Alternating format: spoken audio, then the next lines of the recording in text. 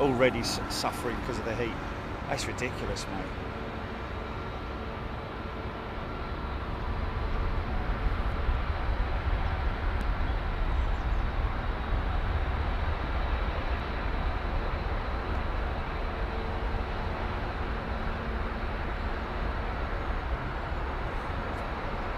It's just the best. Seriously, man. Seriously. Seriously. 2 bloody lampposts.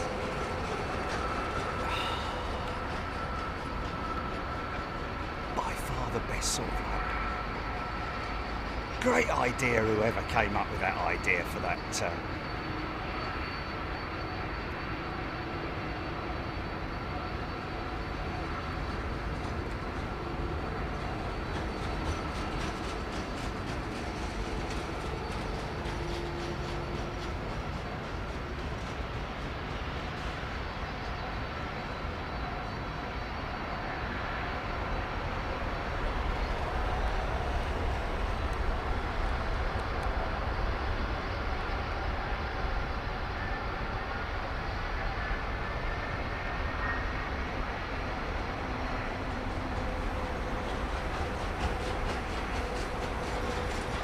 Early doors. Have a look at these.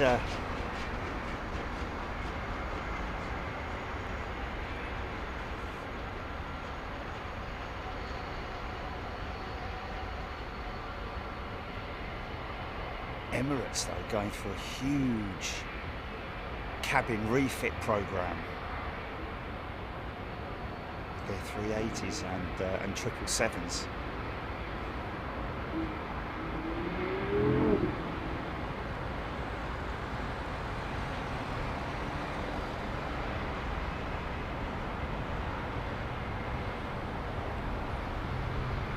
Bird of Prey showing how it's done. Pratt & Whitney's.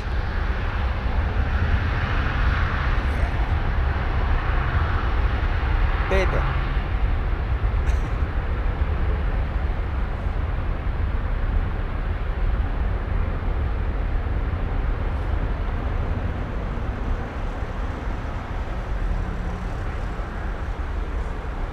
Kind of not far off. Another 5 or so years, maybe a little bit longer, but interesting that the CAA, at least the CAA, are in fact it might even be sooner than that, looking at abolishing. That word, sometimes you say a word when you don't think it actually sounds right, if you know what I mean. This is crazy, this phone, mate. Put the phone down here, innit?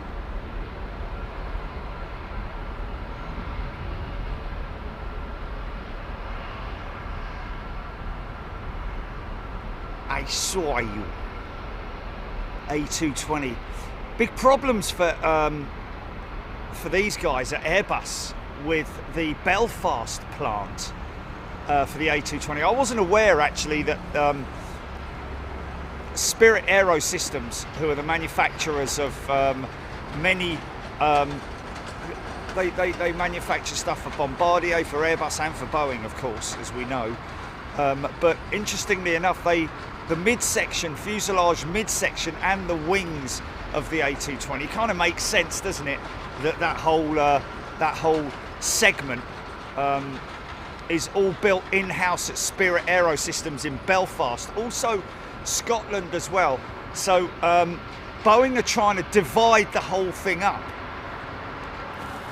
or potentially look at dividing it up, and facing issues with it at the moment.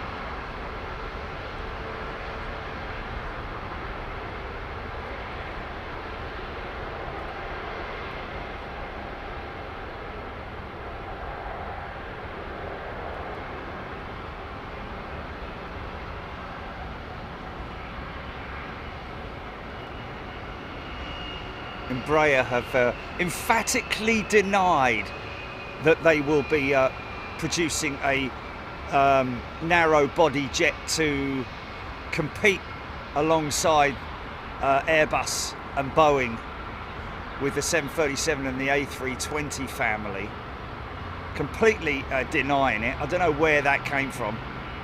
May have been a one of those idiots online who just makes things up for the hell of it to get clickbait, you know. I don't know, but it is what it is. But that is basically the word. Kyle! Welcome back, Kyle. The returning member. Uncle B, Sim-Chan, Steph, Cheetah 1903. No, you didn't miss the special show, Cheetah 1903. You're all right. You're all right. That's now been delayed until July, I think, or the end of June, isn't it? Last weekend in June. Looking like it's going to be a Saturday. I think that's the 29th, isn't it? Bird of prey.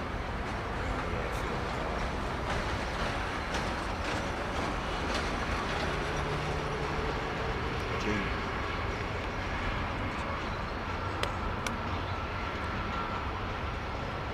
What?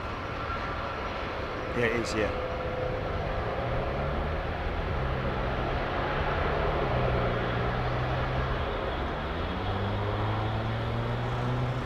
Someone I was playing golf with the other day told me he had a nightmare with Vueling, or Vueling, or Wheeling, or whoever, however you want to pronounce it, but not out of here, out of Gatwick. Yeah, it's quite a compact airport, isn't it, Gatwick? I'd say if they're looking to expand, they definitely need another terminal, don't they? South Terminal is kind of chock-a-block. And of course all the rest of the terminals more or less, or the North Terminal, I think it's the North Terminal, which is is it the North one that's the satellite one, that round one, or is it at Gatwick?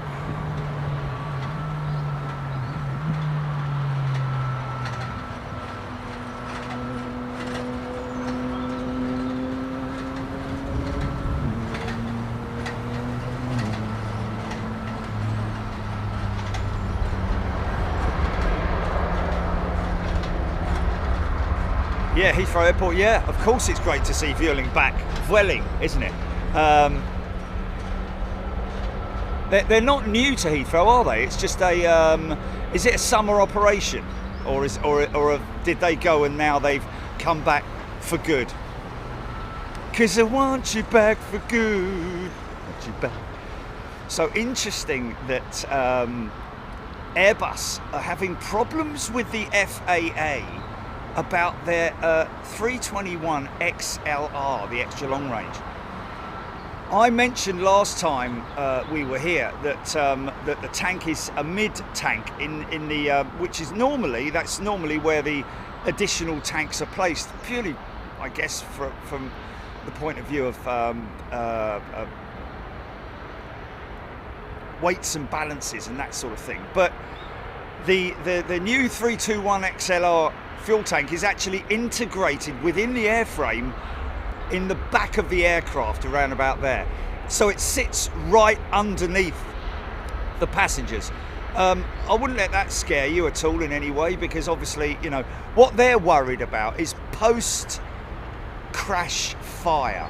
If there were to be any incidents with it post-crash, and when we say post-crash, we mean literally almost immediately at the point of after they've you know, had that incident, that there's a potential for puncturing the fuel tank. But wouldn't you say that was the same with the wings? They're very exposed, aren't they? So I don't know. And I also think I got it wrong. Listen to that thing go.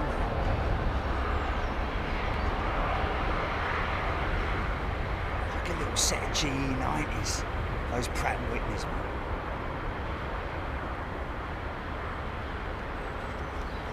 We've got something coming down Sierra. Looks like a Dreamliner to me. WestJet Dreamliner. American 200. Our man was going out again, wasn't he? With, Brian, Captain Brian. He went out yesterday operating the Heathrow route.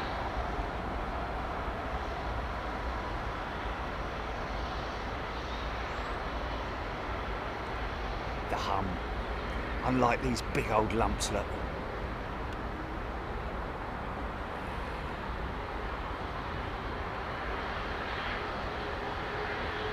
Got an old engine getting on a bit now, isn't it?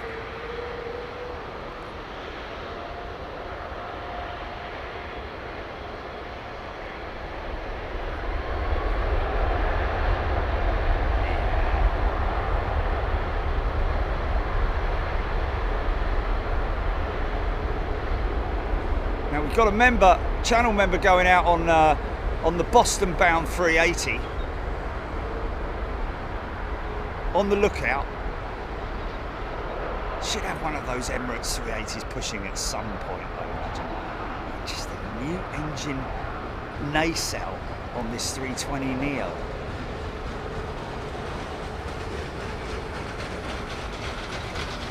I'm going to say that that's probably as a result of impact damage, possibly from a bird or, well, obviously nothing else, is it?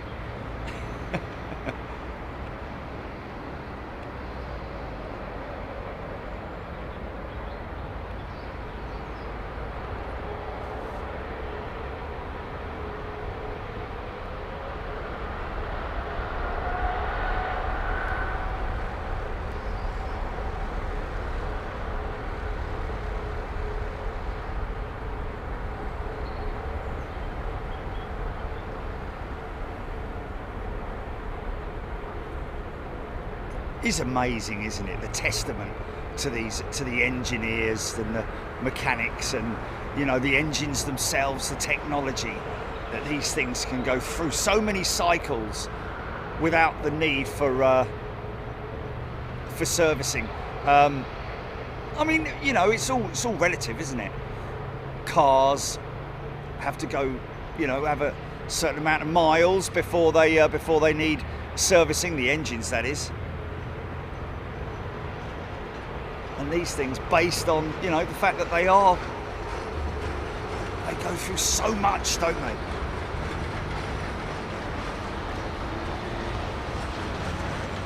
Paul has gifted a membership.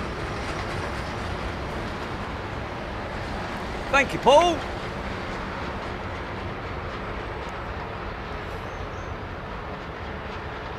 So yeah, the interesting that the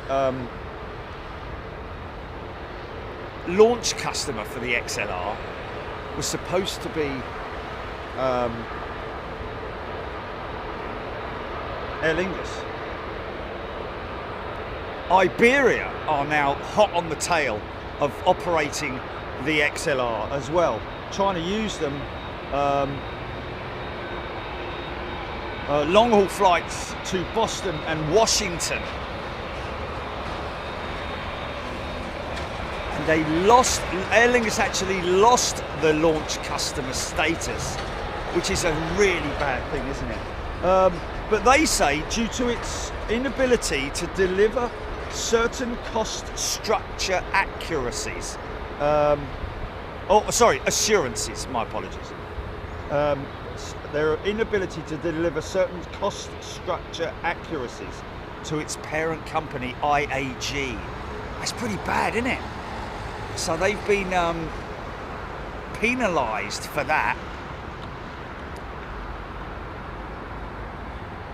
I mean, I don't want to say fiddling the books, but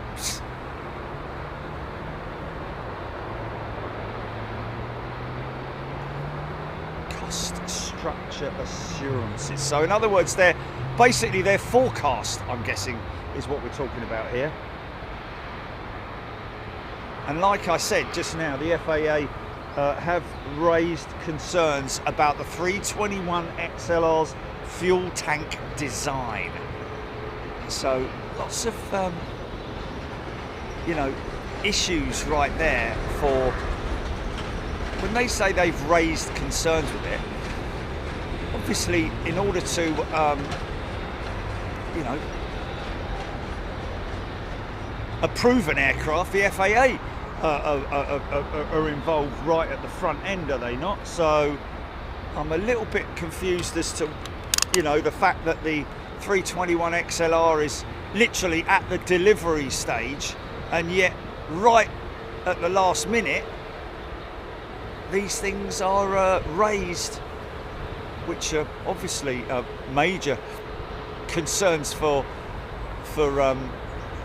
Airbus, I would imagine, because I mean a redesign would be out of the question, wouldn't it?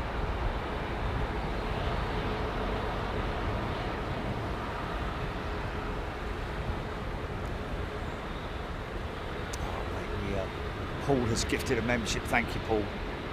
My chat's going all weird. Surprise, surprise.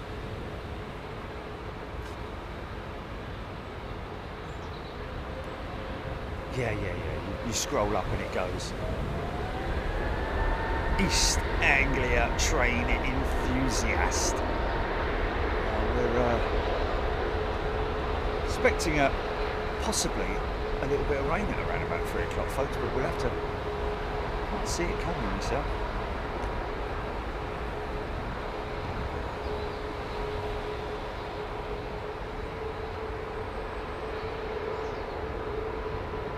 Great cockpit on the 380, man. If you ever get the chance, if you ever fly on it, ask to go to the cockpit. Well, I think they have different designs for different carriers. British Airways, it's literally a knock on the door and you walk up the steps. Other carriers, is it?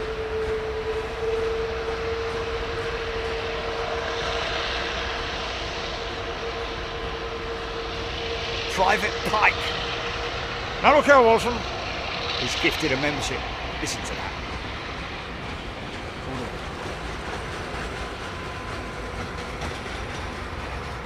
Wow, still open. Watch for the heat. There it is. Wow, look at that.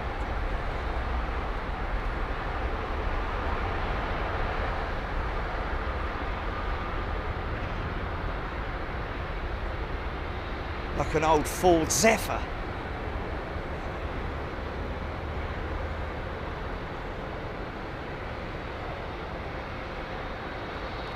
He's on radar. Hamad Khan. I went to the cockpit on the Qatar 380. Awesome. Yeah, I noticed on the what did we fly? We flew Emirates, didn't we? And the Emirates 380 has a slightly different front end. I think they've got toilets either side, haven't they? Because the toilets were raised, weren't they? And then the cockpit was, maybe it was straight through the middle. It's not very nice, is it, to have toilets right behind your pilot's position? Constantly hearing the whoosh of the toilet. HGC BA number 6 on flight radar. Paul, I want to fly the 380. Fly it or fly on it? Oh, we've got a left turn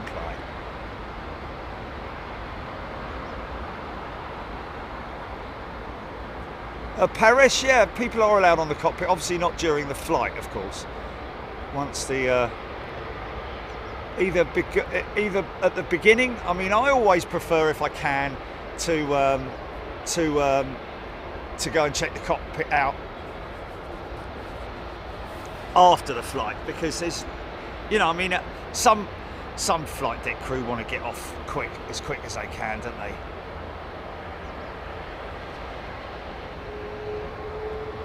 Miami bound American 772. Fire it up!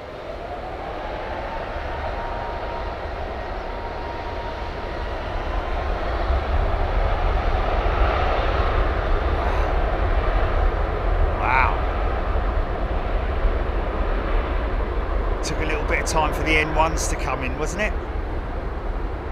Going to be bounced by a WestJet Dreamliner any second. Here we go. Low rider.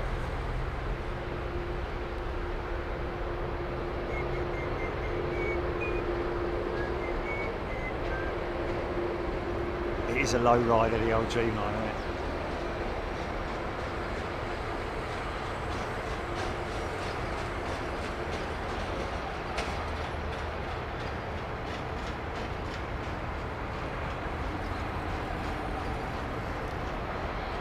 Yeah, very interesting that the new Ultrafan, the Rolls-Royce Ultrafan, they're really. I'm wondering if that may be some of the part of the reason why they are.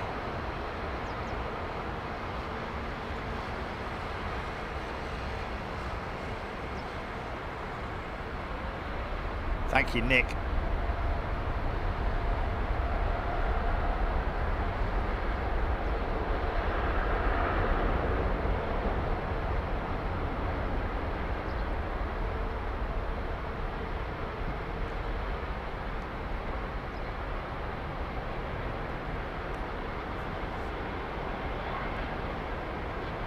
Calgary bound. Okay.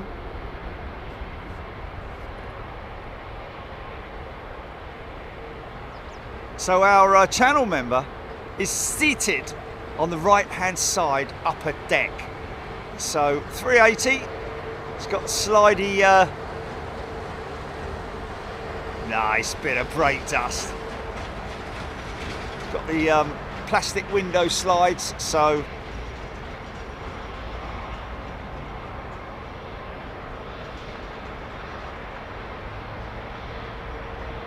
yeah, so the Ultrafan with Rolls-Royce they're basically banking on the family of Ultrafan, because obviously the Trent family has been around for many years now,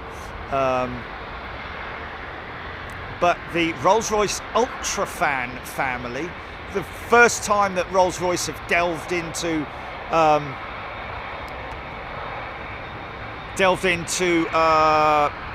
carbon fan blade technology, they're basically saying, and this is crazy when you think about this, they're saying that the Ultrafan could potentially replace the current Trent XWB engines that are on the 350s, which are literally years old, aren't they?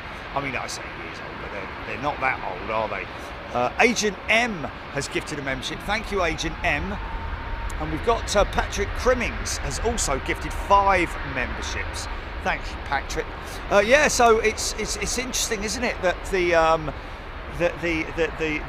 XWB engine, which is probably one of the most efficient in the world, alongside the likes of your Trent 1000 Gen X engines, etc., etc. Pratt & Whitney at this stage haven't got anything to offer, but I'm just wondering whether Rolls-Royce has got such a strong marketplace position in terms of its market price, its share price, as because of the fact that at this stage I'm not aware that any other engine technology or that's gonna be required by the FAA and the CAA, because a lot of old engines are going to become obsolete.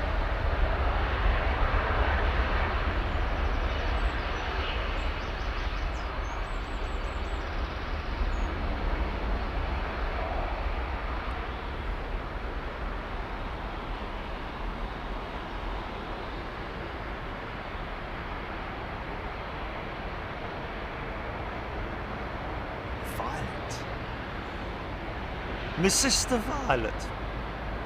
Room for a pony and a pool or something like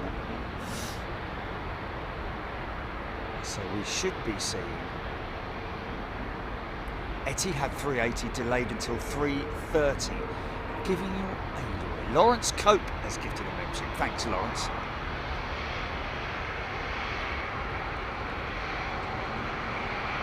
Is this our 380 coming out now, GP?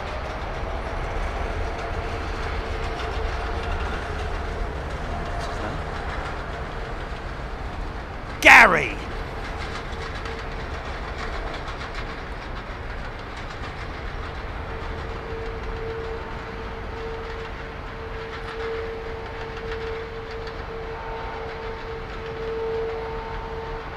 XWB's purring away.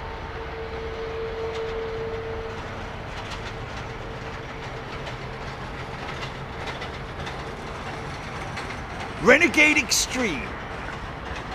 Read about some F-15 Strike Eagles.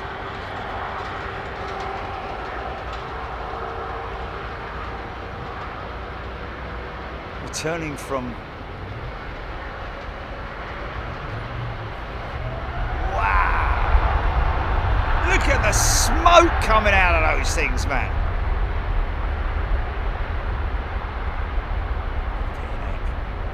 Insane, man. Insane. Insane in the brain!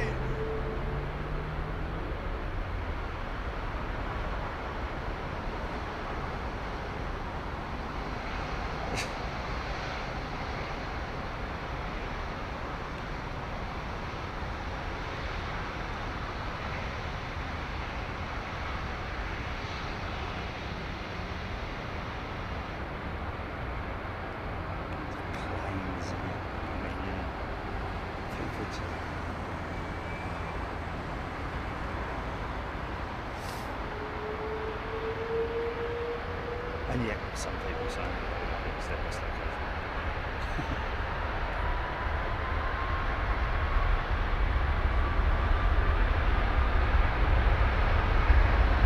Big long spooler.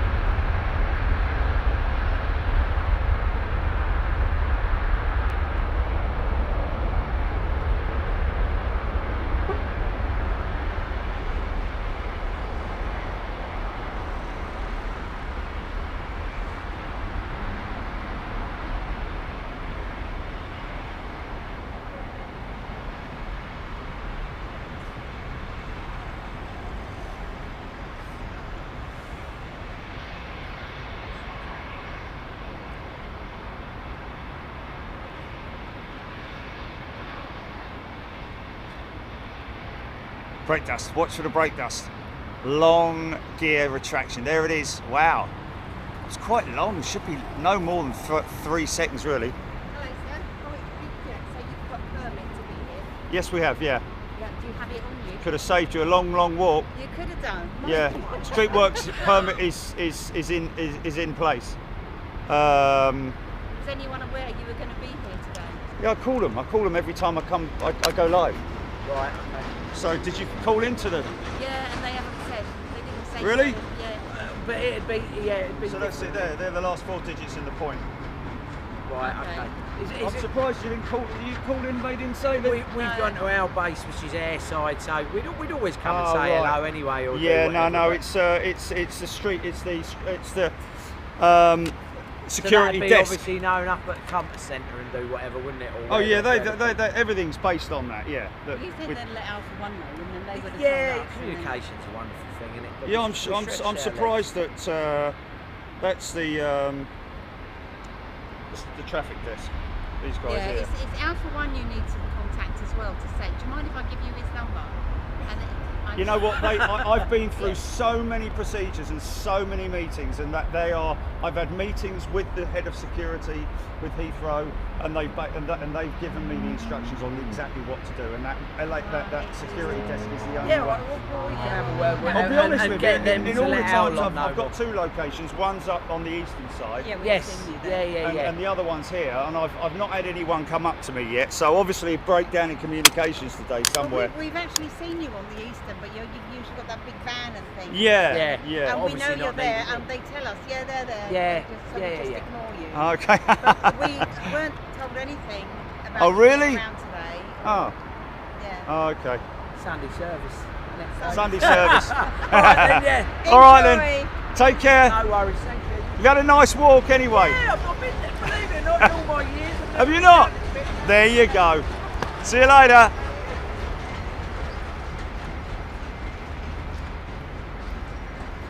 Communication.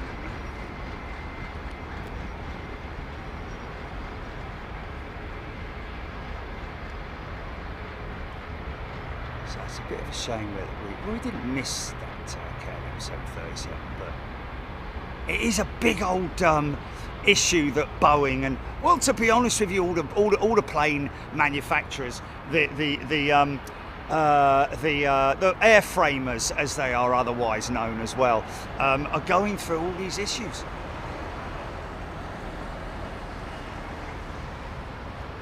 Dry run for the Toulouse parking garage.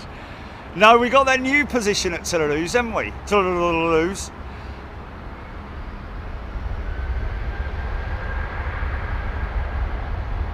Oh.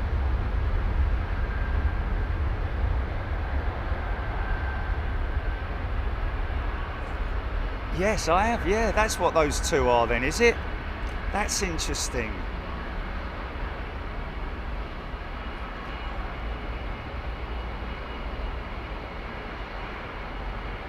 Mark Atkins, been practicing with my VX1 trying to follow subjects. It's not easy. Respect. Well, you need a good set of sticks, Mark. I mean, I obviously can do it handheld a lot of times, but not for very long, let's be honest. And obviously the deeper you go, the more bouncy it gets, isn't it? So yeah, I mean, but I wouldn't be able to do this if it wasn't for the sticks that I've got, for the tripod, should I say. So get yourself I mean, I'll be honest with you, you can get very cheap tripod. You can get a very cheap set, a cheap tripod assembly, which the head will last. It'll be great when you get it. It'll be nice and stiff, and you know, don't expect it to be all loose. It needs to have a lot of resistance on it. But over time, if you use it as extensively as we do, you'll find that the head will get loose. Fortunately, I have a very good set of sticks here, the Sackler sticks, which are carbon, and the head itself is over £1,000, but it's worth it because that way you get this very smooth, fluid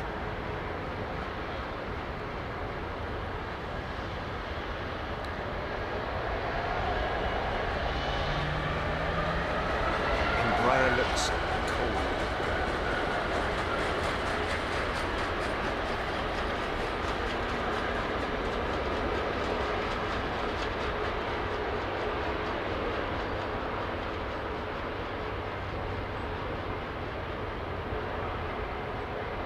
Is that Jill Blake? Did you say it was Jill Blakeney with the stickers, Jilly? The ongoing sticker. Poor old Jill. How long's she been waiting for? About a year. Fair enough. On their way. They're going to be coming to you soon. Right, this is our channel member on board this aircraft. Did Gary say what seat he was on, Jilly? Is it?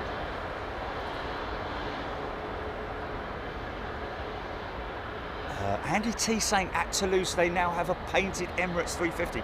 What, the full paint? I was understanding that it was just the tail paint and possibly the winglets as well, the sharklets, or the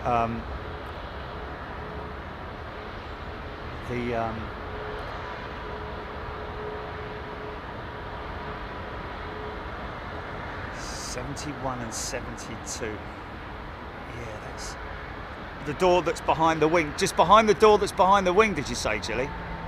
Okay, I got him then. I got him.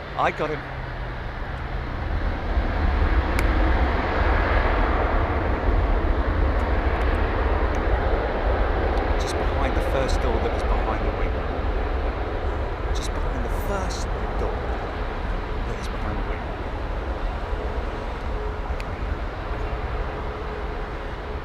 I got him. He's quite far up the back then. Yeah. Oh, Dan's saying, yeah, I think it's fully painted. Wow, that was quite quick, wasn't it? It was only, wasn't that long ago that we saw that Emirates 350. Is she in full paint now? Wow.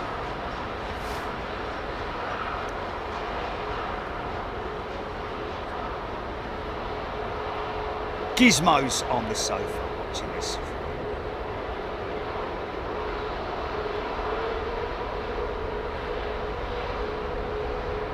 The stick, the head usually comes with the sticks.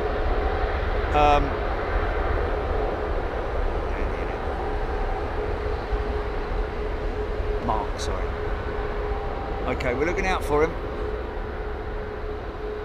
Gary. Yeah. There he is! There he is, folks! There he is! Good lad. Good lad. Ha! Good old boy. Go on, Gary.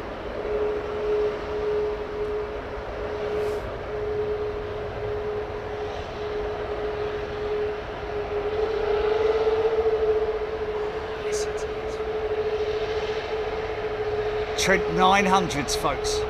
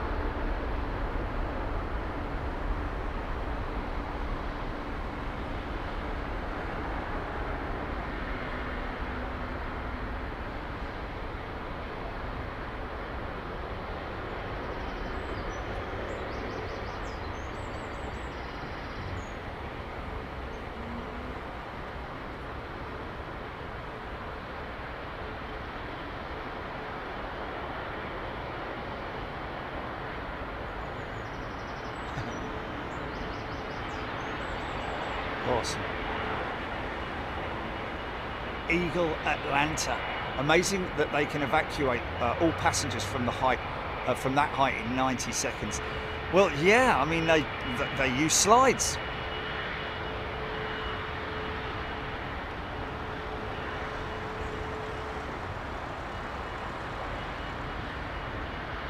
Obviously, it's still amazing.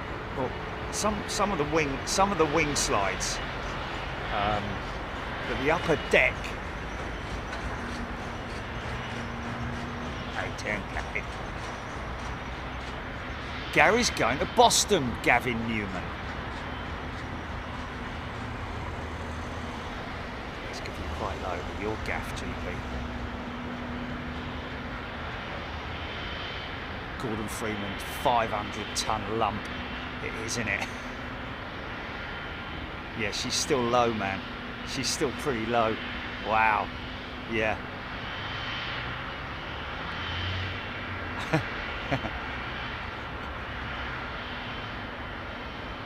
A steady 1,200 feet. She is climbing 1,300 now. Obviously it will be a climb, but it's not a steep climb. They don't need to, really. Should make another right turn, unless he's going to go long now at 1,500 feet. Coming your way, GP. GE90. Amazing blades. Amazing blades. Oh, sorry. But they are amazing blades. I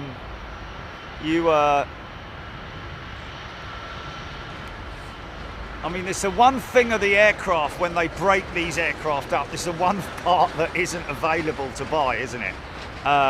In terms of scrappage parts, you know, like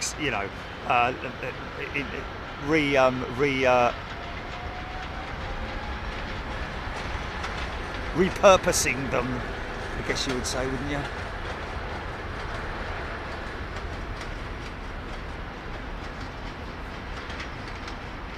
Big storm over France, Paul Skilling saying.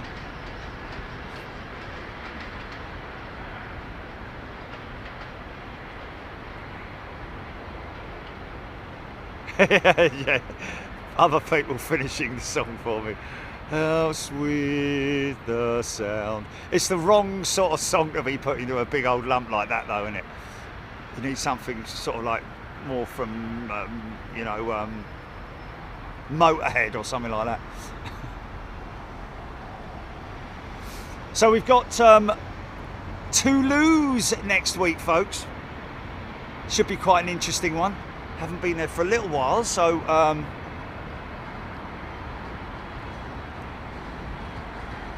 should catch the Emirates. Virgin Atlantic's 350 has been delayed. The delivery of their final, I think, 12th A350. That's been delayed for whatever reason it might. I'm not sure. I'm not sure how many flight tests she has completed, but it may be that they'll need another one. She will have done all her rejected takeoffs, taxi checks and all that kind of stuff.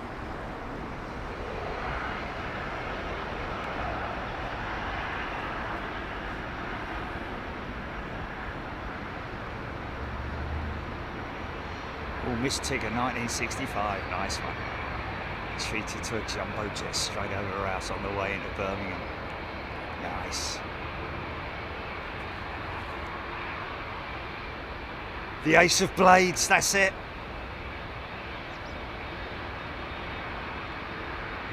The Ace of Blades, the Ace of Blades. Down, down, down, down, down, down, down, down, down. Yeah. Who is the Ace of Blades, though? Is it? Is it the?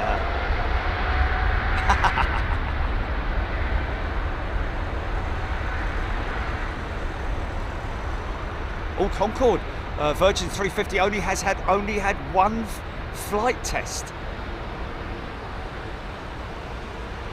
Oliver Dugweed, or Dugweed. Sorry, Oliver. Currently parked in Cranford BP. I know where that is.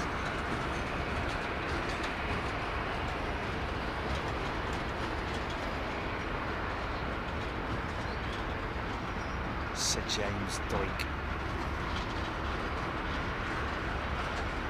Oh, what, Gary?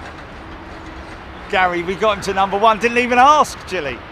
That's insane, man. That is insane.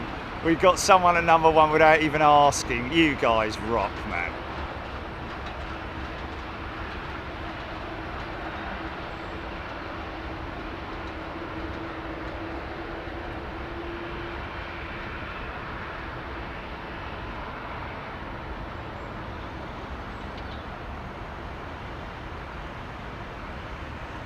You win some, lose some.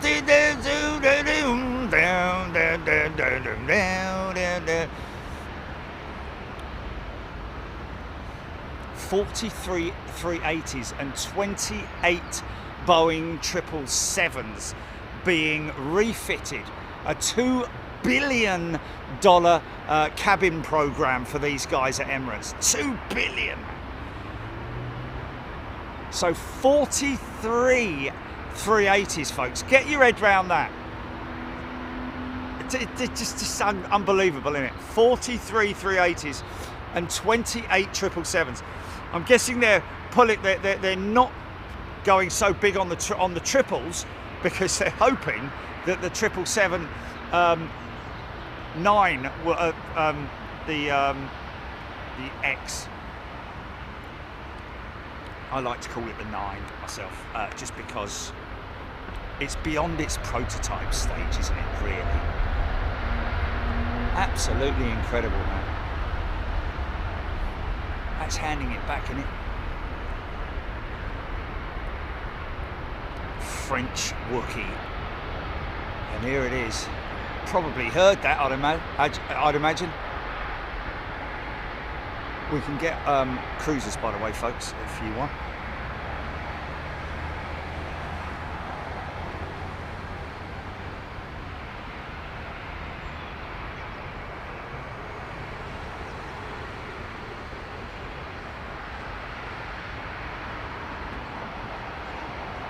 Morgan and Cafe 747 cargo due 5:29. Yeah, well, it's all down to, I don't think it's really down to anything other than traffic. If they feel it's better to bring her in on the, we've got a friend at Nats, haven't we?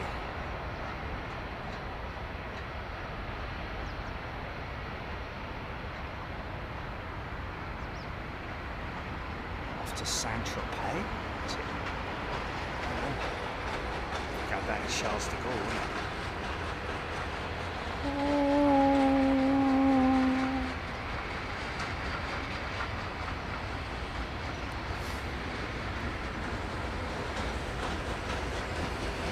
Wings and midsection, manufactured in Dublin, Ireland.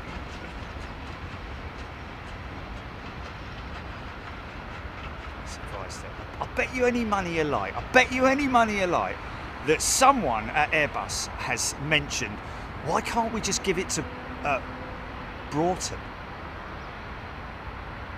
Why can't Broughton? Do you think Broughton? They'd probably have to expand, I'd have guessed. 3,000 employees as well at.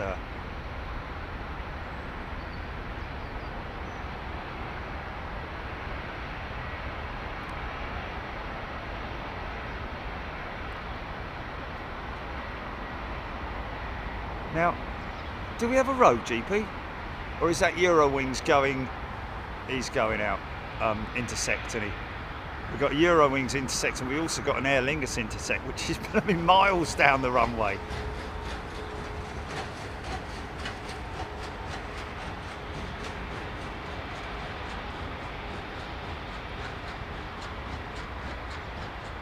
Other name.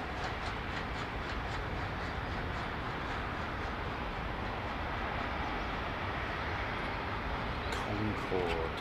Virgin 330-900G. A VSRB Branson's jet, or Brandon's jet as I call it, is also on taxi flight tests. Virgin will have 14 350s and 12 339s. Okay, so my Virgin contact got that wrong then.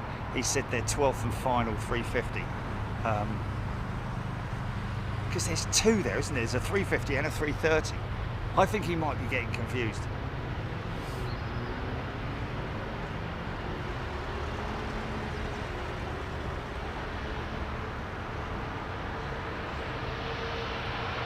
Martin Murphy.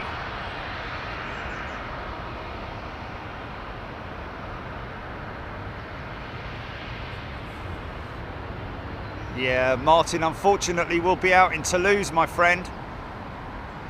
Have a good flight though, from Edinburgh. Can you believe it, mate? You know, Emma messages me, right? So, Amy's husband flies captain with Emirates on the 380, yeah? My niece, Kate, yeah? Celebrating her 30th birthday. Yeah. This goes to show how families are just so, you know, I've been doing this. I mean, we interviewed Lee in Dubai, yeah? Everyone knows that I'm 5 minutes drive from Heathrow. And then Emma sends me this. I was like, are you serious, man?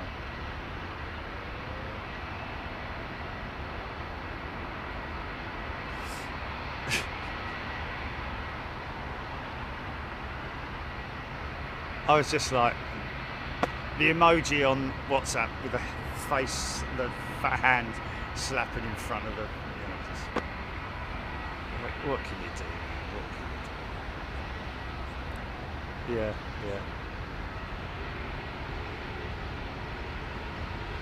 Yes, I know.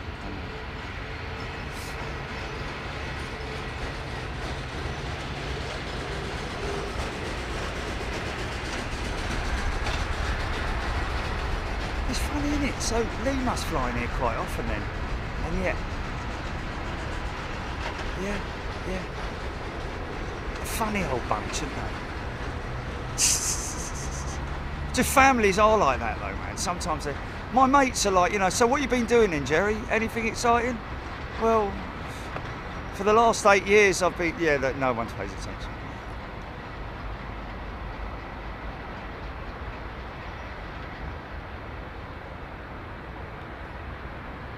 So how's that jet thing you've got going on? What is it, a magazine or? Are you on YouTube, mate? Yeah, watch it all the time. Just give up. Do you want another pint, mate? Do you want another pint? Do you want to talk about something else? Because it's just obviously going in one ear and out the other, isn't it? Thank God for the channel members, man. The real true people of aviation who are right here, right now on this channel. Because my family and my mates are just the worst when it comes to things, you know. Anyway, whatever.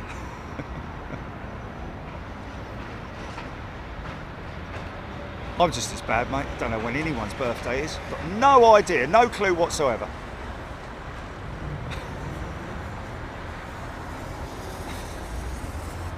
Peter May. When an A380 is in the air, the engines are monitored from an office in London. They are indeed. In fact, all of these modern engines, all the big engine manufacturers do have monitoring stations. So if there was to be any issue with one of their engines during flight, that then gets troubleshot. I guess you call it that. They troubleshoot it and make sure that potentially they could fix the engines. It might be something like just an ancillary pump or something like that, always on the outside of the engine. Obviously, if it's an internal issue, that's something that would require boroscoping, and then potentially, if there's anything that's internal within an engine, it needs to be broken down. Break it down and removed, and that's where they would bring in using AOG specialists, aircraft on ground specialists, to bring in replacement engines. And those AOG specialists, the big ones like these guys, will just probably pick the phone up to their regulars and just say, right, we need I mean, obviously they wouldn't do it. I mean, if it was absolutely necessary and they had to do an engine switch here in London, for example, they would probably use British Airways maintenance facilities, I would imagine.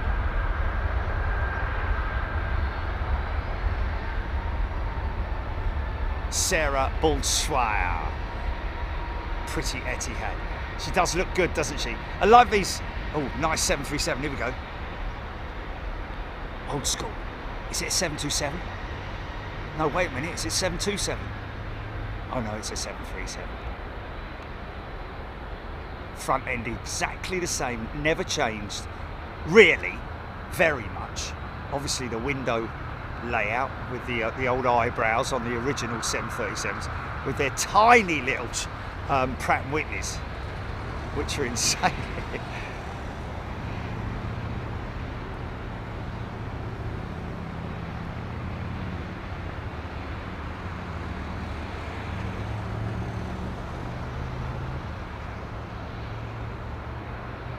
Pan.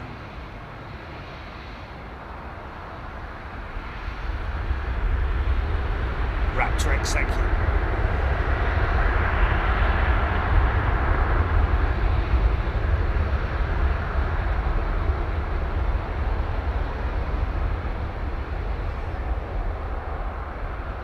Obviously, when I was joking about the 727 and the 707, folks, it's just that if you look back in the archives, if you're maybe a little bit too young to remember the old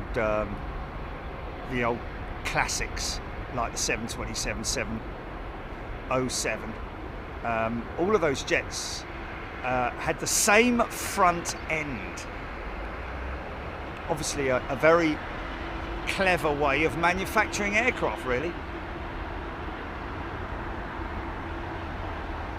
M74 asking, why did they remove the eyebrow windows? Well, don't know what the eyebrow windows were for, to be honest with you. Looking up at the sky, maybe? I don't know. Was it just to bring more light into the flight deck? I'm not sure. I'm sure that pilots would have had them regularly sealed off or closed, or some kind of sun valance pulled across them. Look at the wingtip on that 787, man. Isn't it beautiful?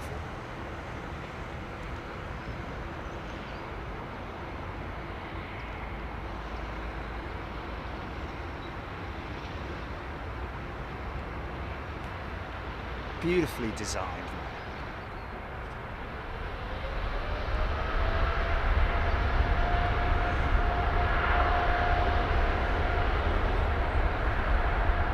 Andrew, I'm afraid we're going to be in Toulouse this coming Wednesday. Flying at SFO on BA 285. Yeah, we won't see you, mate. Have a good show. Have a good flight though.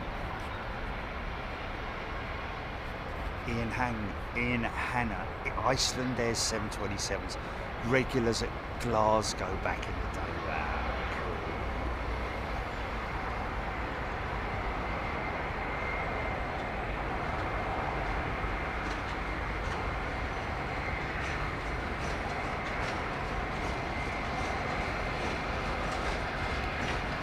Big lad.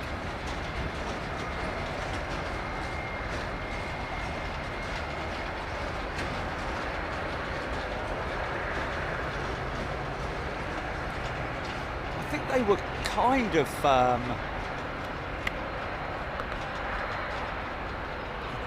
much more technology by the time the 727s and 737s were. So she's got Pratt & Whitney's, well, GPW's Engine Alliance engines. These, they're not the Rolls-Royce.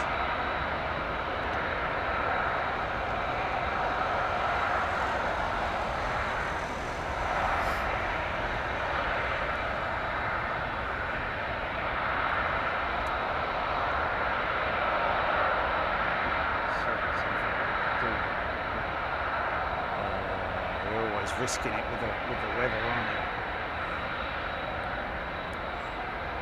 they? Listen to those engines.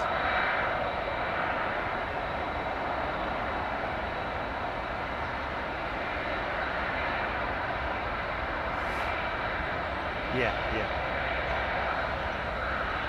Well, you know what? We could always speak to Emirates, couldn't we? And offer it to them. They want us airside.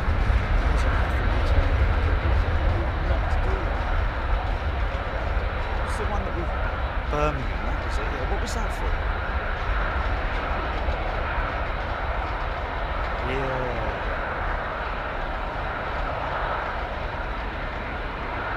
Yeah, that was it. Yeah. Wasn't having it. Yeah. See, that's interesting. I forgot all about that, folks.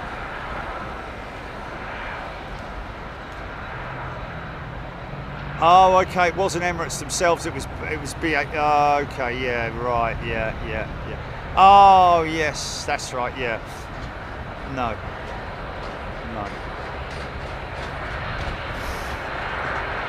And there was no video of it, is there? I don't recall seeing any video of it.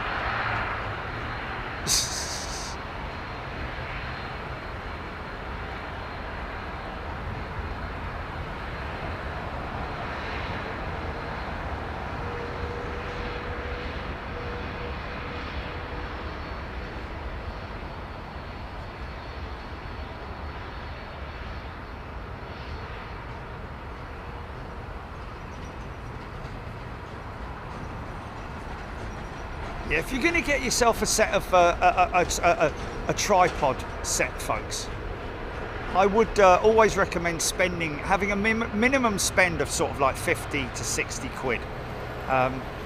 You know, these ones that are right here, right now, this head is sitting on a £2,000 set of tripods, but they're carbon, and they're the ones that you see all the time on the main sports shows, you know.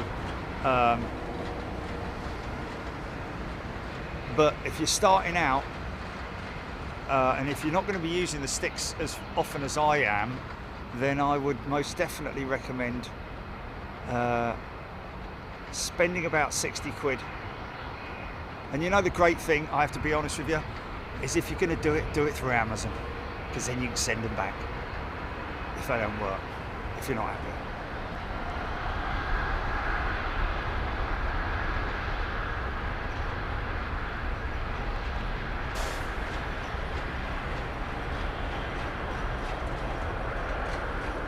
Oh, Lars saying that there is a video of the 350 coming out of the paint shop. Okay, there we go. I've only seen artist renditions at this stage. So, it's not until November. So they're obviously going to be, what are they going to be doing with that plane when they take delivery of it?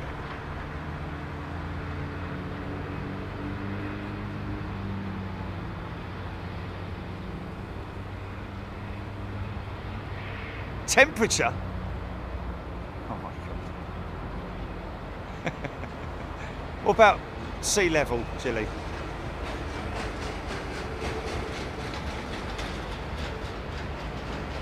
Maybe, yeah.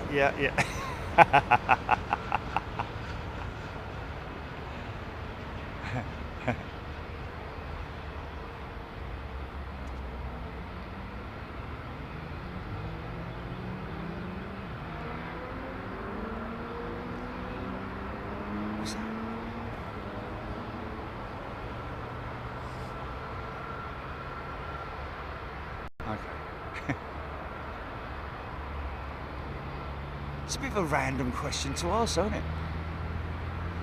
Have you thought about putting the temperature on the screen? Can't you figure it out, basically? Looking at the... and use your app on your phone, for God's sake. There's weather apps, there's millions of them. Oh, I wonder what the temperature's there. Oh, okay, let me just quickly go in here. So, right, London Heathrow. Oh, right, okay, fair enough.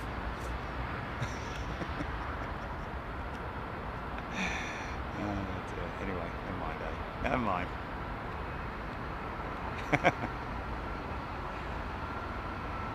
I thought people who had... I thought the iPhone was... Not the iPhone, but the smartphone was designed for people who are relatively lazy.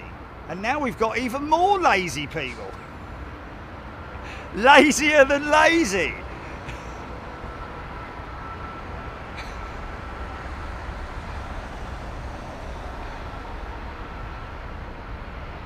Alec Padley, my stick's Zoom can be tripod or single stick. Oh yeah, single stick. Yeah, it's a little bit, you know, if you're doing single stick and you're just doing an interview, then yeah, but for panning and all that kind of thing, they get a little bit awkward. I'd sooner use a tripod setup. But like I say, I would definitely recommend using, going to Amazon. And I'm not saying that because, I'm just saying it because it's so easy to return something at Amazon. And when you return it, you just when you buy it, just make sure you keep the packaging, all of the packaging, and then just try it, trial it, see how easy you get on with the way in which they extend, or how telescopic they are, how high they are. But the head is important as well. You know, everything needs to be quite nice and what should I say? Have resistance on it. It must have resistance on it. That's what you're looking for. So when you open things up, they don't flop around, and you know they've got good bushings in them. And the head, it's important that it's a decent head.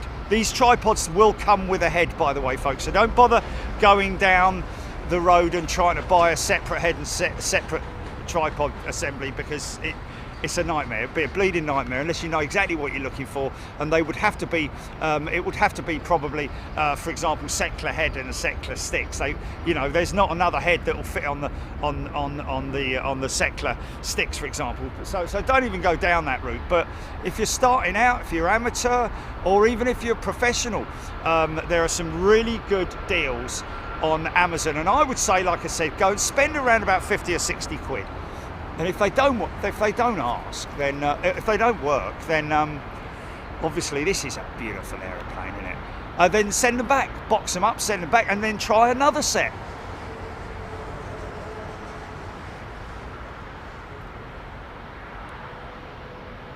Let's just have a look at the last set of tripods. Oh no, not that one.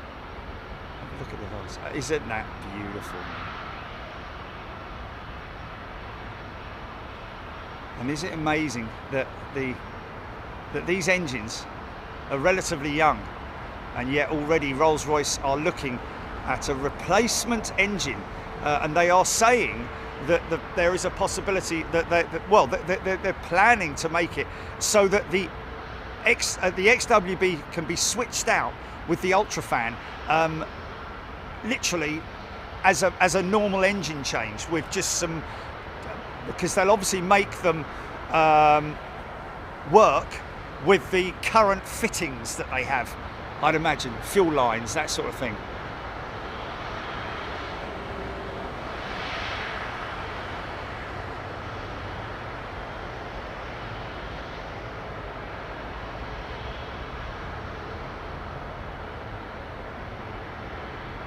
Oh, there's a good brand for you folks.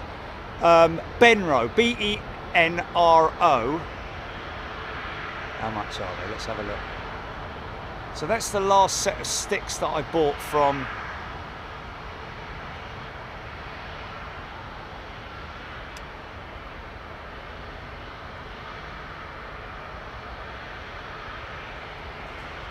'13th of December 2020 was when I bought these.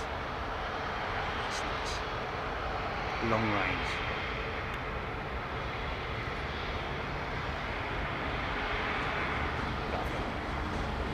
Oh, yeah, hold on a minute. They were 494 quid, so yeah, it's a little bit more expensive than what I said. But you know, I'm sure that Benro possibly do a range.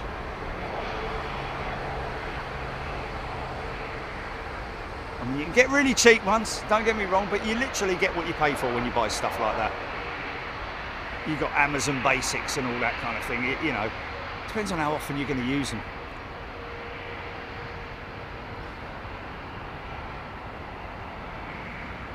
Looking to see if there's any that I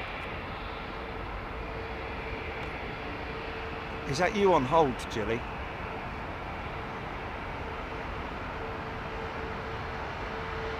Ah, these are the ones. Okay, right, okay, we're getting a little bit better in price. Newer, N-E-E-W-E-R, £129. Now if you buy that set of newer sticks, you won't be sending them back, I can assure you. They'll last you a good long time, just so long as you look after them. Stuff like that, you've got to look after it. Bag it, make sure you bag it. Transport it very carefully. Make sure it doesn't, you know, if you're going to take it away with you, make sure you, oh, look at the smoke coming out of those engines, man. That's unreal, isn't it? Wow.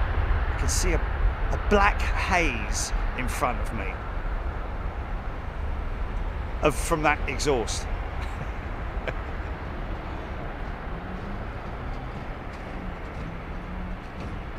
Beautiful winglet, man, beautiful winglet. Yeah, the Hawaiian trip, folks, it looks like it's going to be, what did you say, July, Jilly, didn't you?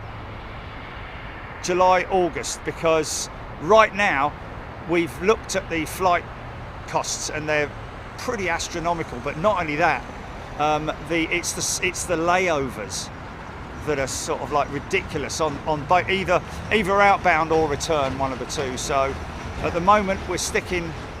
We've got. I'll tell you what we got coming up, folks. If you fancy a bit of it, Atlanta, 767, 757, 330, 330 Neo. 777s, Air France, freighters, 2 different runways, blah, blah, blah. Who fancies a bit of that?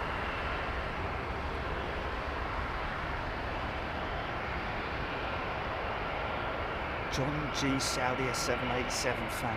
Can you see me, Jilly? Well, John G, I've got you. We've got you, John G. Brian Stewart plug and play engine.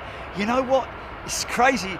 Might have think that's a bit of a laugh, but it is literally. You know, they're obviously going to develop an engine which is.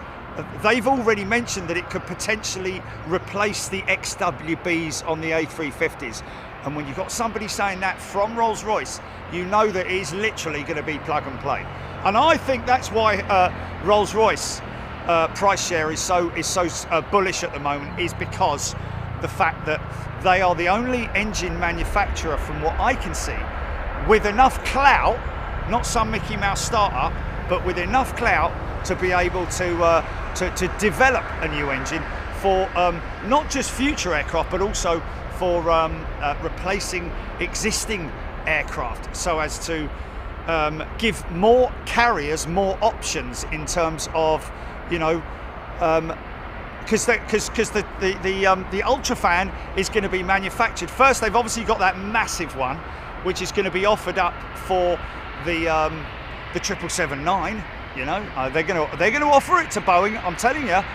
I think GE know what they're doing, obviously, but are they having problems with supply? But to be honest with you, there's no point at the moment because they can't get the bleeding aircraft certified. Oh my God, it's all going on, isn't it?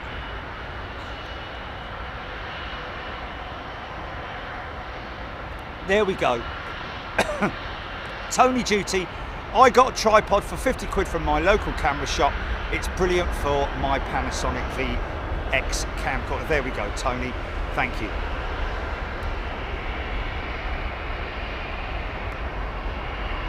I think we have a little baby round the corner. So 50 quid, there you go, folks.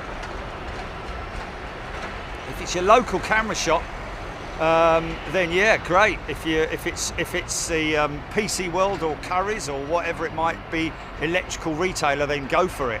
The only thing I will say is that if you trial something like that, if you try it out and then send it back and then try and take it back, they'll be like, nah, sorry mate, you've already used it. You know, from a local shop or whatever. He's just lucky that the one that he got is just right what he wanted. Perfect for it.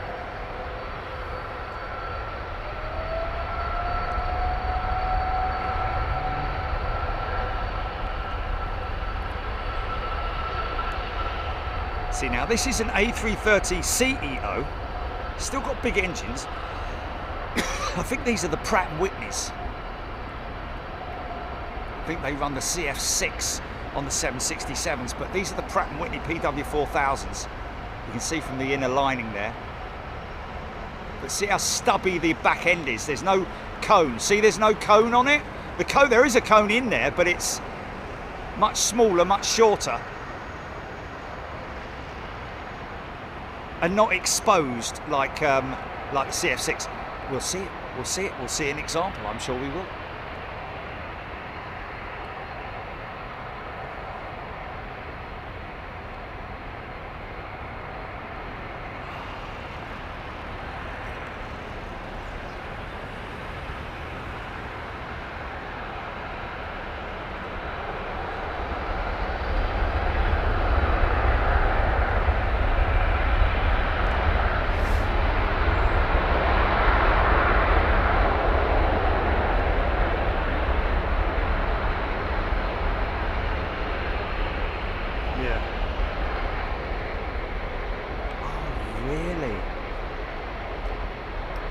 Sounds like we've got a new position, folks. We've got a new cell phone lot at Atlanta. Obviously, it's going to be important to us in terms of being able to film from there and all that kind of thing. Memphis is a good one, isn't it? Early birdie, you're absolutely right.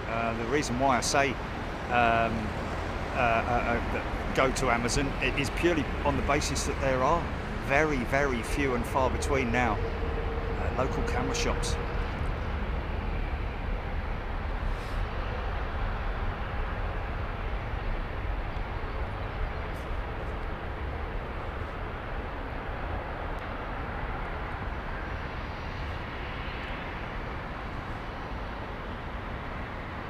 Barbara Siegel loving the extreme close-ups. Yeah, nice one. Glad you like it, Barbara. Got a runway inspection going on at the moment.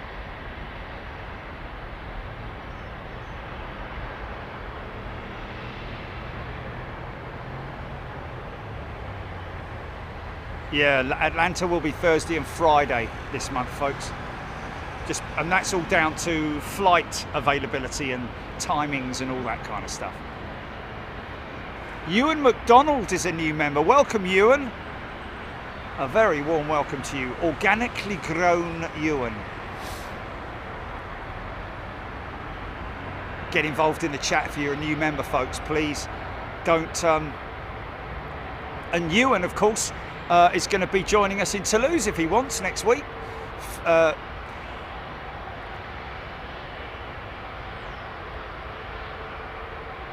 All premium members, first class and super class members joining us in Toulouse.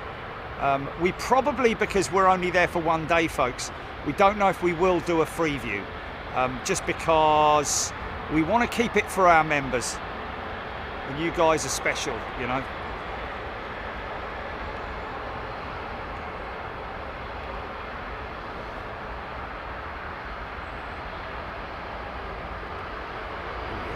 Oh, hello. I thought I heard someone crying around the corner. Look at that, folks. Look at the tail on it. Taller than a 320 or 319 or 321. The tail of the 318. And that's all down to fuselage length for its stability. To increase the size, much like the 747. Any aircraft that's shortened needs a taller stabilizer to stabilize it, of course. Paul Skinner's gifted a membership. Thank you, Paul. Someone going to be joining us in Toulouse.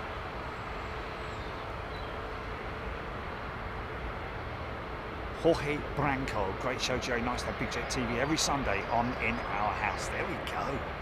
Hello to the Brancos. Dogs, cats. Yeah. Bruce, I hope to be on the Toulouse show. So that means he hopes to make. He hopes to obviously make it there.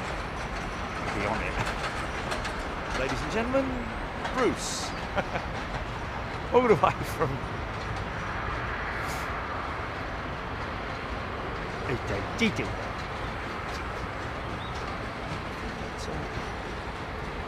Emergency vehicles are off the runway. Oh my God, what happened? No, not emergency vehicles, sorry. Security teams doing a runway inspection.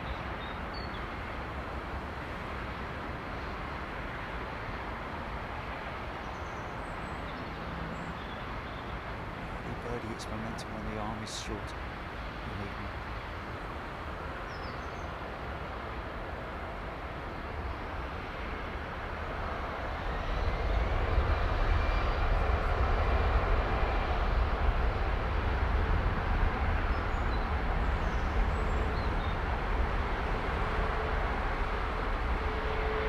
Todd Roy tuning in from Nova Scotia.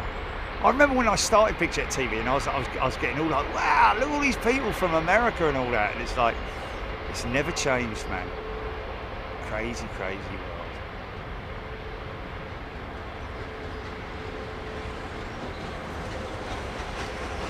Jorge Brank. He's one.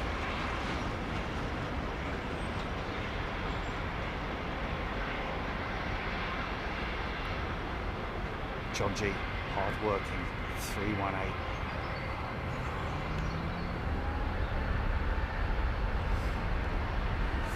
Now these 777-200s are getting very long in the tooth, and the GE powered ones even more so, to be honest with you. Still being manufactured by Boeing, the 777-200 freighter variant only. Now those are what? I think they're GE powered, aren't they? So the GE90 is still in manufacture, isn't it? Les Donaldson, yeah, Tehran have had their money's worth out of that 318. Be a sad day when she goes. That'll be a replaced by an E2 jet, I'd imagine. One of the E2s that they're going to be taking on.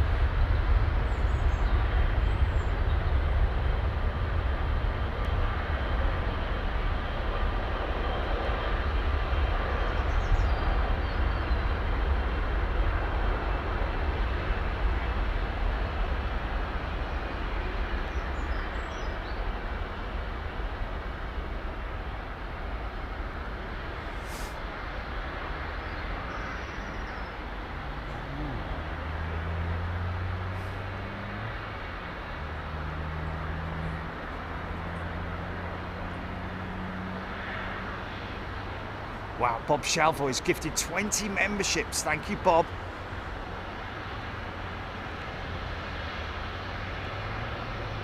Very kind of you guys to do that. Very, very kind indeed.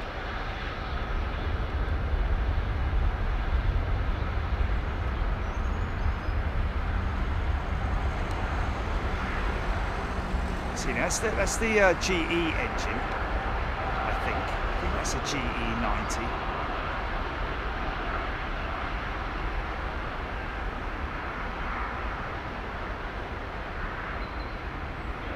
Seven. Oh, Cargo Lux Cruiser. What's that? Is that gone? Oh, I missed that. Now watch the intensity of the heat as it powers up.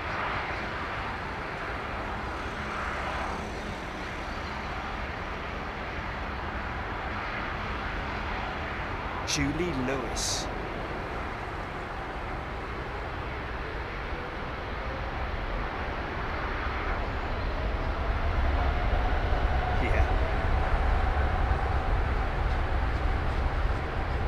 Becomes much more concentrated.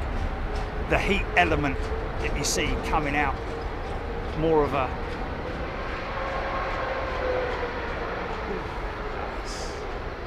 nice sound like that.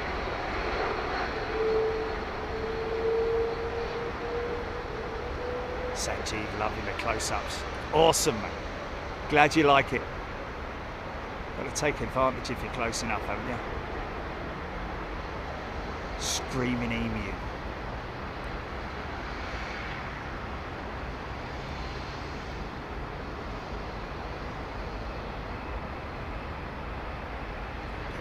Big right bank.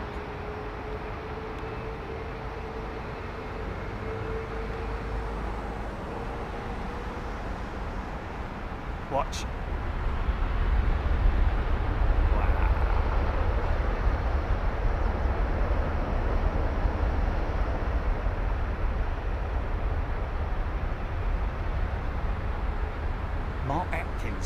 It's called the GE90 because it was launched in 1990. Really? Oh, I don't know about that. It's called GE90 because it's got 90,000 pounds of thrust. I'm not sure. Am I wrong? Is he right and I'm wrong, or what is that an old wives' tale that the GE90 was?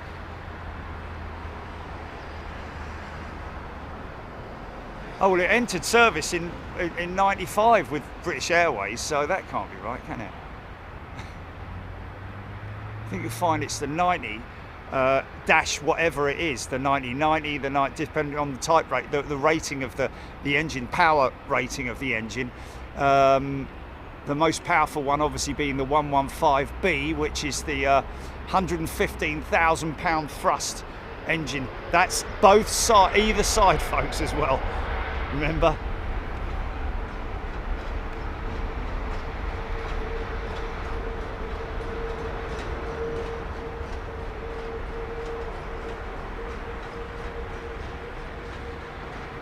launched in 1990.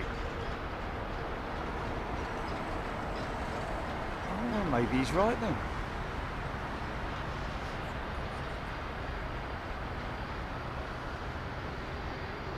Raskas, thank you. Temperature 26 degrees, wind 140 now at 7 miles an hour.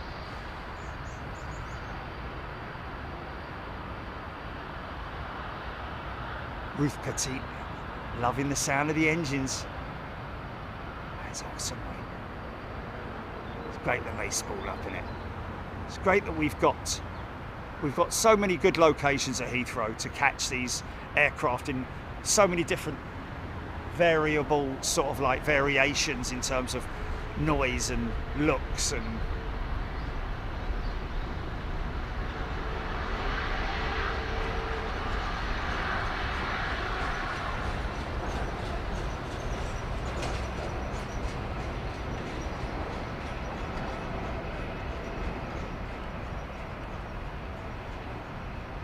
you can't really see the rear gear steer on this. It's not really that evident. Obviously they'd be steering right at the moment to counteract the left turn on the front gear to ease that gear around. So those gear will turn left, straighten up left. And there they go, you do kind of see it, don't you? You know what you're looking for.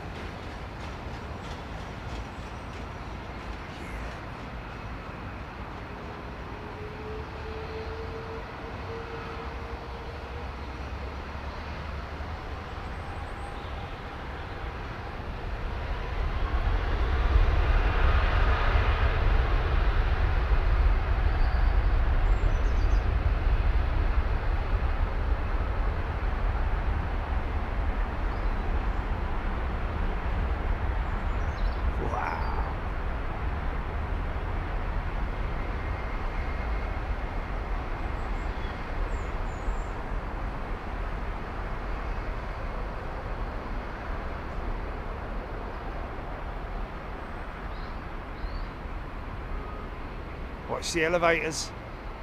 There they go. Wow, that was a long, lazy rotate, wasn't it?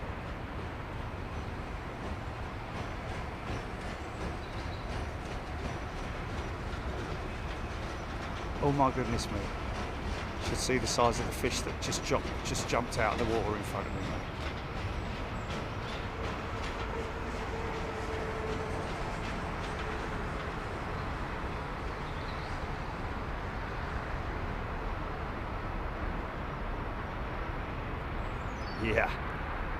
Yeah. So this is the Trent 1000 engine.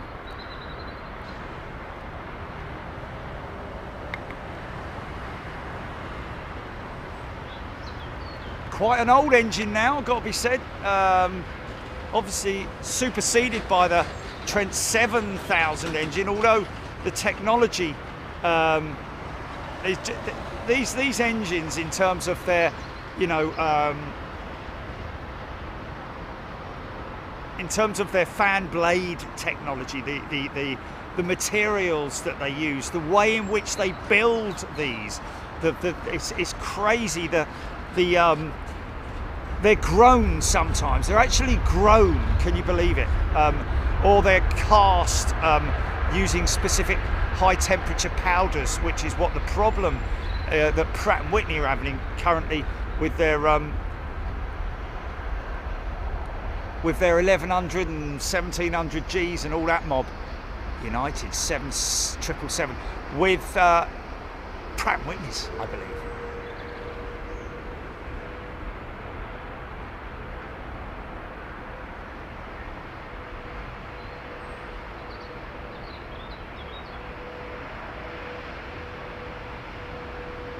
Yeah. And what Screaming Emu's talking about there, it's the feel as well, isn't it? Oh, turn and burn with this BA jet.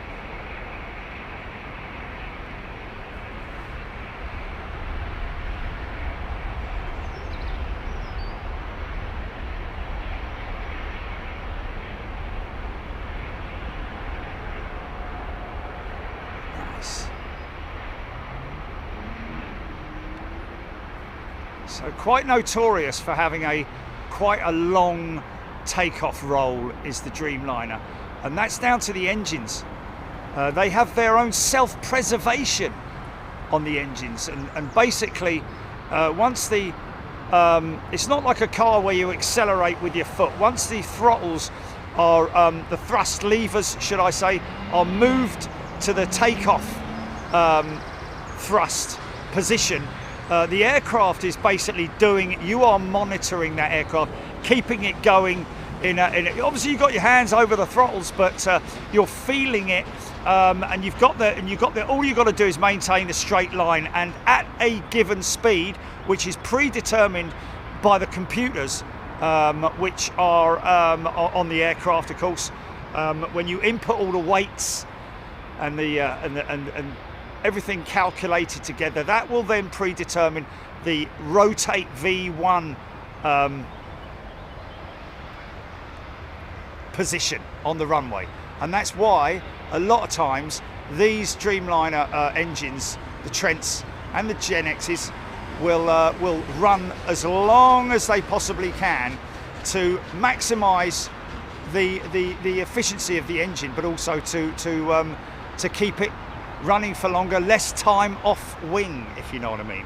In other words, less time in the workshops. John Davies, like a speed limiter. Well, not really. You know, that, like I say, the onboard computers will set everything up so that when you push those thrust levers forward, the aircraft then talks to the engines and starts to make it happen, so to speak. You know, it's a bit like when you put your foot down on the throttle. That these days they're all wireless. You know, they're all drive-by-wire sort of thing. I'm guessing what you call like fly-by-wire on here as well. Of course, don't forget that these throttles, they're all electronically powered as well, all fly-by-wire. So there's no cables or anything like that. And the very clever thing that they have built into them is a certain amount of resistance as well. You know, and that goes for both the Boeing and the Airbus, where they have a certain amount of resistance built into the steering column, so to speak. You know, the yoke or the yoke or the side stick, whichever it might be, just to make it feel almost like you've got power steering rather than a sloppy sort of like feel to it.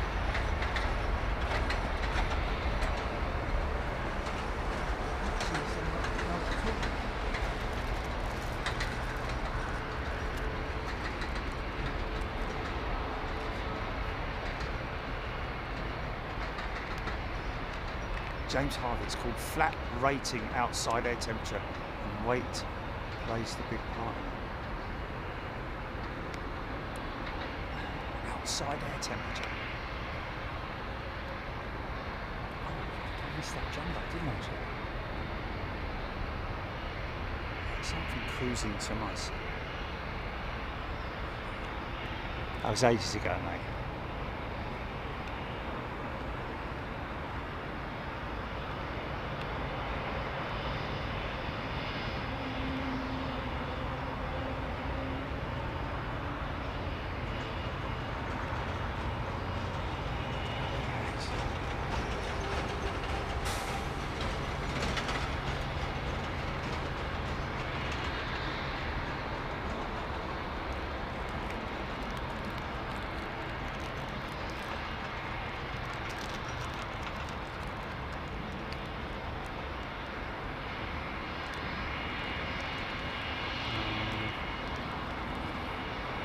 Maybe Paul's just joined.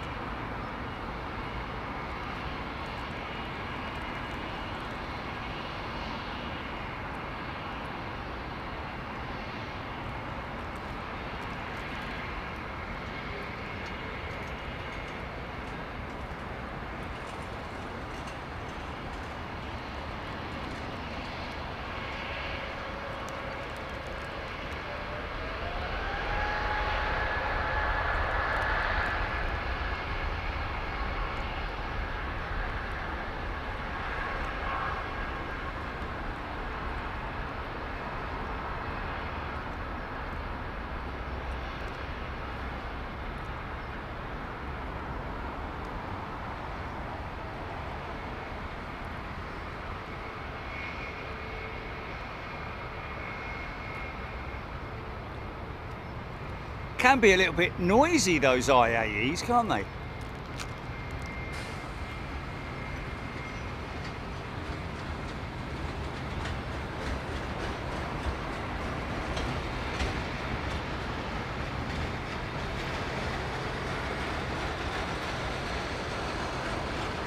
Harry Rundle.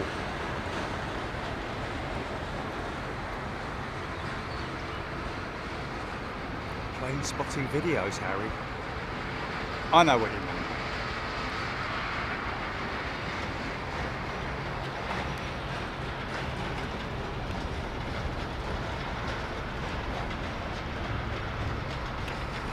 $34. Is it 33 or 43? 34 or 43?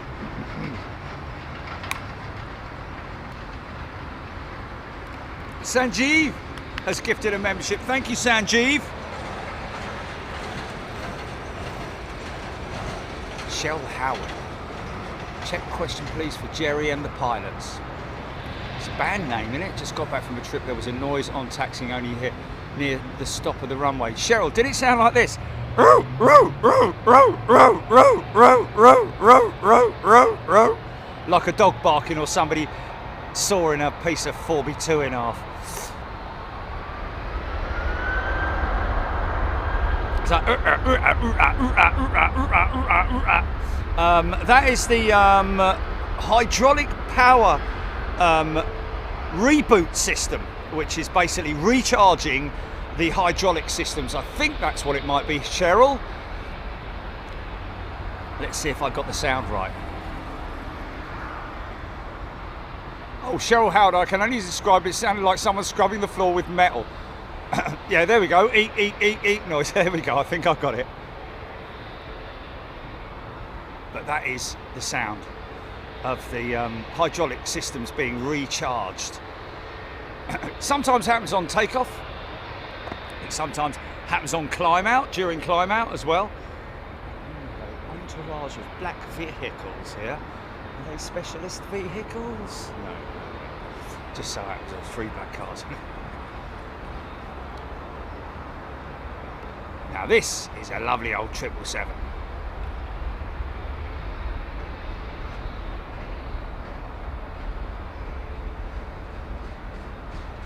Aerocentric is the power transfer unit. Oh, okay.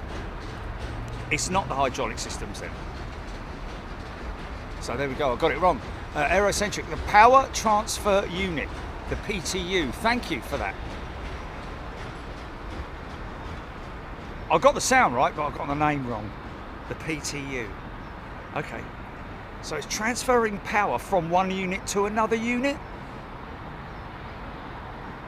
Let me just have a look at the PTU on Google and see what it says. Power transfer unit. Okay, power transfer unit, Wikipedia, here we go. In aviation, a power transfer unit, PTU, is a device that, oh, here we go. It's a device that transfers hydraulic power from one of an aircraft's hydraulic systems to another in the event of the other system failing or being turned off. There we go. So I was right, it is a hydraulic unit, but transfer unit, not a regen unit. Just transferring hydraulic power. Cool. Klaus is a returning member. Welcome back, Klaus. So these are Pratt & Whitneys on this 777.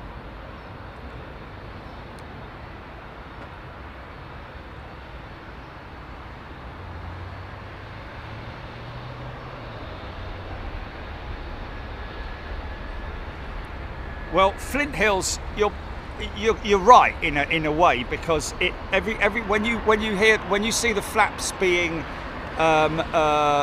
retracted when an aircraft has landed and is taxiing, you'll see the flaps being retracted. Now sometimes during that sequence, one of the units, the hydraulic systems, is a little underpowered, so therefore it relies on the PTU to prime it and make it so. Aerocentric PTUs for the hydraulics. There we go. Susan Gerard. What's happening, Susan? Susie Gerard's got problems with the streaming. The screening.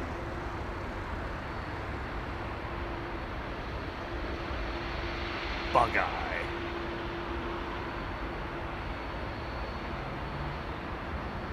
Roger Breaker flew on a couple of those 777s when they were with Continental back in 2004, to and from Houston, still going strong. Wow, Roger Breaker, who knows? This may be one of them. And they are going, just goes to show how much life they have in them. Here's a question.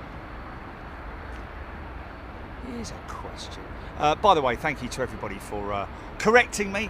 And that's a great discussion. I love things like that on the PTU and all that sort of thing. I remember that. So you see the fan blades idle there. Now you'll see the stream of hot air become a little bit more concentrated, like a jet form. When they power those engines up, you'll also see the blades. You won't be able to see the blades anymore. It'll almost blanket off completely. Here we go.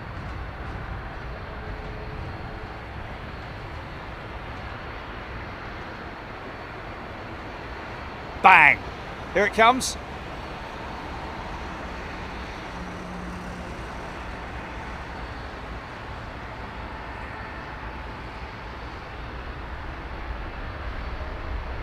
Yeah.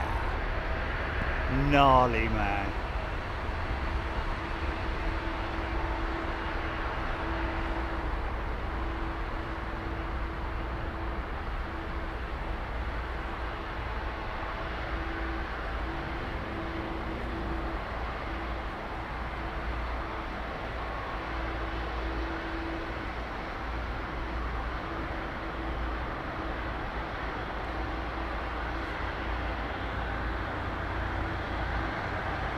China B. Ooh,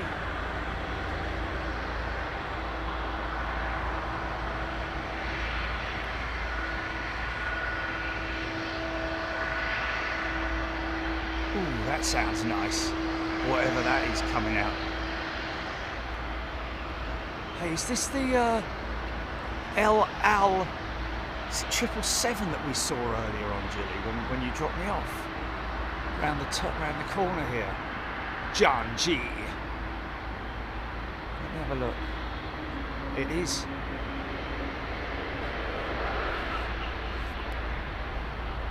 Always makes such an odd metal to metal noise. Wow! Oh!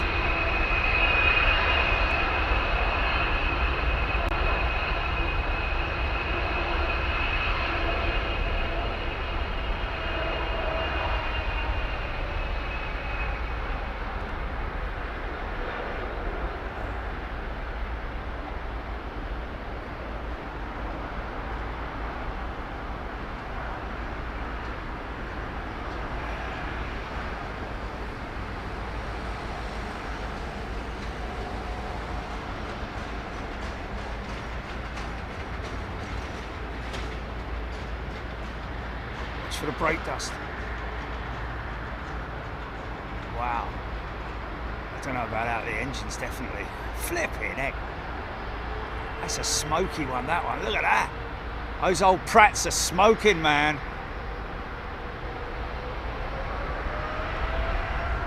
Yeah. Roger Breaker singing GE90s, yeah. I'm hoping that one on the right hand side of us, we've got an LL 777 sitting there waiting to come out, folks. Just to power it up, might make a little bit of noise to get out from Sierra.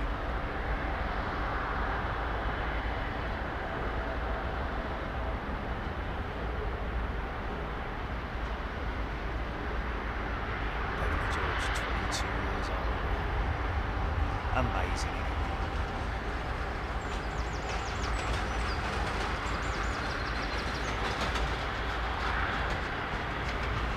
John G, second strike. Whoa, easy, son, easy, easy. There we go, there we go. Oh, say about that. Nearly fell asleep.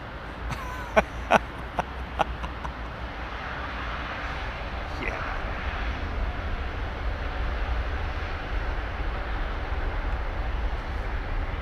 This is the same engine that some of the American jets use, because right back at the early 2000 and what was it, 2005, that British Airways took delivery of their 777s, initially powered by the GE90, but later variants powered by the Rolls-Royce engine. Listen to the hum.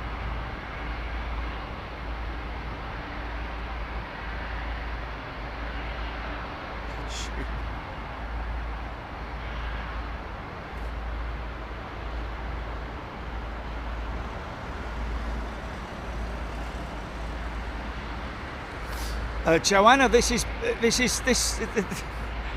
because it's 09 operations, Joanna. Okay,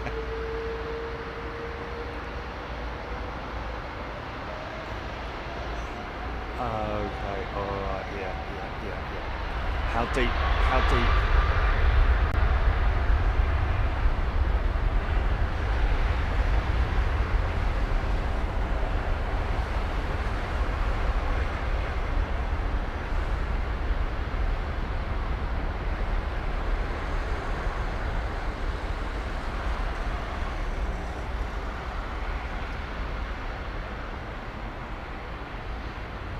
Difficult to notice it on my phone.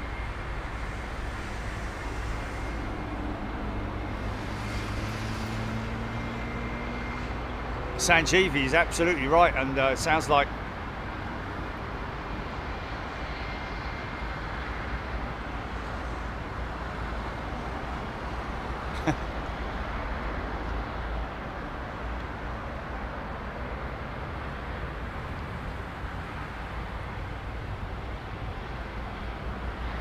Paul, blimey, not asking a lot, is he?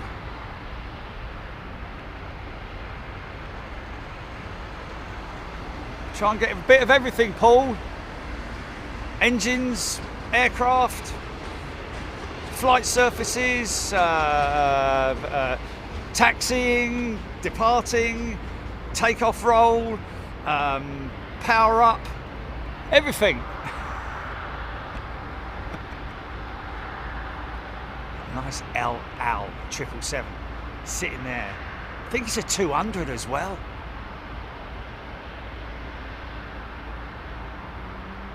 Kleber A-firm, yes, that is correct.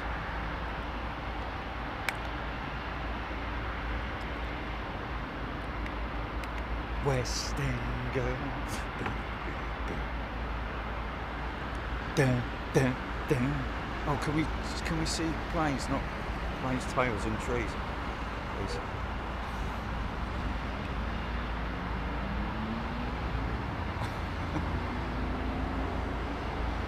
What a profile, man! What a beautiful aeroplane. Now is that bouncing? Because I'm locking it out. Locked it out.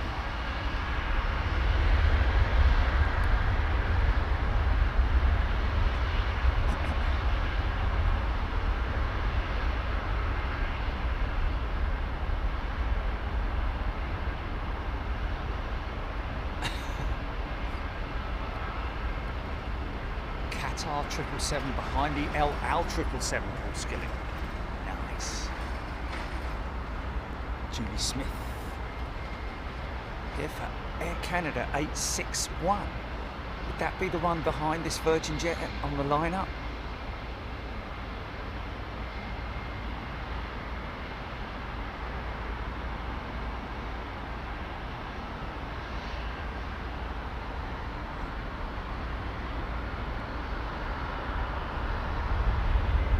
Do you want to check the camera then, GP?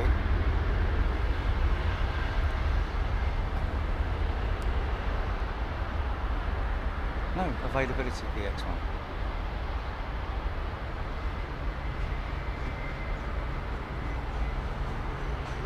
Because that would have to go.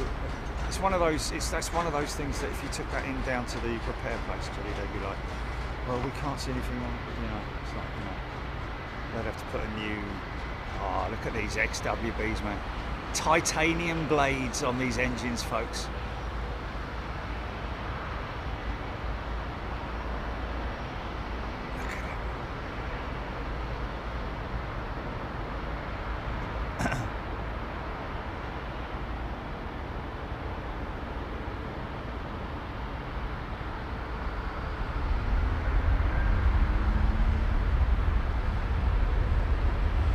Not the F1 GP. Yeah. Perfect. New camera coming, folks. I hope it makes it worse. It's just a very easy one to see whether it works or not. MJH350 Virgin Victor Romeo. High capacity layout, did he say? Most recent delivery. That's her, isn't it? Maximum, easy for you to say. Maximum occupancy. So a high density layout. I didn't know Virgin had them. C5 Alan, my favourite shot from this location. You see, you're not going to please everyone, and and other people will be amazed.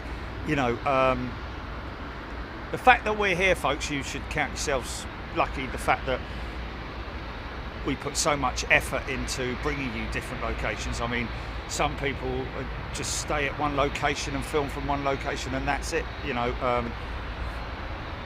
Okay.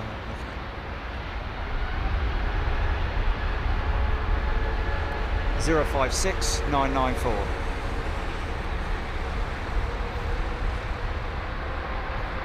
we go. Here we go.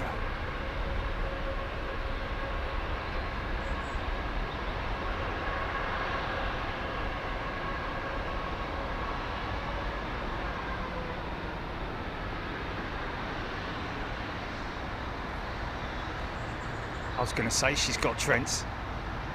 You've got Trents. Listen to the hum.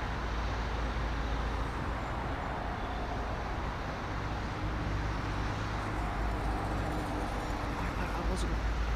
Listen to it. This is an old aeroplane. See if we can see the wheels turning from this position. So they'll go turn right in a second. Straighten up.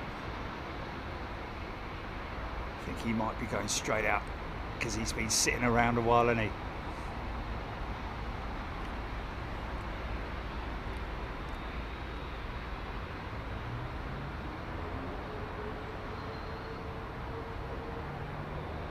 he? Yeah, I know everybody does appreciate, but there are just a few people who are just like, you know, never satisfied, which is a bit of a shame because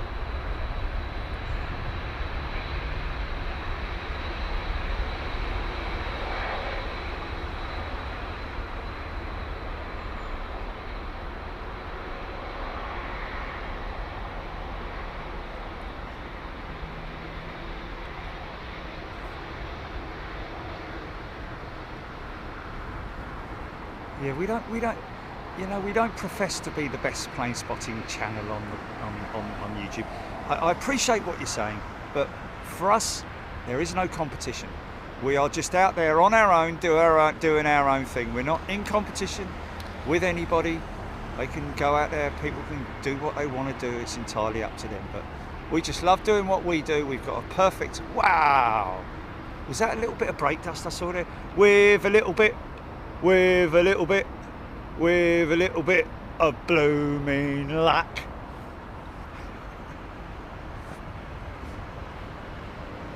Avro, yes indeed, Atlanta is listed as the largest airport in the US, and that is on passenger numbers, isn't it? And is it passenger numbers and movements, or is it just passenger numbers? I don't know. You want to see it in the morning, man. You've never seen queues like it.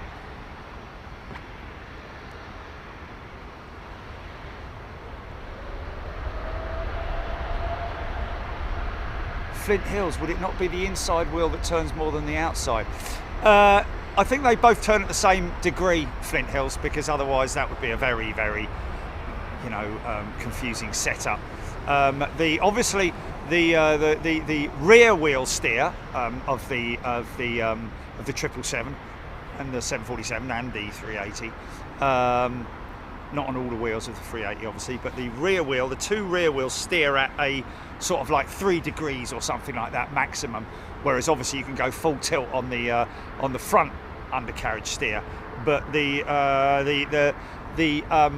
the rear wheel steering is synchronized with the front wheel steering. So there is if you look at a truck steering with all-wheel steer or back-wheel steer, you'll see that the rear wheels will steer a lot less than the main gear being steered.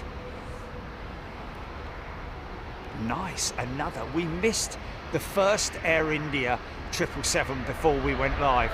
I was a little bit gutted, I've got to be honest with you, because I do like that Air India livery, man. Even though it's old and battered and it isn't supposed to be that way, I really like it.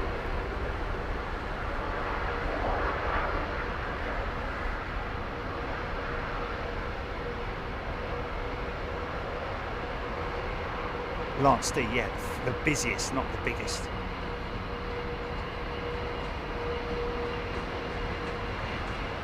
Beautiful wing on the 7.8, man. I do hope Boeing can get themselves back to a decent market position and become Americans, you know. It's a little bit of a shame, isn't it, that they're getting so ripped apart, aren't they, at Boeing at the moment. I think the Americans should jump on their own media in the US and say, leave them alone, man, leave them alone. They're ours. Boeing are ours. I mean, you know, one of the biggest trading companies in America, if not the biggest, I think, at one point. Is there a spare panel down there? Okay, yeah, it is. It's a leading edge panel from the Valence. Interesting.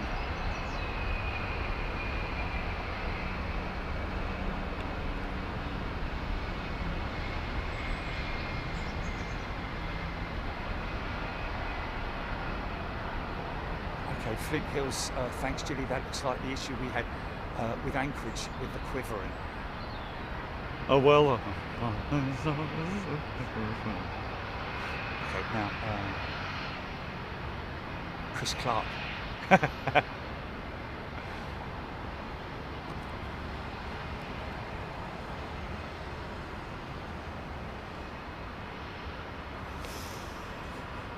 Yeah.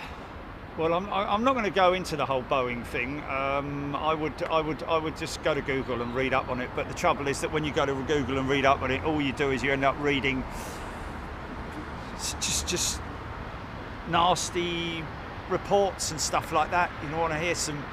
I mean, you know, you have to admit, you have to accept that it is an issue. For our friends at Boeing, most definitely, with the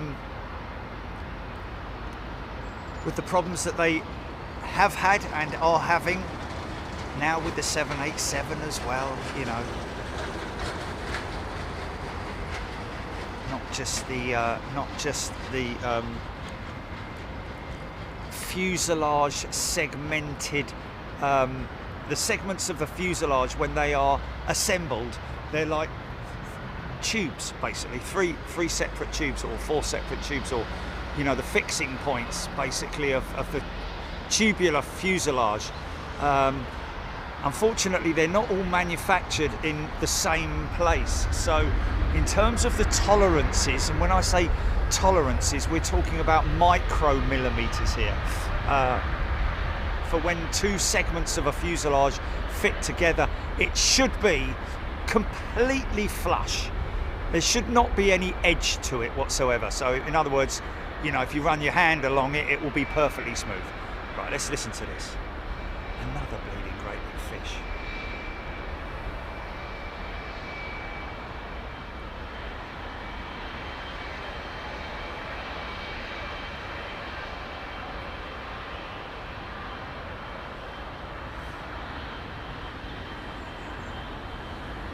I was hoping he might stop there.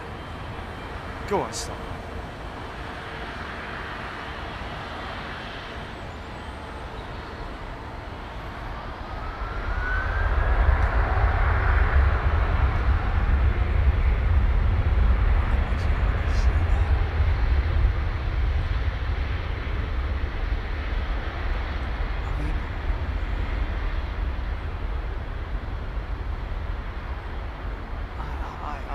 think so, mate. I think so.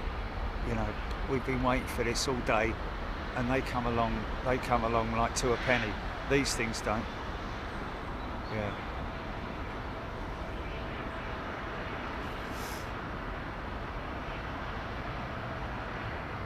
Beautiful big aeroplane.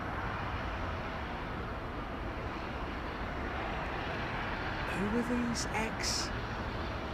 somebody said it on the last show, the previous owners of these jets. Is it Thai or something like that, no?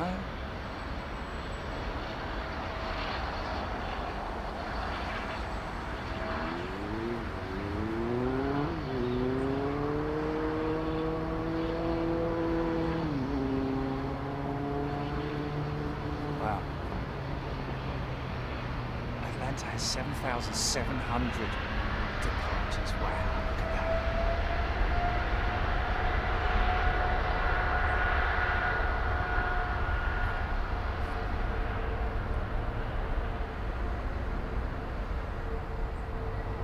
Ex-Etihad, that's it, yeah.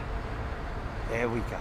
So that would have carried that lovely old Etihad livery that we do see from time to time. Yeah, obviously the latest issue with the Boeing Dreamliner is the wing mount, where the wing mounts or is attached to the fuselage of the aircraft. That particular mounting, the assembly of that. There are obviously, as with anything, there are a number of boxes to tick and make sure that things are done to the book, but apparently some of those assembly regulations have been missed.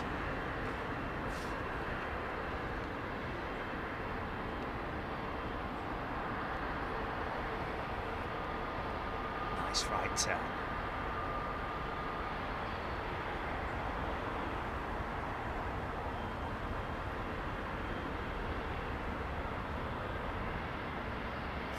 Lance D, yes, that's very true. It is a shame that any incident or accident or anything, we've had a 737 skidded off the runway recently, and it absolutely. We had another issue with I think it's the a 737 flying to Honolulu, was it, from Narita or something, had to turn back with a flap issue. Well, again, that's an old aeroplane, I would imagine. I don't think it was a Max, it's United, isn't it? But yeah, even so, whatever, regardless, it's just these things happen, man. With aircraft, technical issues, you see it all the time. It's only because of this Max door issue that we've been sort of like force-fed this whole negative thing about Boeing, which has obviously brought to light that there are problems within Boeing. But I'd be forced to sort of like, obviously issues like that, where you hear about people, assembly workers jumping on fuselages and to get them to a line. It's not a good thing when you hear that, is it? But just how much truth is in it, I don't know. So, these aircraft are so safe. So safe. Something was going to happen to a Dreamliner catastrophically, I would imagine it would have happened a long time ago. So these things have gone through multiple maintenance checks, well into the D check era now with the 787.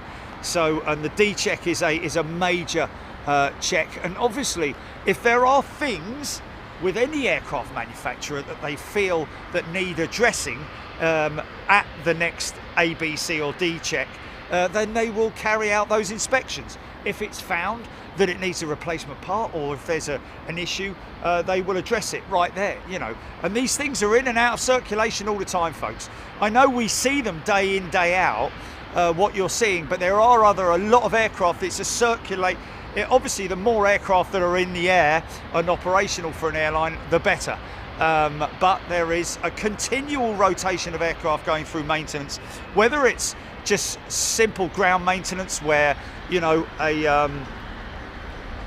an issue's been brought up by either the engine manufacturers during one of the flights, or some of the IFE isn't working. You know, there's so many different aspects to it, but really, at the end of the day, these are unbelievably safe, these aeroplanes.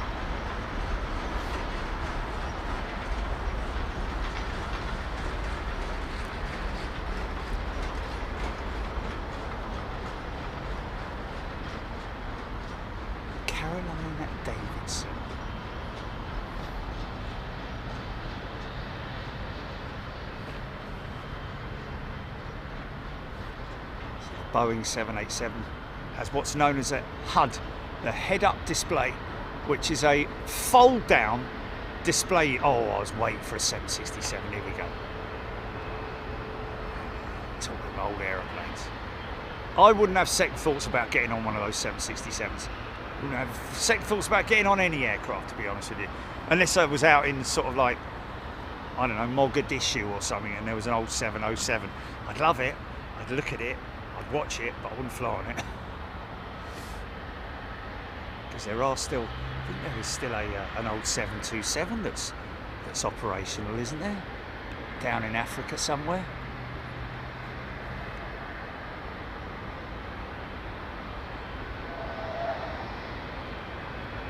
Oh, Baggy Boo, that's a very kind thing to say. I know you're not a member, but that's very kind of you. They're the kind of people who we love having here on Big Jet TV. Loving the interesting commentary, fabulous video, and of course the great chat box. That's you lot. That's the kind of feedback that is just brilliant. Well, Baggy Boo, make sure that you put, what's it, Julie? Allow gifting. Allow gifting. Select the allow gifting box, and then when somebody gifts a membership, you will, if you're watching it regularly, then you will potentially be gifted a membership. Trent 1000.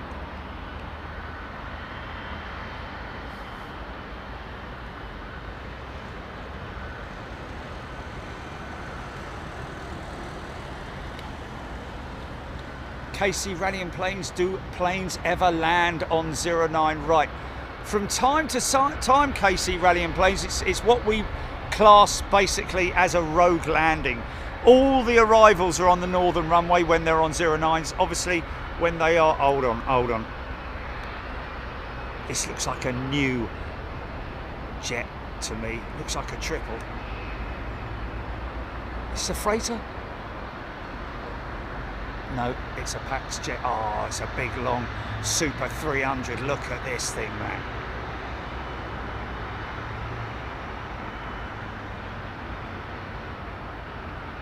This is new, Jilly. This is new, look.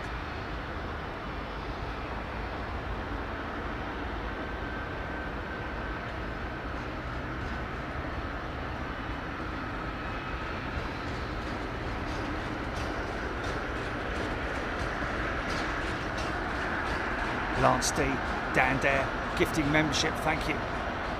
Paris Saint-Germain, did you say?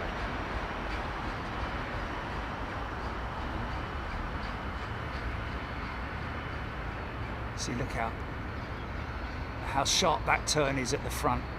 And look at the main gear, only steering ever so slightly. Counter steering as well, of course. Don't forget, it needs to counter steer.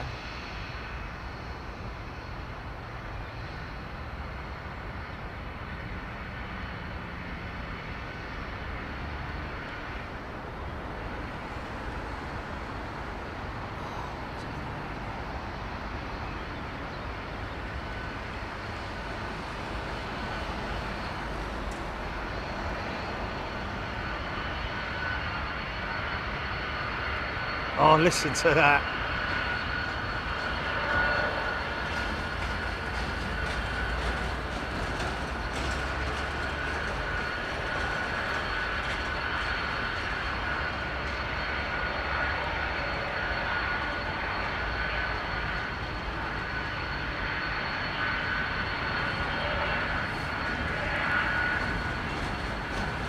What a glorious sound.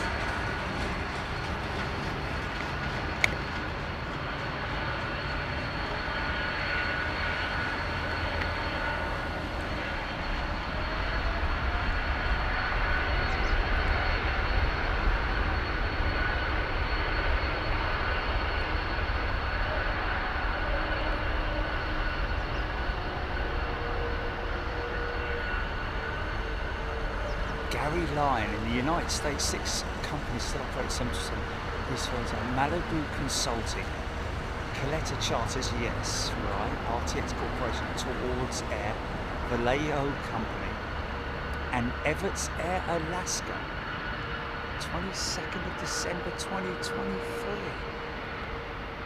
Everts Air 720. Okay, so it must be obviously not based in wow. Thanks, Gary. This is an old aeroplane, folks. 11-foot winglets, look.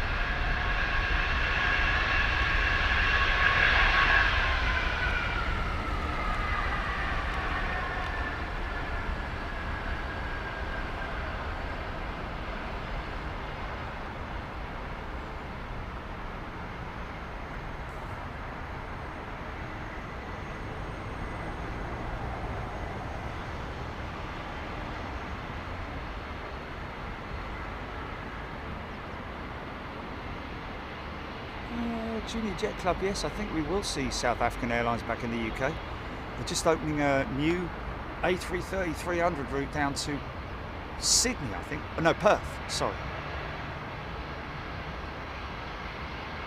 Always up and down South African Airlines, isn't it? Because it was all corrupt, wasn't it? It's half the reason why they suffered so badly. They were going to have 350s right back in the early days.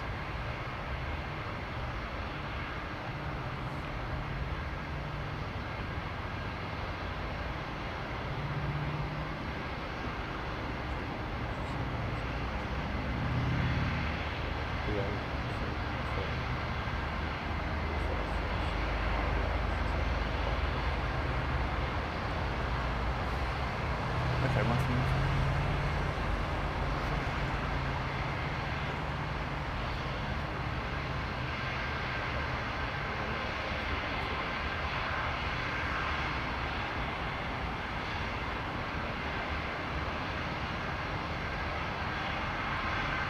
okay, little bit of a hold up.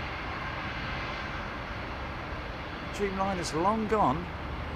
Normally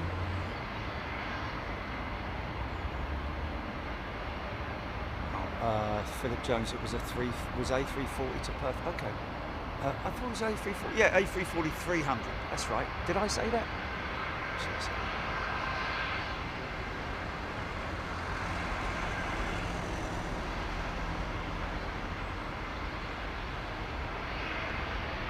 Here we go.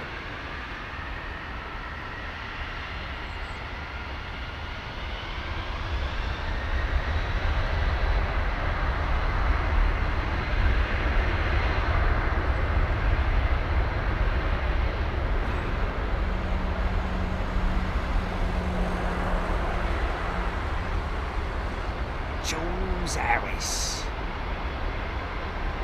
has gifted 5 memberships. Thanks, Jules.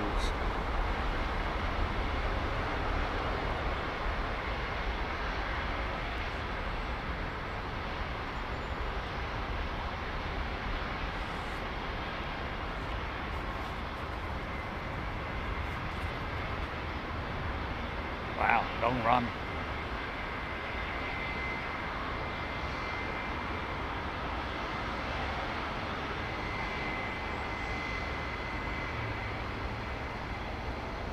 Smoky Joe, the original, available at all electrical stores. The Smoky Joe. Yeah, Steve, we are looking to do a military show. Don't you worry about it, mate. We're up for it. Going to do a lot more evening shows here, folks, this summer as well. Hardly did any last year, I've got to be honest. So we're going to be, if it wasn't, to be honest with you, if it wasn't for our member going out, our channel member going out on the 380 earlier, we would have probably started around about 5 o'clock, 4 or 5 o'clock, to take us into the even song through into darkness.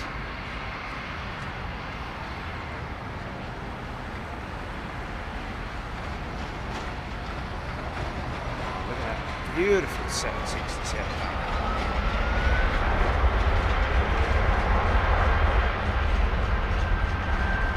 So what's that tracking actually?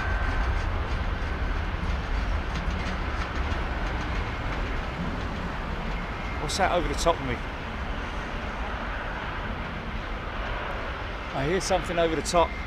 Sounds military. Oh. Okay. Oh, there she is. Yeah, Air France 350. Am I going to get a little glimpse of her? I think I am.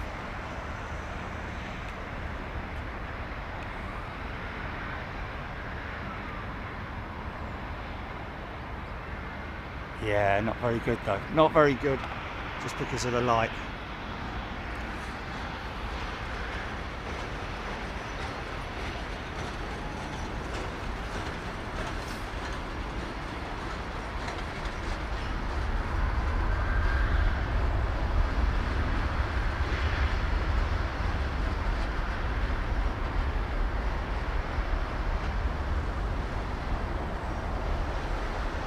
Jeff Hammond. I think this was a good time to start. Got me out of gardening. Fair play. Very, very old set of Trents, man.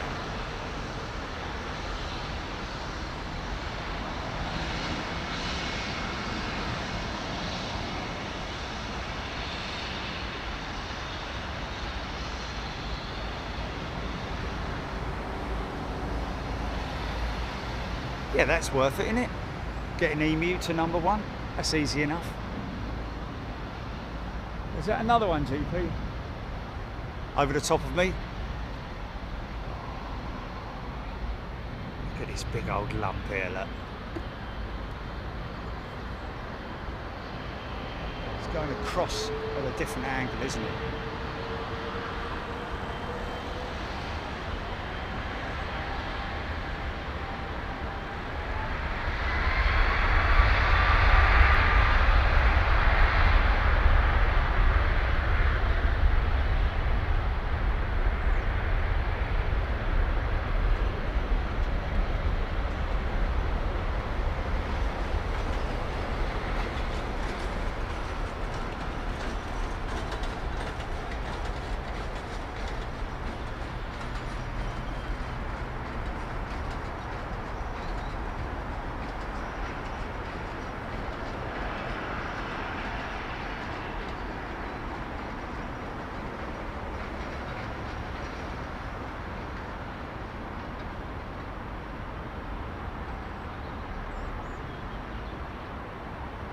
Raskas Emu lining up in Boston, no doubt, I'm guessing. Oh, he's in Virginia, isn't he? Is he? Okay.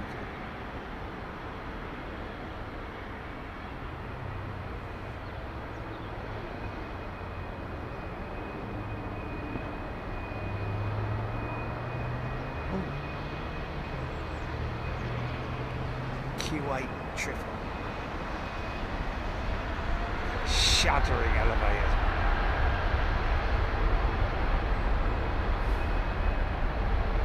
Wow, what a shot. What a shot. Dallas bound, this American jet.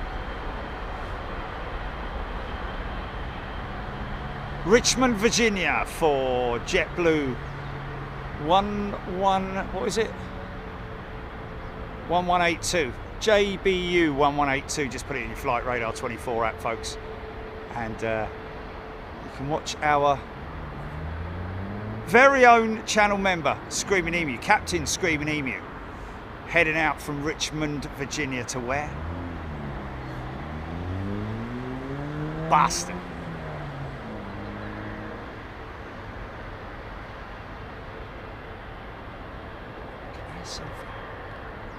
Down there. Oh, bless him.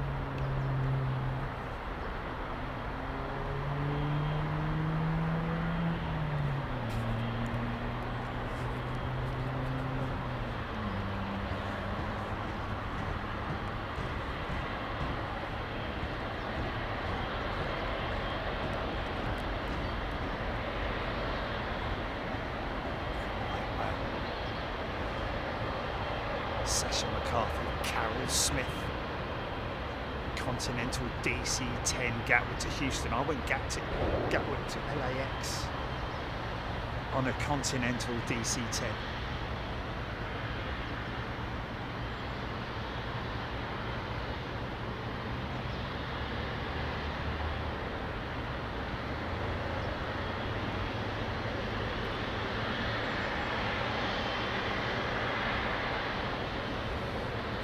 Kuwait jet lined up round the corner,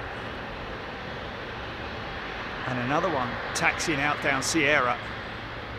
Looks like Saudi Arabian Airlines.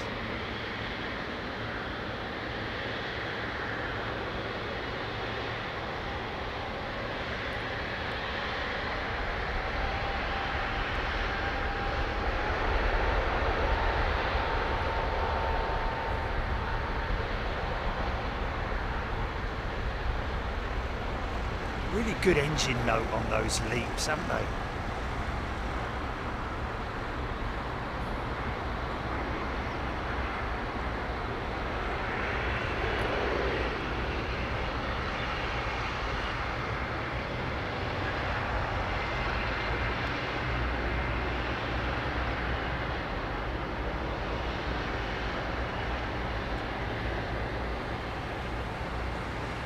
It's what those two big pointy things are on the front undercarriage, the steering actuators.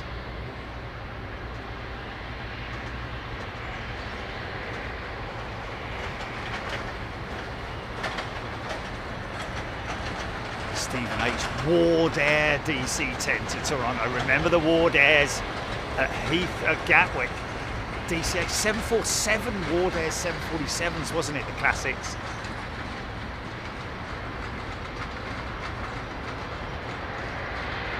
Tony Bagman, I waved. Waved where?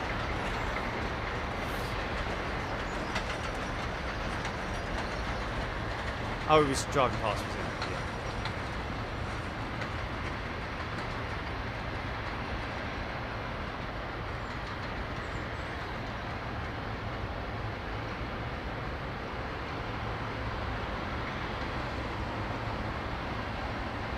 Matt's been getting most of the North American Heathrow departures flying over this afternoon. Okay, so he's in the US and here and seeing all the Heathrow-bound American traffic. Nice. No, oh, he's in Bedford. The raid. Oh, you read it then and tell me if that doesn't. Okay. Oh, okay.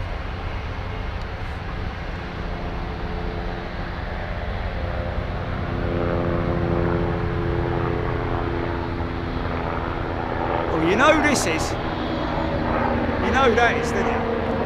That's the fella who owns JCB, innit?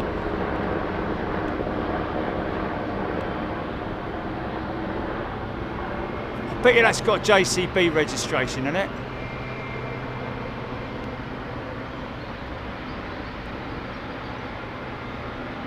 He's coming into London at Heathrow, man, I'm telling you.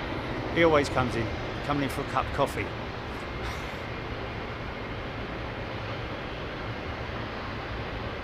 I might be very badly wrong. No, I think he's not coming into Heathrow. Sorry.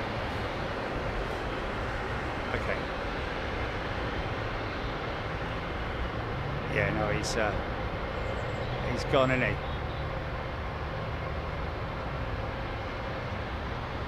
is.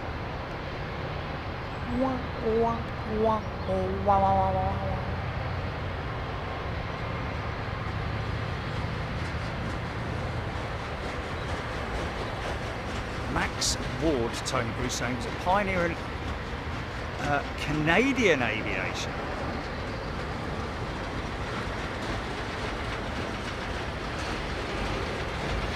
Mr. Bamford, right, yes. That's his name, isn't it, Mr. Bamford?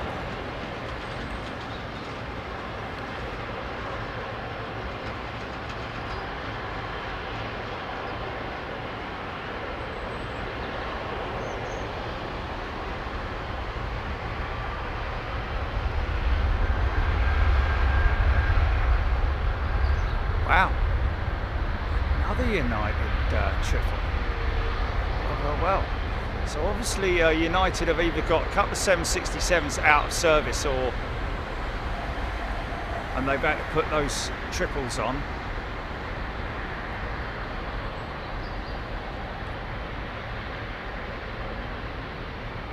That's what we like to see though, innit?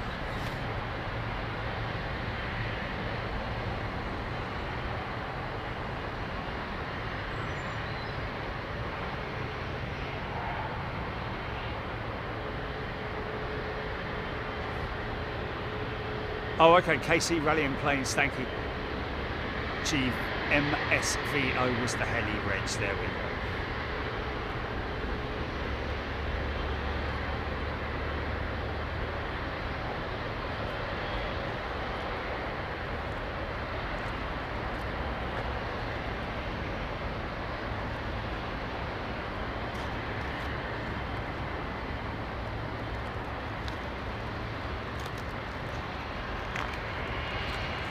Rascas, yeah, good point.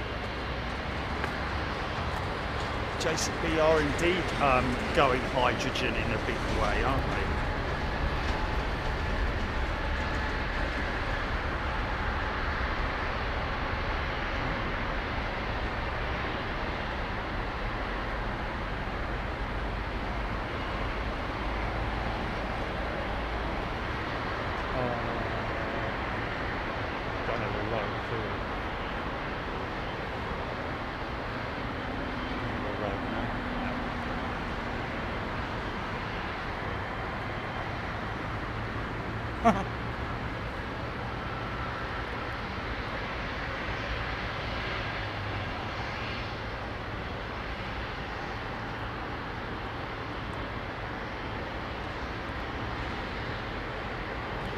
Yeah, Michael, I don't know if United are ever going to put their logo on the side. It'd be good to see it.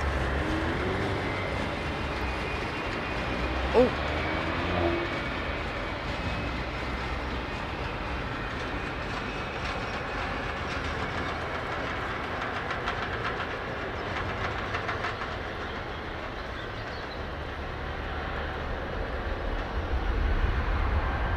Hello.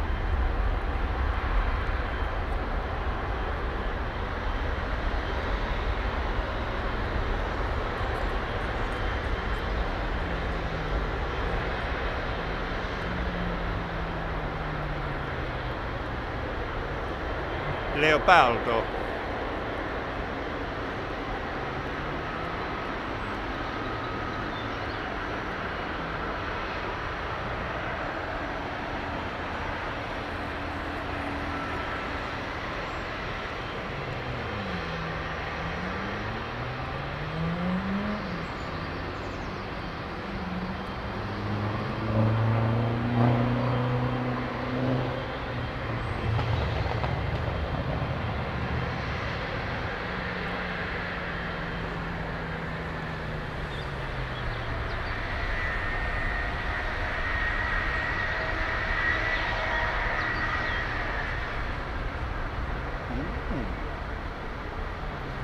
In a bit of a hurry.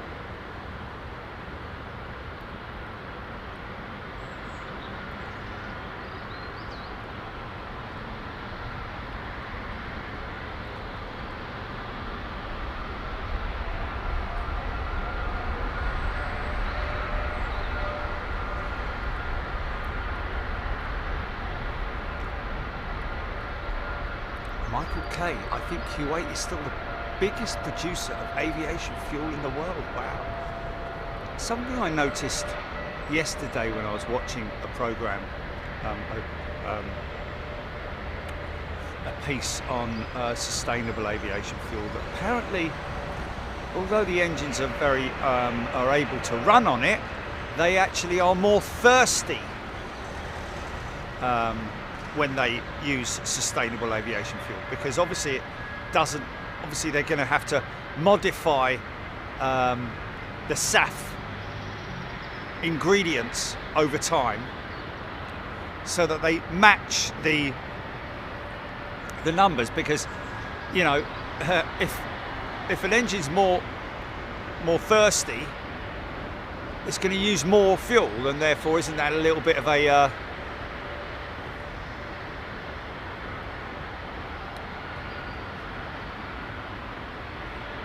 questionable situation?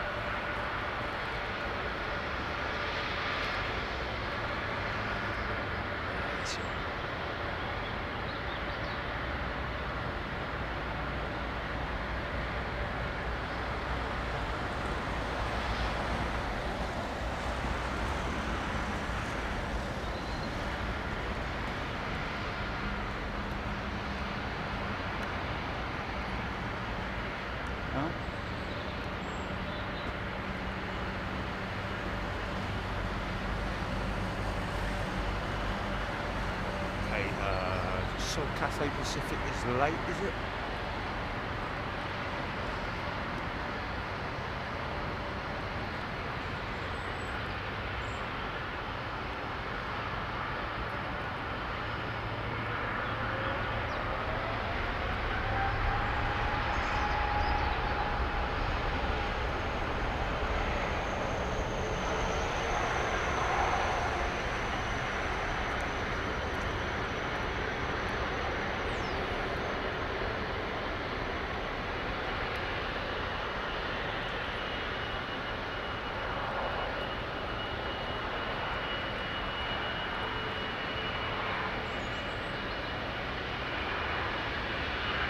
How much more thirsty they are, I don't know.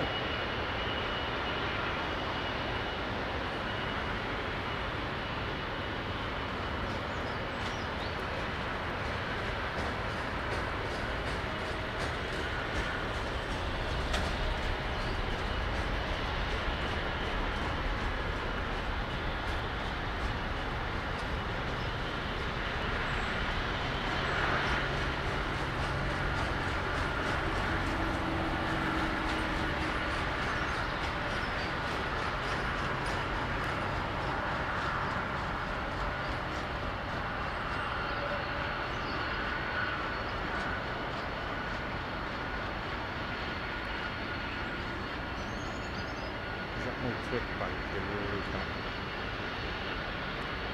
Is that more clickbait, or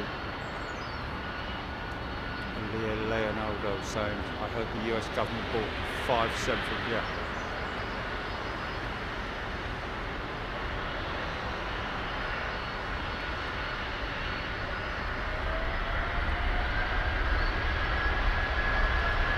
Shiny, nice, shiny nacelles.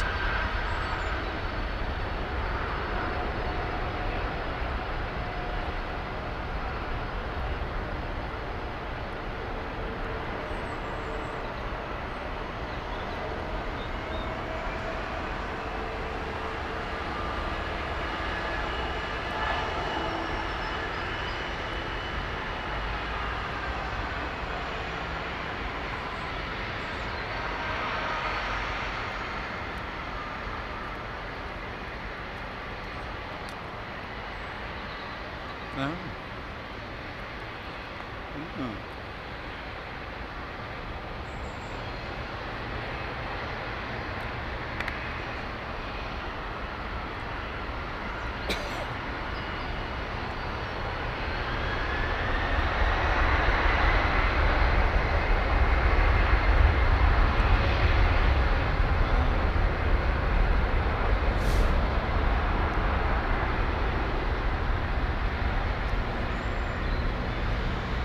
cut straight to this because we're going to get a...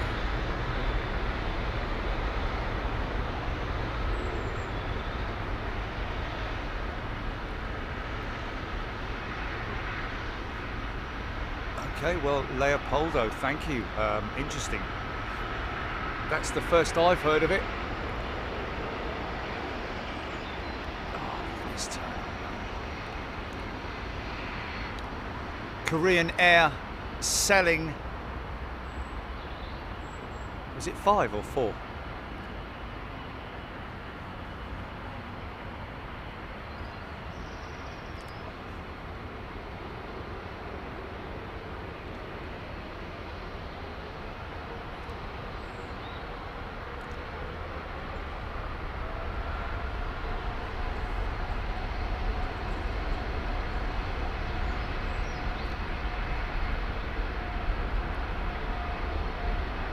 There we go, Arrow also saying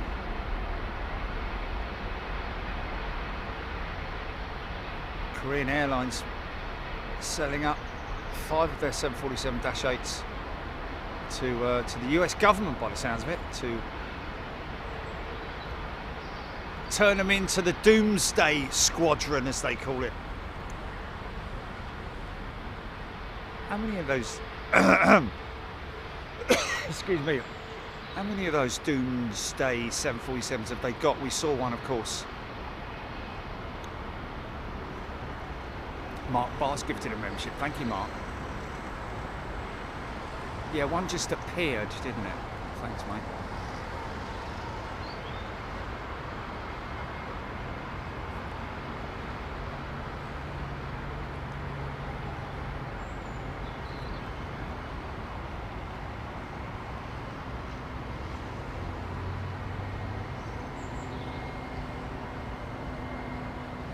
So it looks like we're possibly going to miss the thunderbolts of lightning. Very, very frightening me. Figaro.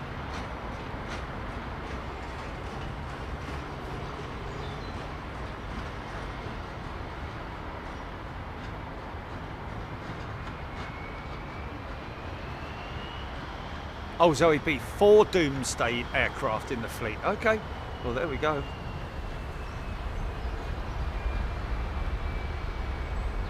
There are 4 E4Bs in service today with the US Air Force Aviation Addict. Thank you. And we caught one.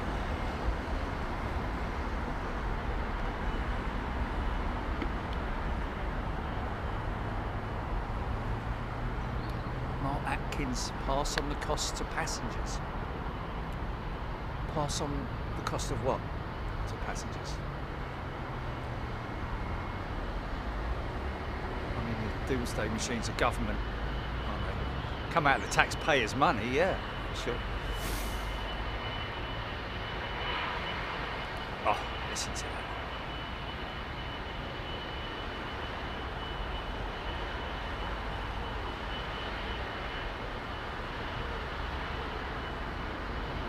Emirates 380 pushback. I think that's what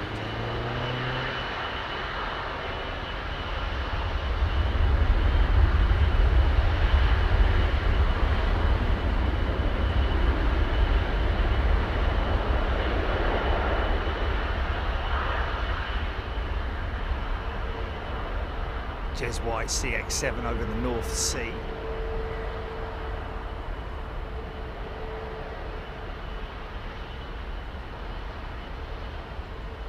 Hayabusa Nutter. Doomsday aircraft are, they call it the Doomsday aircraft, but that's sort of like,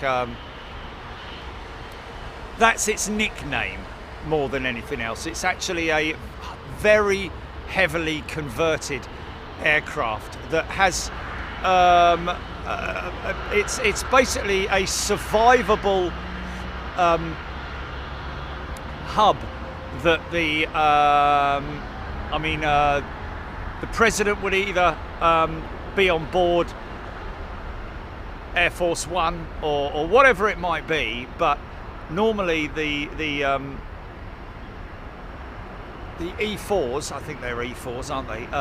Which is their the E4B or whatever. It's their official name, the E4. A Boeing. It's based on a Boeing 747 Classic platform, the current ones, I think. But yeah, it's like a flying war office kind of thing, you know. This is quite nice, isn't it? We're going to see a few of these next week. Not next week, when we're down in Atlanta, over in Atlanta. Get it right, son, in your own time.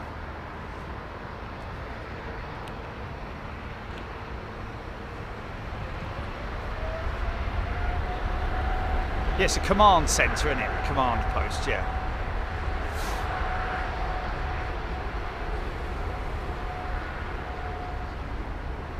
Thank you, Gordon.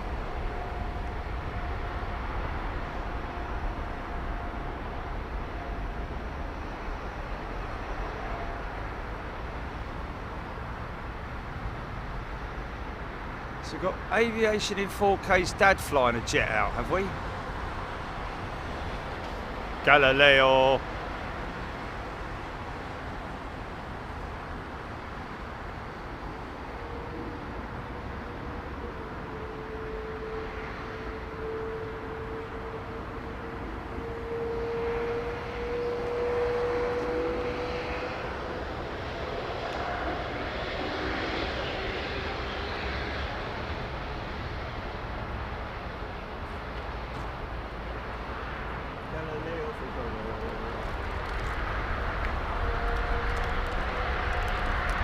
He's just a poor boy from a poor family.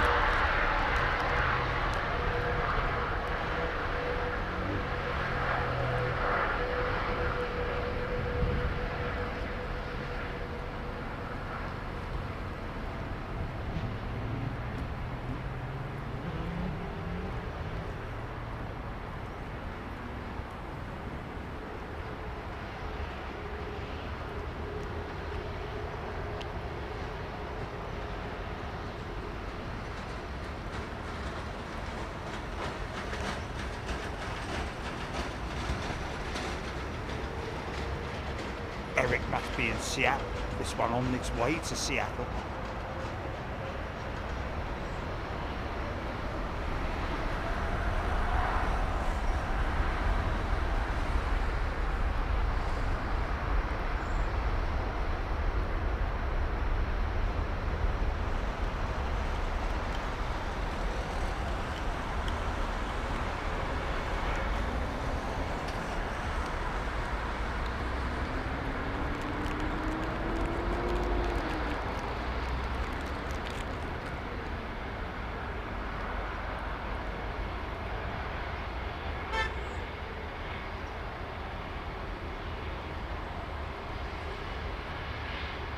Easy come, will you let me go? Ich will not let you go.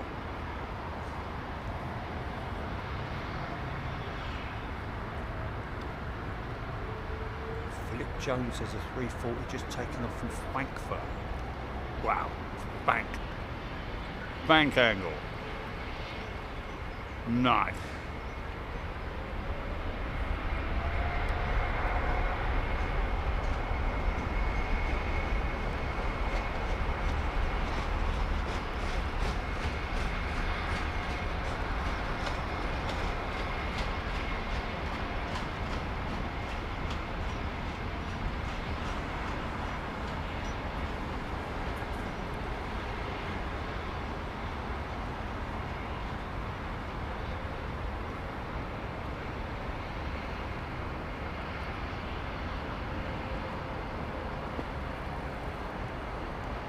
Delta 1441, that Delta jet is brand new.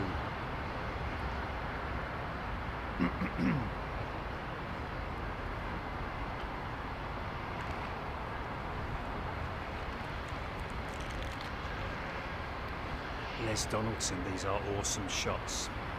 I love it when I hear that feedback, man.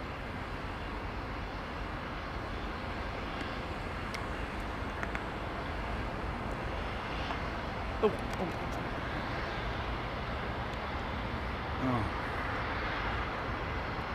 Is that 76?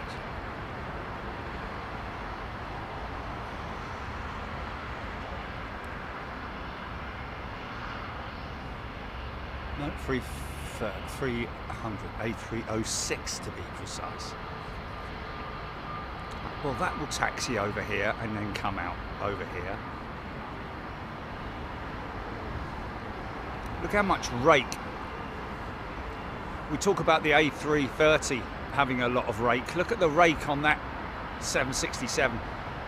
Nose squatted down low. Some Americans compare it to a drag racing vehicle. Kind of is, isn't it?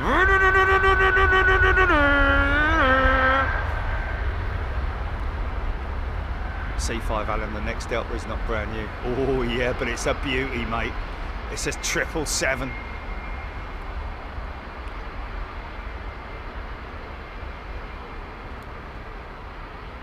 I don't think they're or this one.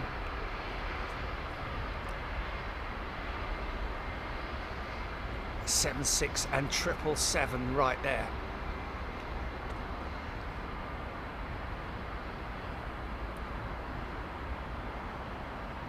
Mark Atkins, how do you lock onto the subject so fast? I don't know. Just subjects as in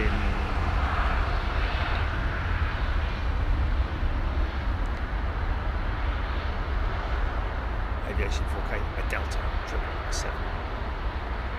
Gordon Freeman, bit jacked up it is.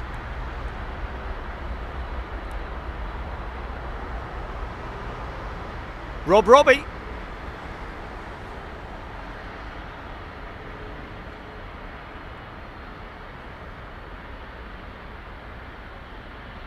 Now you've got a 767 in front. Oh, Air Canada, sorry, the Delta 767. 400 as well, which is great.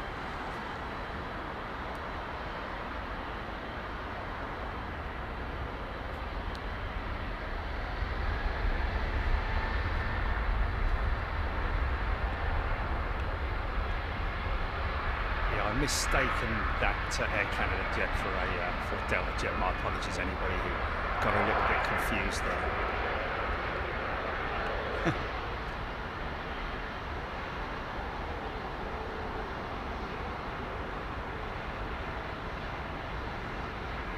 Lumps of steel. If they were lumps of steel, I wouldn't get off the ground now, so. Alloys. Very efficient alloys.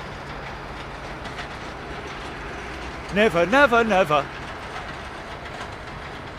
Eric, really a fantastic filming spot. Love it. Thank you, Eric. Well, the skies are now clearing, Jilly, and there are clear skies over there.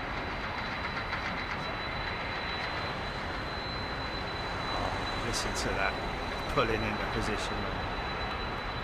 767 400.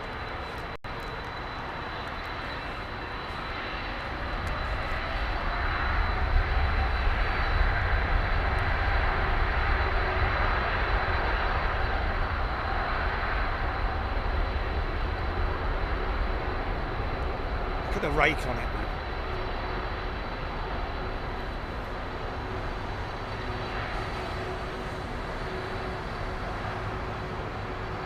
Of course, all these aircraft movements are very cleverly computer run, more or less. I mean, there are obviously humans in air traffic control, but the computerized systems using GPS and but at the end of the day, the Nats are very clever in what they do in terms of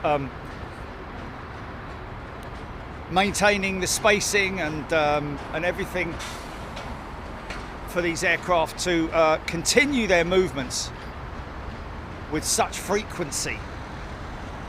And you can imagine how much they... Here we go, look at this.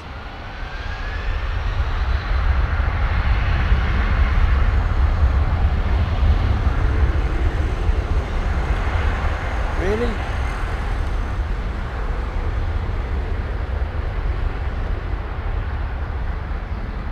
Well, well, well.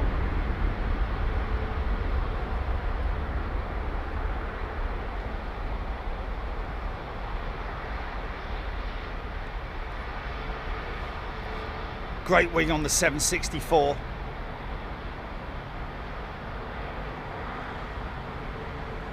No. Oh, yeah, let me turn it off from there. Oh, no, it's not. No, it's not. It's not. It's not. It's not. No, no. Yeah.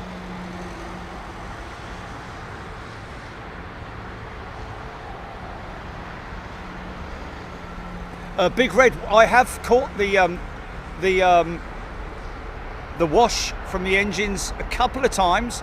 Depends on how which direction the wind's blowing in. If it's a sort of like a northeasterly, then yes, but at the moment it's a southeasterly. So obviously, as you can appreciate, look at the bank on that.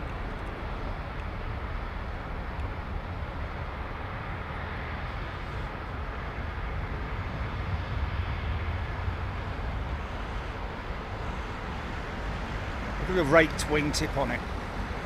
This was, I think, the first aircraft to work with the raked wingtip, and that was then developed. I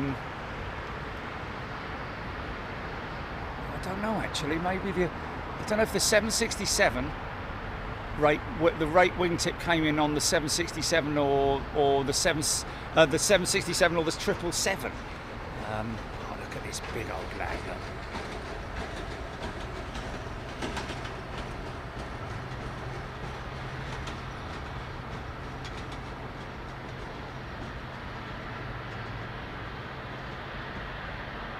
LA girls throwing in the towel on flight radar. A few people have problems with that.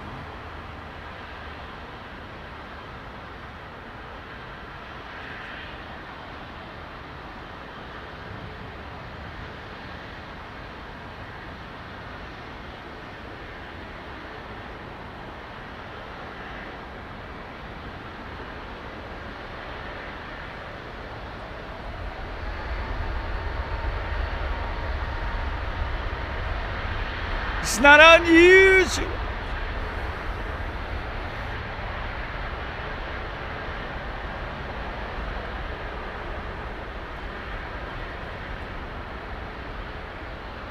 Stuart Ross. It's just a fantastic scheme, isn't it? A great scheme.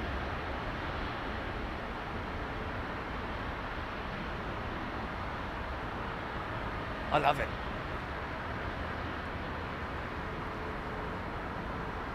And of course we all love the old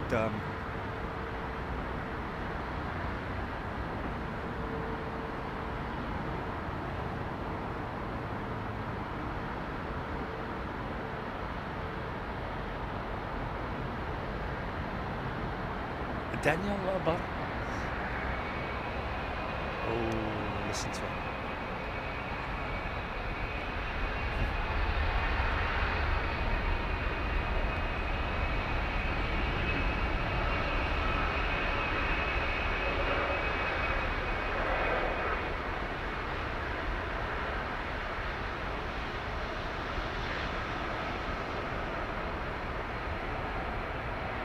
Diesel 13 saying Virgin 330 for New York on radar. Is that possibly Aviation in 4K's dad operating that jet?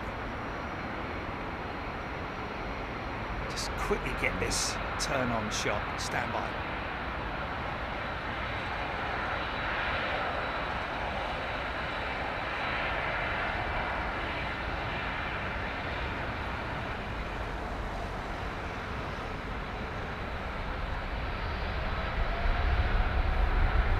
Shower warmer at Heathrow than down in South Carolina.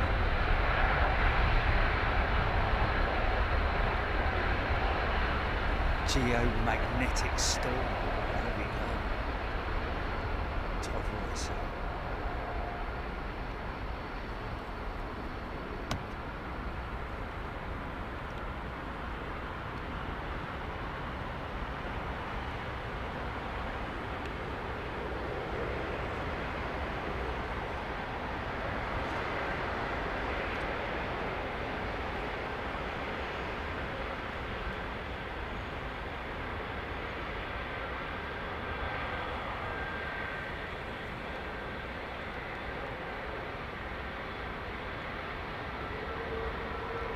straight out.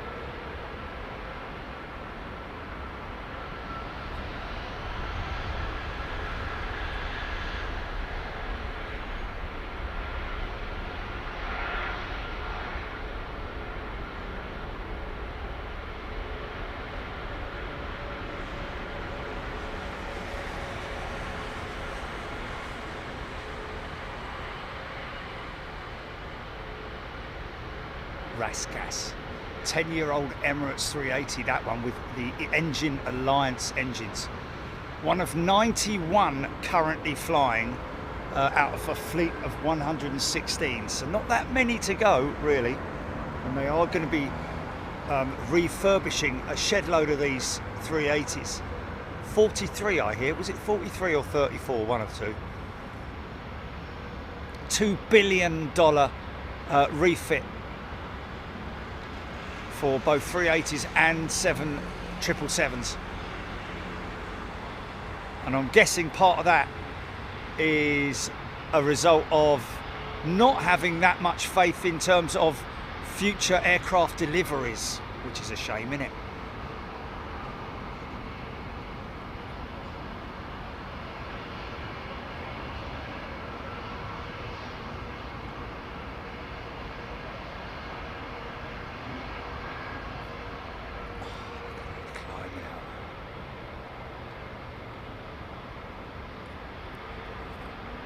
That's about as much as she's going to turn, really.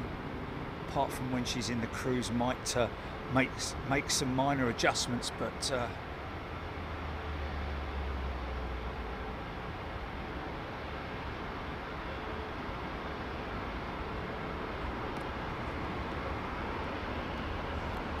Air France jet, is it, by any chance?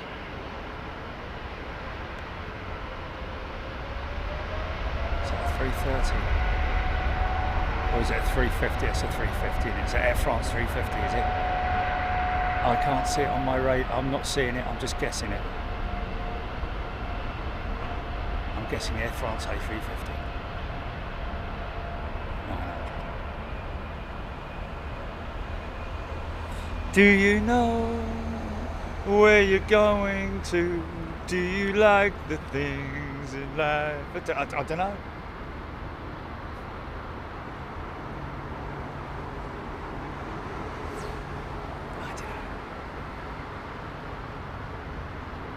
Hasn't really sort of like, you know, got rave reviews, is it? Oh wow, have you seen BA's new Better World livery? 320 Neo. No, what's it about? I don't really know. Obviously linked to the sustainable aviation and the hunt, the target for zero emissions. It's a tough call these days. Things have slowed down on that front quite substantially. There's around about a 5% mix of sustainable aviation fuel that goes into most of these flights.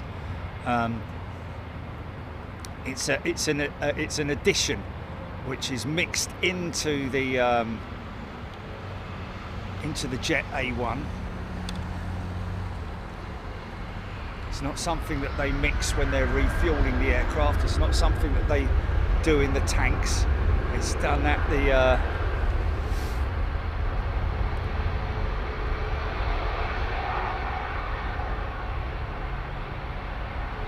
Raptor 747 on finals for Northern Runway. There we go. Thank you.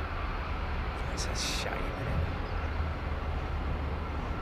John G loving the livery.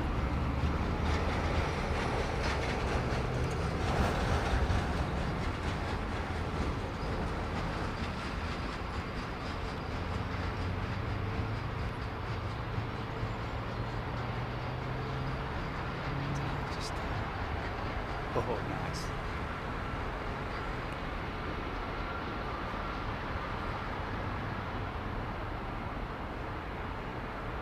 Qatar One World indeed, making its way out.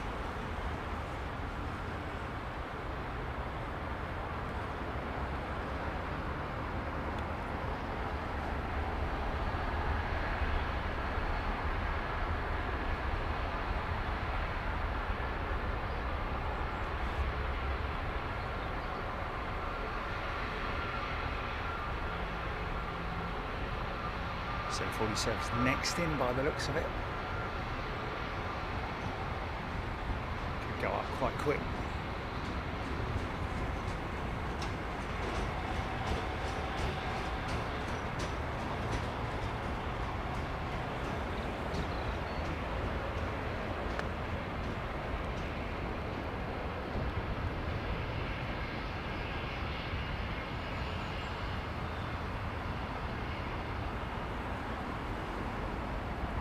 She comes from one Cathay Pacific Pax jet to a freighter, which we've probably clocked many times here on the show.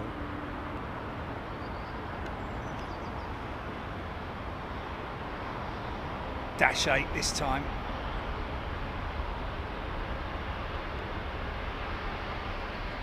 And that's usually always dictated by the volume of freight that she's carrying. Is this our Aviation in 4K's dad piloting this jet? C5 Allen, Atlas Air, approaching from the west. Interesting. Approaching from the west. Right, okay, well, we'll have a go at it. Is this it, Gilly?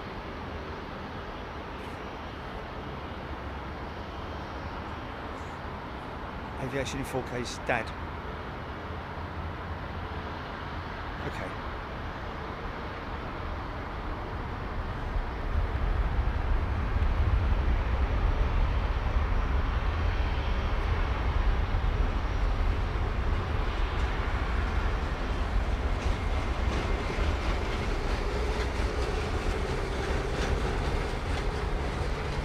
The unmarked.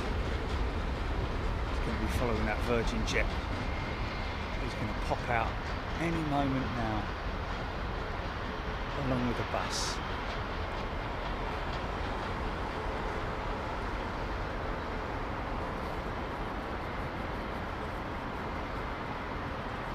I don't know if he's piloting it. Is he on it? Is he deadheading or something?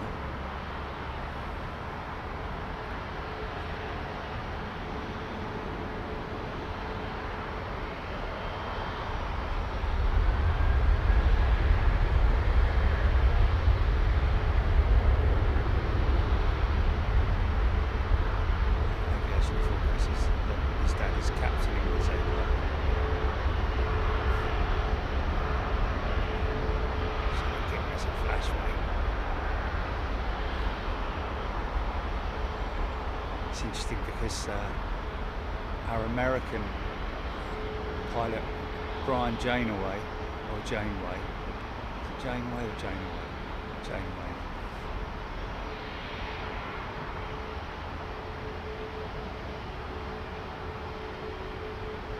Looked directly ahead of himself at the trees, so they didn't actually see us. They didn't see me. I saw you.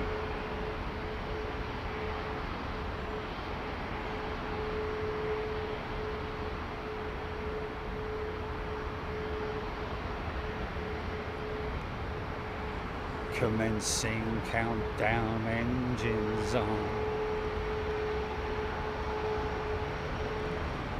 Take your protein pills and put your helmet on.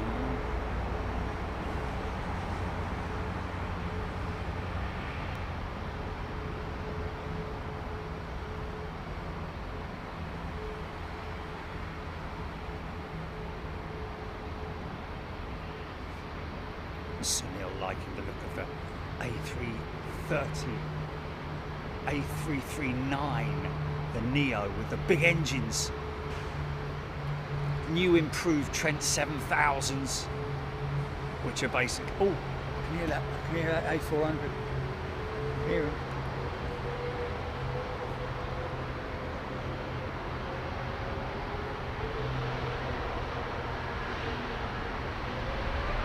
From the west. I should be able to get that actually.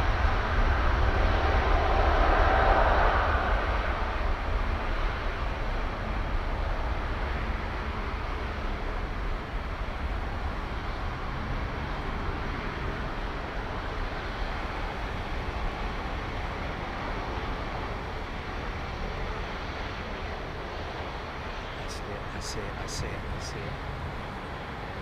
Very distinctive tail, vapour condensation trail on it. It's just... we come back to that. We come back to that. Come back to that. Let's quickly get it.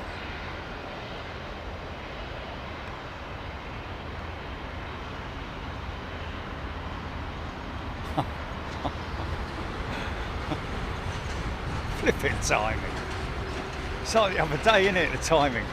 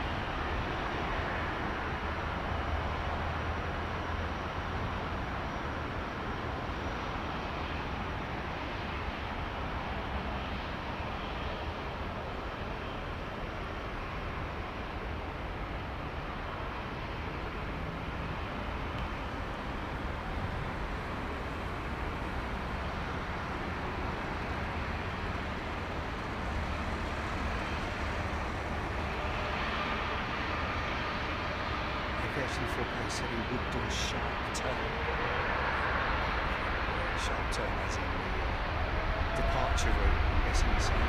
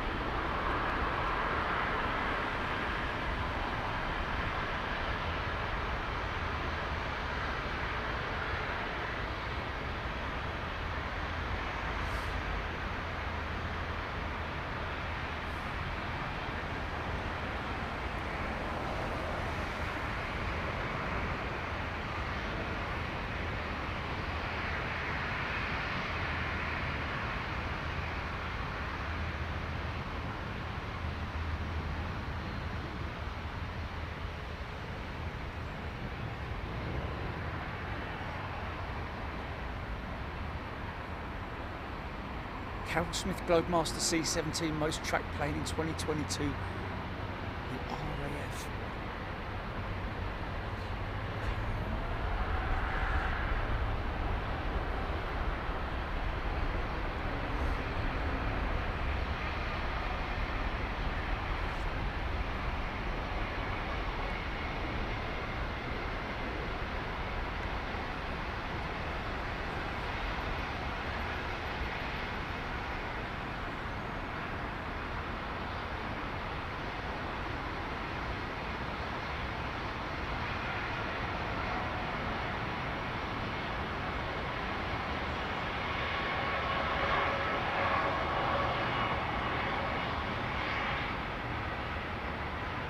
Interesting. Raskas, was Qatar, I didn't realise Qatar were the launch customer for the 350. Wasn't aware of that.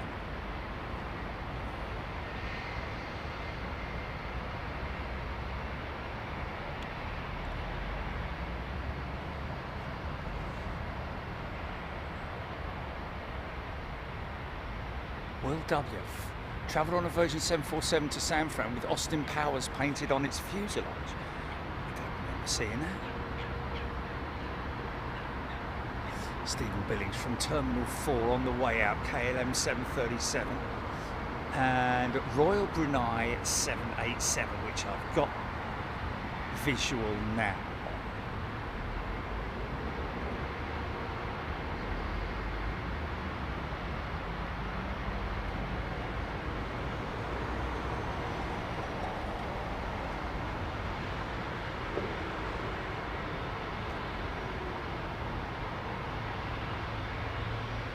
Sunil 777, the most beautiful plane, fair enough.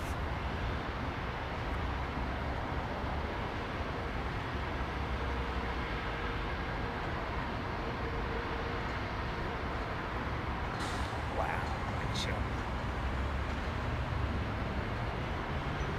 What a shot.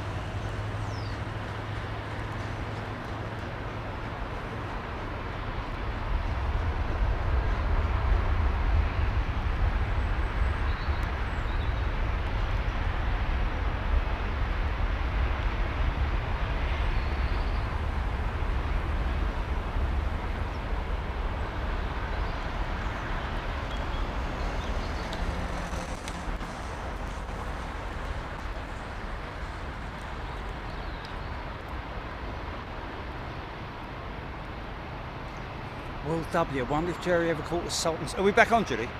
Sorry.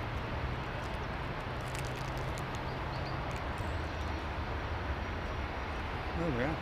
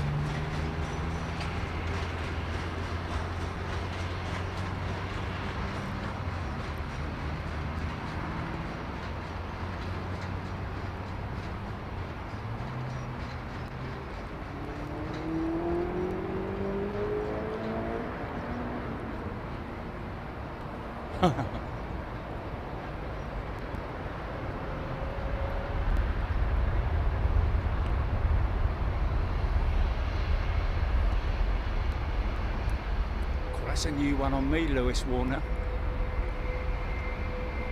Do runway switch at 6? Blimey. Negative.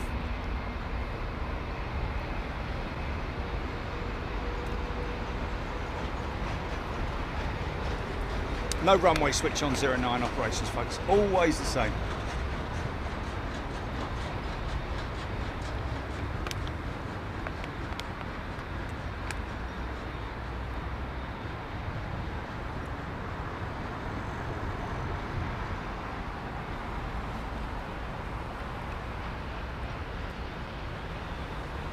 Oh, my apologies. Yes. That's, I apologise. Who mentioned that? Somebody said it at 6 o'clock. I'm looking for it. Lewis Warner Jackson. Yes. I see what you're saying. Yes, the winds are due to change direction around about 6 p.m. So, yes, is the answer to that. We may switch to 27s. Which would be what? Blimey, good luck with that.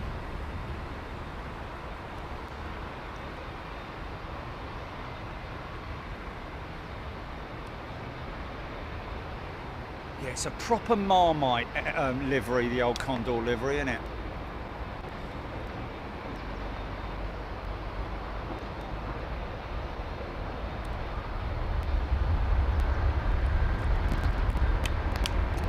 I guess some are better than others. Let's put it that way.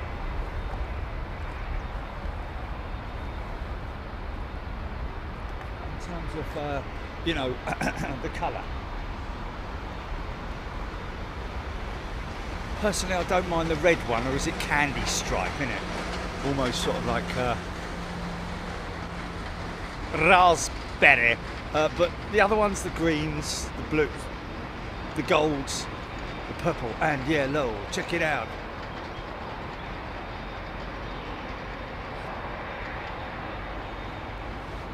Good question, that, Drew.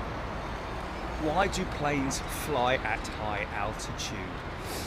Well, the air is thinner, so it's theoretically, I'd imagine it's just easier to fly a plane at altitude. But you know, that is a great question. The aircraft are more efficient at that high altitude. I think they can fly faster at that altitude, and therefore the fuel efficiency numbers are better when they're at altitude. But that's a great question. Scott Thompson likes the Condor livery. Okay, here's a livery we don't see up close very often. Don't get to see the belly of her anyway. Is that a metallic sort of like grey, a gunmetal belly colouring? Never noticed that before.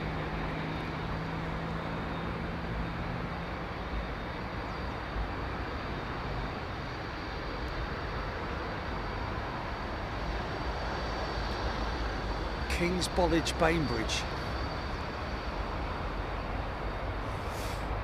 And right behind that is that beautiful Saudi new livery, which we're going to see up close.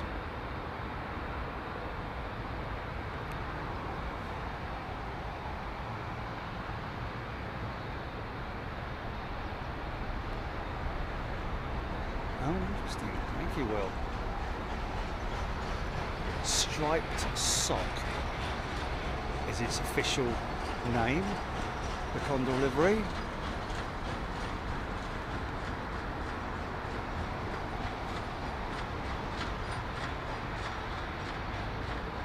Yeah, that went off a lot earlier than it normally does, but that's usually good for 5, isn't it? It's 2 out. Yeah, no, that's more with signal, not with physical, you know, battery stuff.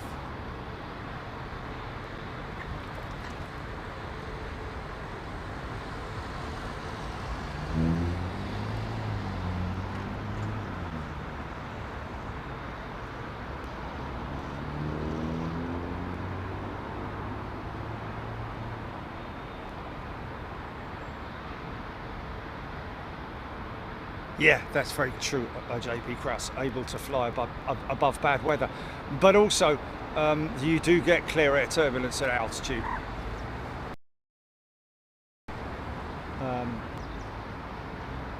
Kind of frightening, really. High altitude, clear air turbulence, which, if you're on a night flight, I've been on a few night flights where they've just stayed in that flight pattern for and they haven't tried to move out of it or haven't been able to, should I say. The march of the 350. And so they have to stay in it, and it causes all sorts of blah blah.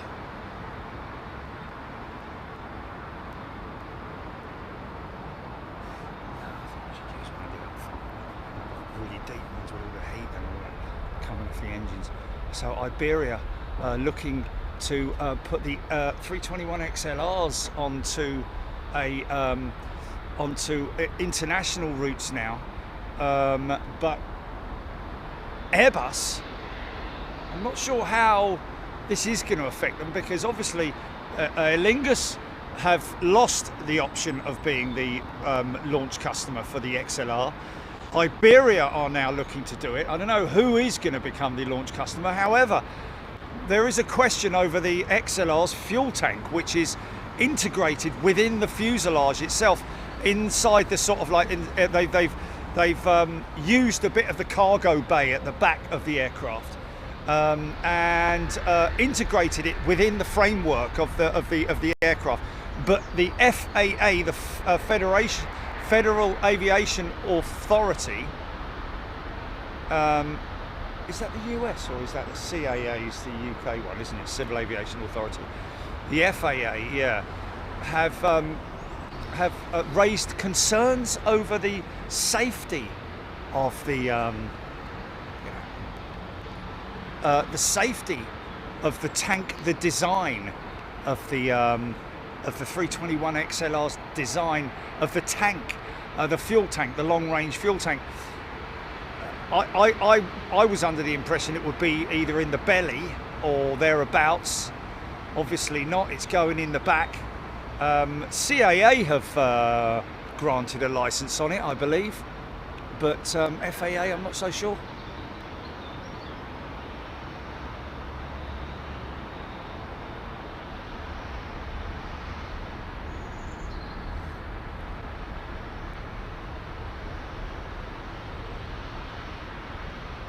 Aaron Thomas, yeah, the old Iberia livery. So many of the old retro liveries. And 747-200s, yes, Aaron. See them here.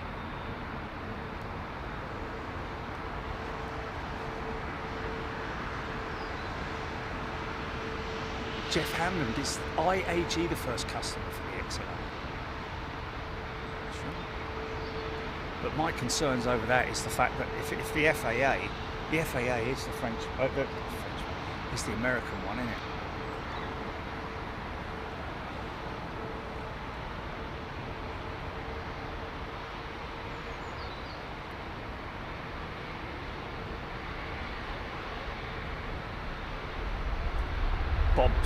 Bob Mean Streak, yeah. I'm with you on that one, Bob.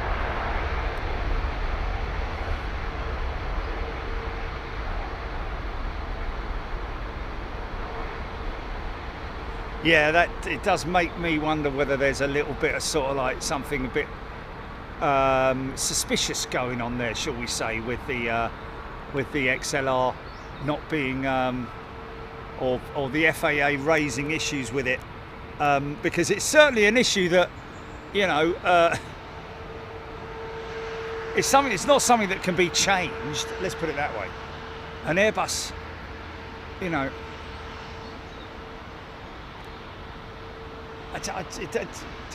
You know, how can they be concerned over the location of the fuel tank? Apparently, it's to do with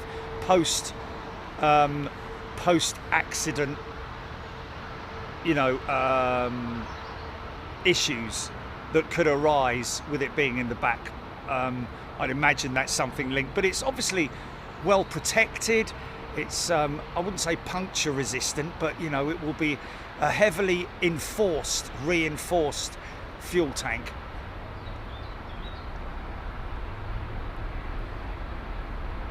Not a couple of Sainsbury's bags under there, is it?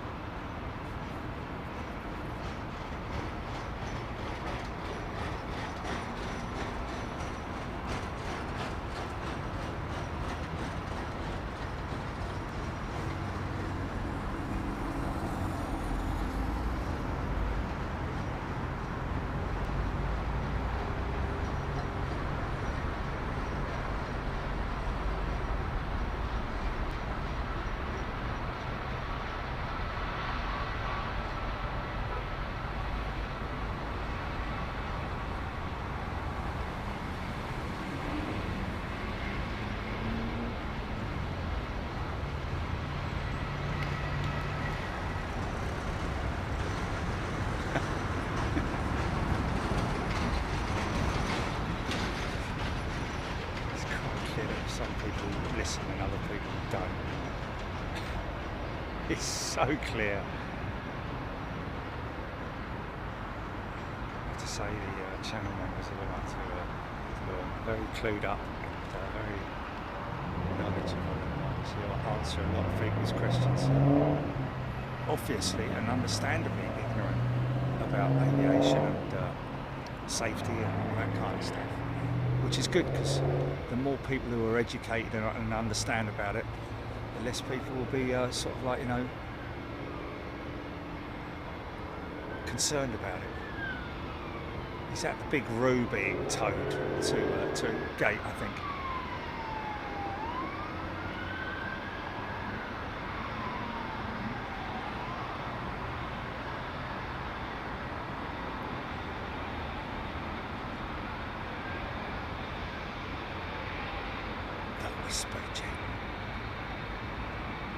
G'day.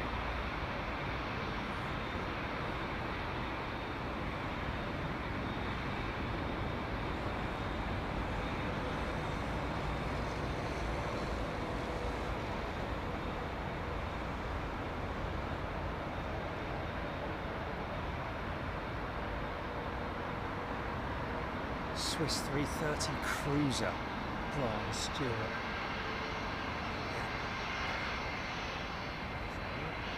Has it just gone past me? I think it's just gone past me, hasn't it?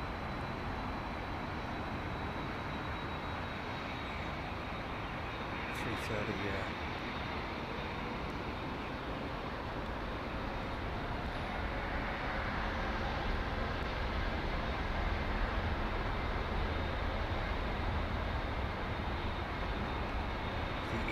Has landed.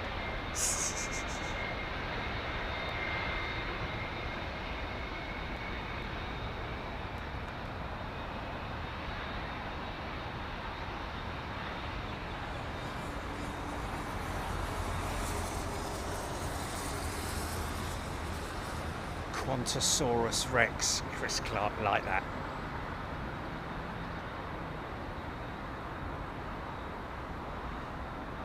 Not till later, Hamad, but thank you. He's right. Singapore bound. And then they will switch aircraft, won't they? That aircraft will come back here, won't it? I think. Use another aircraft on that route, maybe a Dreamliner or something. Why, eh? Really genius.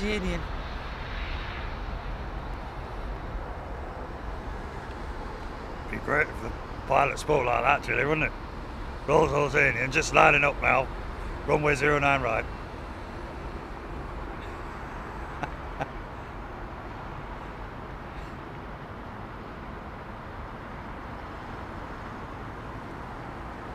Sonny Schneider sitting in T1 at Frankfurt watching the operations. Now I got double airport contact. Sonny, what a great airport to hang out at as well. You park the jumbos right, nose right up to the glass there, man. You can boot the nose, I'm telling you. I've done it at Frankfurt. I boot the retro 747's nose. He was parked so up to that, it was almost smudging on the window.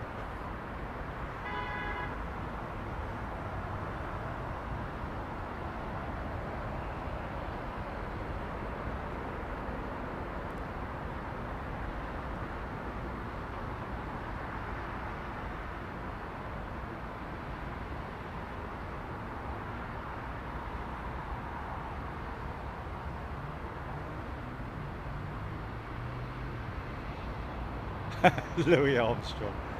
I see flowers of green, red roses too, that better blue, do do do do. And I think to myself, what a wonder. It is a wonderful world. Got an intersect going out in front of that Royal Jordanian. Raskas, 9 years old.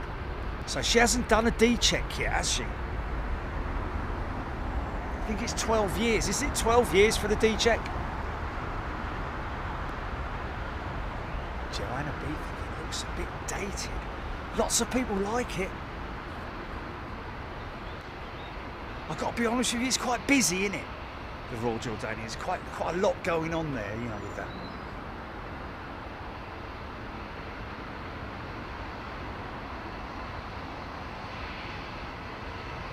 Kevin Beasley, yeah, I was obviously listening in on repeat, but he's right. Politically motivated, potentially that issue with the FAA and the A321 XLR. Possibly politically motivated, only on because of obviously the need for Boeing to maintain, because I'm telling you, they're losing grip. Boeing are losing grip on the airlines. United just placed a massive order for Airbus jets. But, you know, it's funny, someone said the other day, obviously, I don't know where they're from, but, you know, yeah, well, you can place loads of orders with Airbus, but you wait 7 years to get them. Well, you should be waiting about the same time for Boeing, you know, because you don't want to be known as an airframer that gets it done quickly. You know, oh yeah, we can get it done in half the time, mate. I'd rather they took time in assembling my aeroplane than beating it together with mallets and stuff. I'm not saying that anyone does, but you know, from giving it a kick or jumping on it to get the fuselage to fit. Flipping heck, really?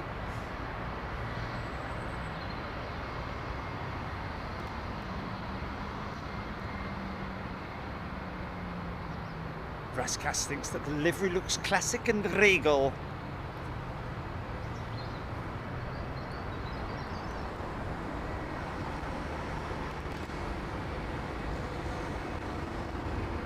I love the Air France on nose gear door. The AF on nose gear door CG door. AF on nose gear door. Oh, Philip Lowry.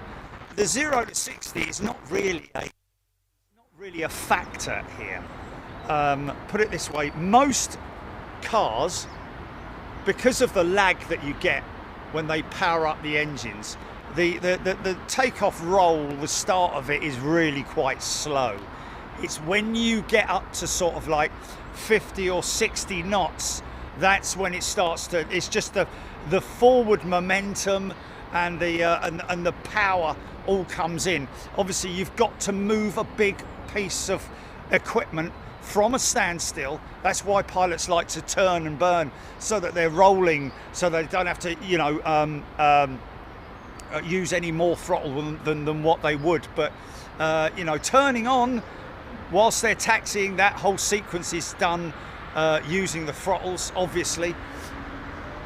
But you know, even an old Ford Escort Mark 1 would probably do that jet up till about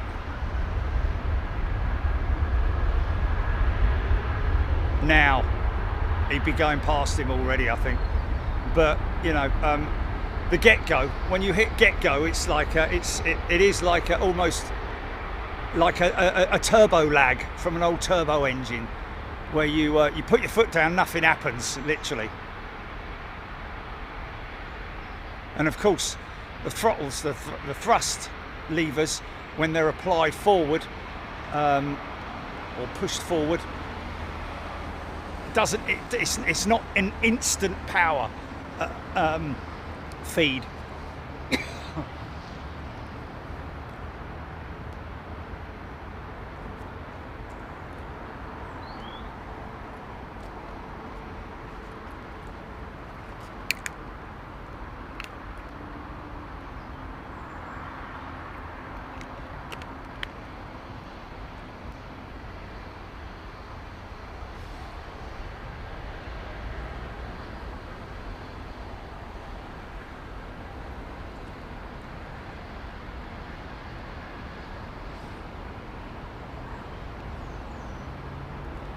Yeah,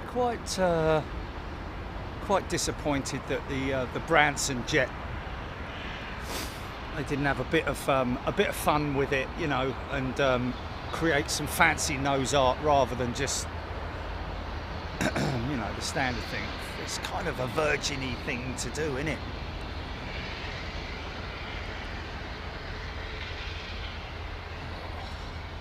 Listen to those XWBs, mate.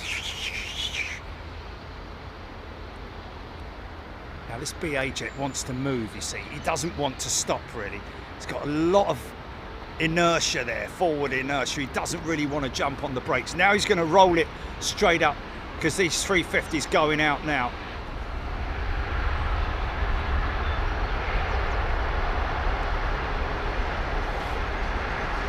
It's quite a ramp he's got to get up there as well, so.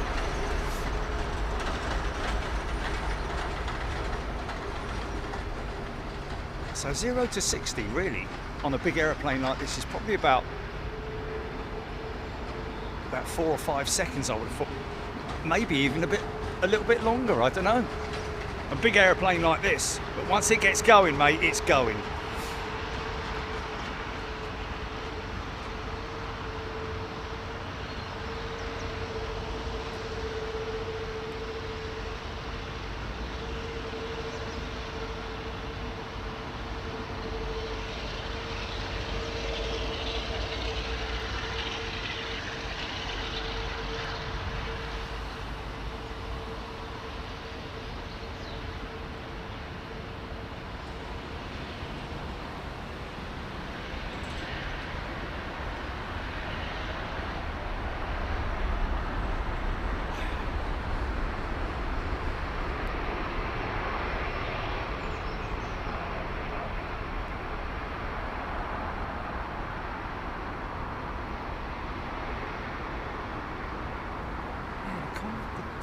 Concorde, I think, is a prototype, isn't it?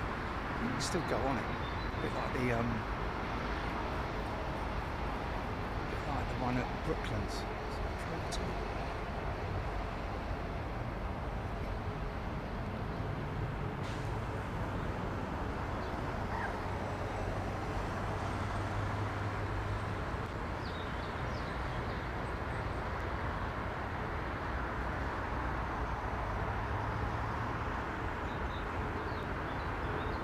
So folks, next time we're going to start getting into the evening shows on Wednesdays and Sundays.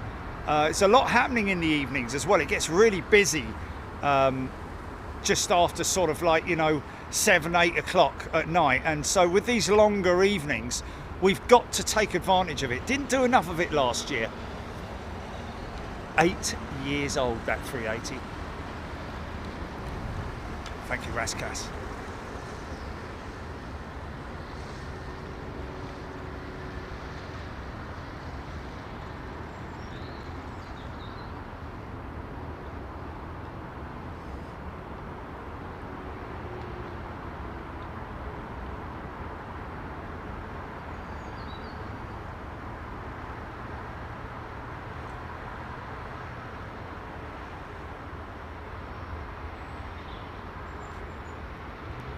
Still turning, sorry folks. Just want to get that. Actually levelling out. Not levelling out, but straightening out. So still a little bit of wake turbulence caused by that 380. So they're just being a little bit safe actually, mind you. I think it might be that Saudi jet that they're waiting for to cross. But they just took advantage, the Saudi jet, to cross the active runway whilst they wait for the wake to clear from that 380. Should be quite loud over UGP. HGC loving the climb out shots. Great. Love it.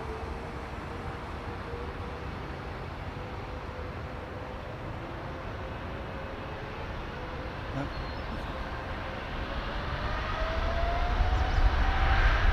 It's gone long.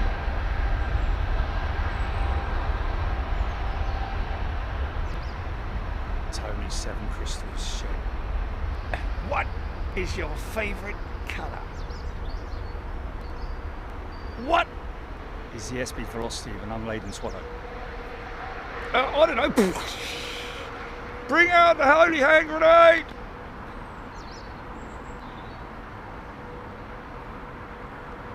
It's actually the mad. That's nice, that Turkish 350.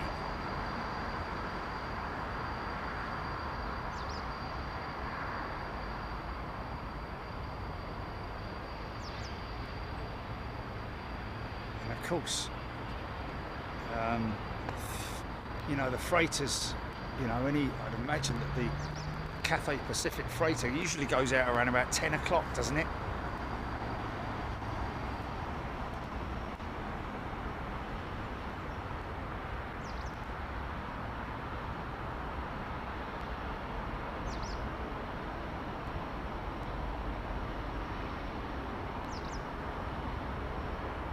Wow, 4 years old, that Delta Neo. It's quite old, isn't it, for a 339? You've been out that long. Blimey. Sometimes you just don't. You forget, didn't you?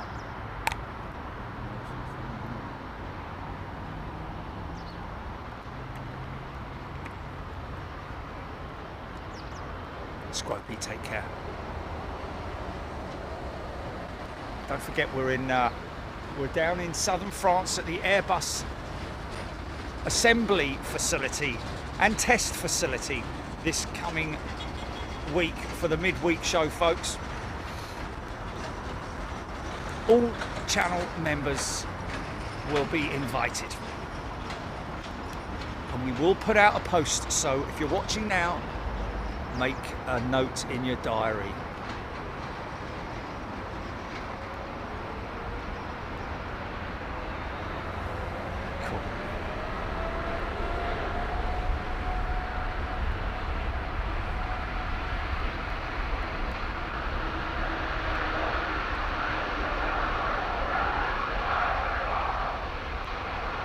Listen to all the vents still running.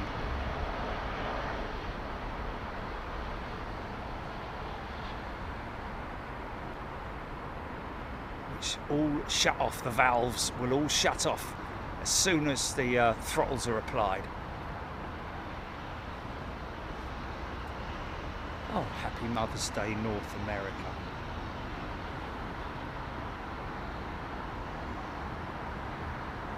Oh, is it Australia as well?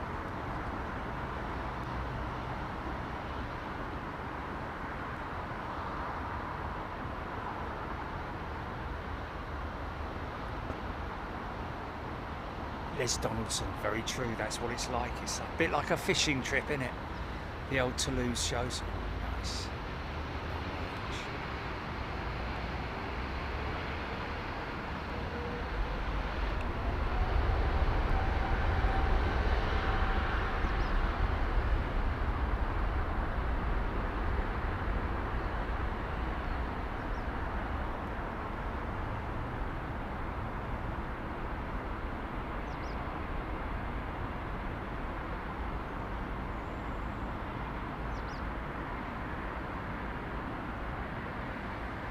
Beryl Kubler.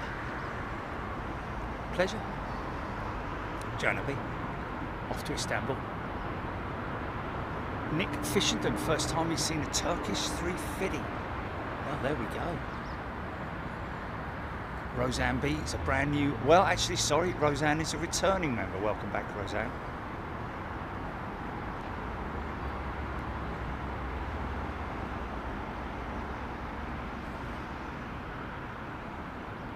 Claire Bear loving a bit of Toulouse.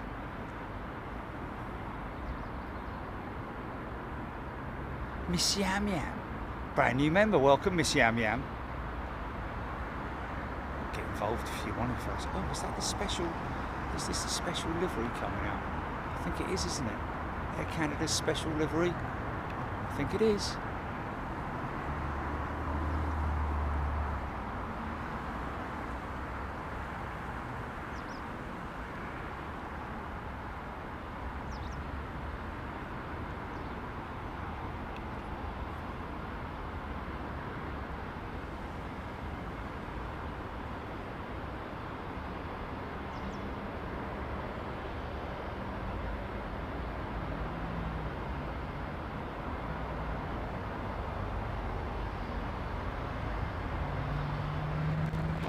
Is that what it is?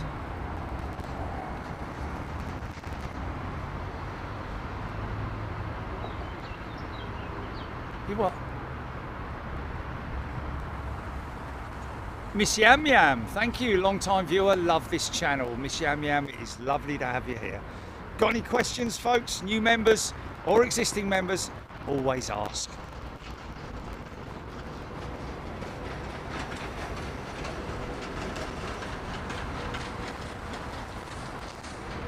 What's that?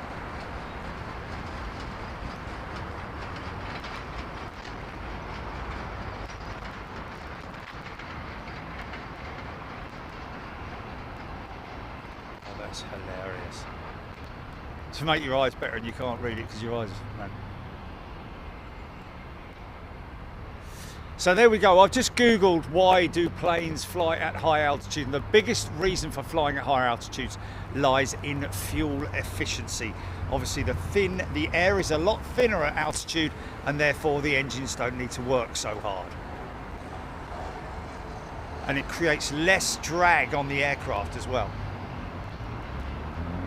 Actually, you know what? That's actually wrong. The engines do have to work harder with less air, but because the air is very thin, it creates far less drag. So what you're losing in the engines being used because of the thin air at altitude, obviously you're gaining in the efficiency of the aircraft's aerodynamics,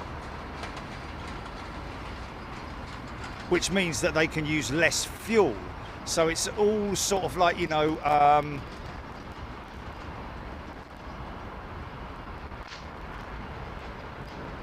more power, less effort, and therefore more efficiency, etc., etc. Mind that.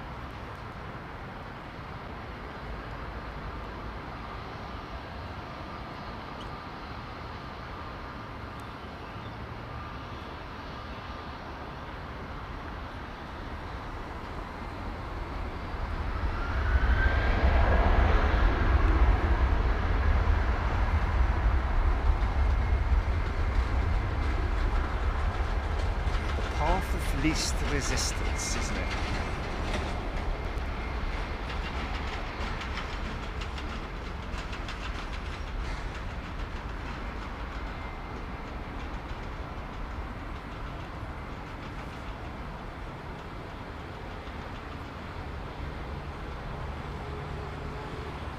So interesting, the engines, and this is understandable, they also need oxygen in order to work for the fuel combustion system to work.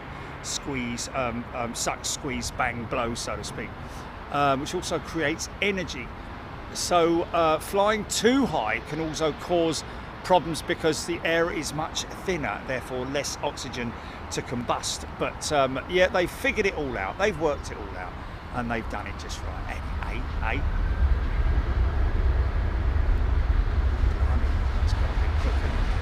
C5 Alan's gifted a membership. Thanks, mate. Mucho appreciated. Dylan Corkhill is a returning member. Welcome back, Dylan. All you guys going to be joining us down in Toulouse next week. Should be good. See some interesting stuff down there. James Meany has upgraded to first class. Thank you, James. Like I say, folks, if you've got any questions, please don't hesitate in asking. Always great to get the questions asked, and either myself or members on here will come in and answer your questions. We've got pilots, technicians, engineers, all sorts of people who are active on the feed from time to time. MA dryer, cold air helps combustion engines work efficiently. Okay. The temperature at cruise can be much lower than -40 degrees. You're telling me. I mean, it's sometimes when you look up at the temperature, the outside temperatures might like -65 or something crazy like that. It's very clever how they've developed the engines to work in those conditions. Brian Stewart also mentioning the airstream also occurs at around 30,000 feet. Well, that's why you sometimes do see aircraft flying at much lower altitudes than normal. You know, it can be anything from sort of like 29,000, 25,000 even. We've seen some cruisers at up to 38,000 feet, 39,000 feet. It does depend on the jet stream and which direction it's headed, and all those sorts of things that will make the journey a lot smoother and a lot more efficient as well.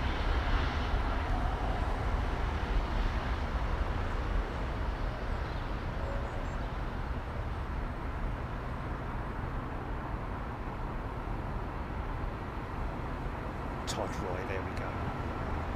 That's good. That's good feedback.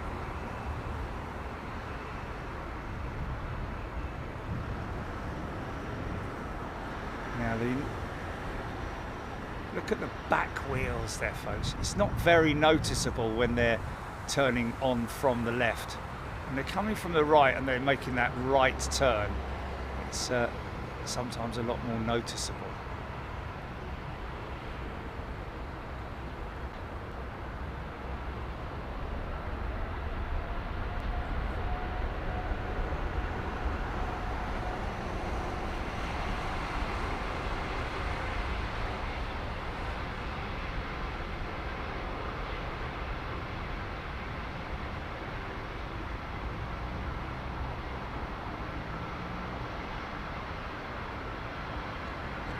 Rolls-Royce engineers in the house.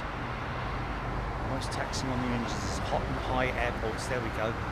Sometimes need a bumped engine rating for operations out of hot and high airports, which is what Rolls-Royce were criticised about from Emirates with the Trent XWB engine. But what they're doing is they're giving Rolls-Royce the opportunity to make amends and do whatever they have to do to their existing Trent XWBs that will be on the 900 variant that they've ordered.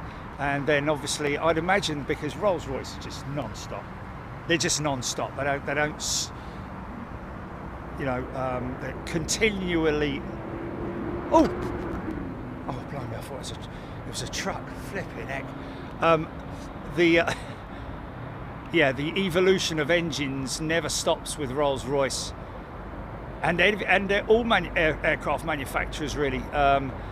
So obviously those problems that Rolls-Royce are having at high altitude with the XWB engines, I think maybe because of those the rating on those engines, it may be that they're obviously trying the 900s out first, and then when Rolls-Royce, and I have no doubt that they will, are able to convince Emirates, look, we've got it done, we've fixed it, here's the performance numbers, and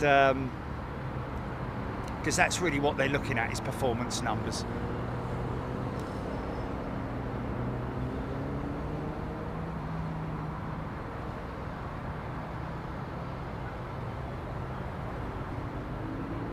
Zim slack.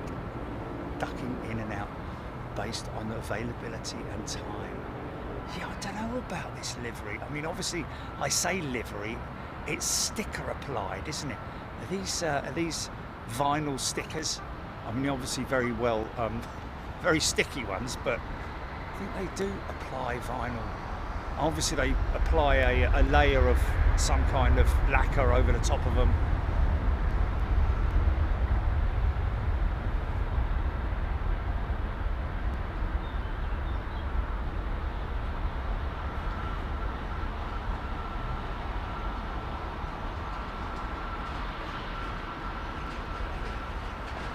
Yeah, I know. It does. I'm not a big fan of it, to be honest with you. I mean, I know. And they've obviously they've painted the tail, definitely, because obviously I think it might actually be airbrushed, you know, because they've painted that tail. So if they're going to paint the tail, then they would probably do the whole aircraft. I think they're characters from a movie or something, aren't they?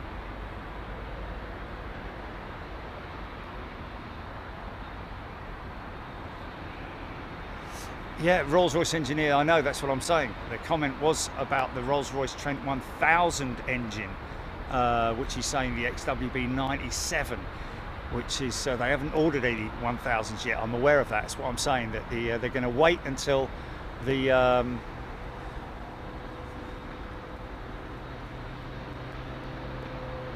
until the 900, or either way, Rolls-Royce fix their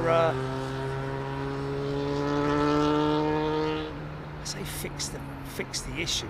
It's not like other operators have you know, had problems with the XWBs at high altitude. You know, the Qatars and, you know, the Etihads and all that lot. I just I don't know. You never know. Sometimes you never know, do you?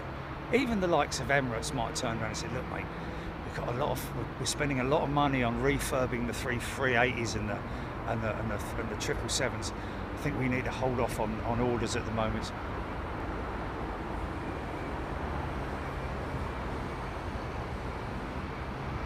Tony Bagman's on a BA jet.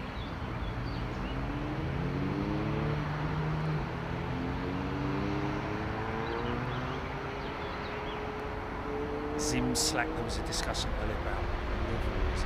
I wonder what the general consensus on the was. There has been discussions about that. Well, not so much discussions, but you know, it was a bit like the Condor thing, wasn't it? You love them or you hate them. I think the general consensus was that people didn't like them.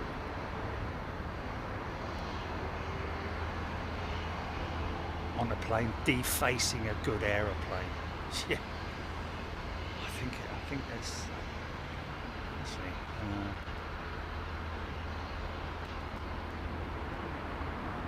even up close like that, Gilly. I still don't know what it's about. Is it a movie? Okay, Disney Wish, right? Okay. Yeah.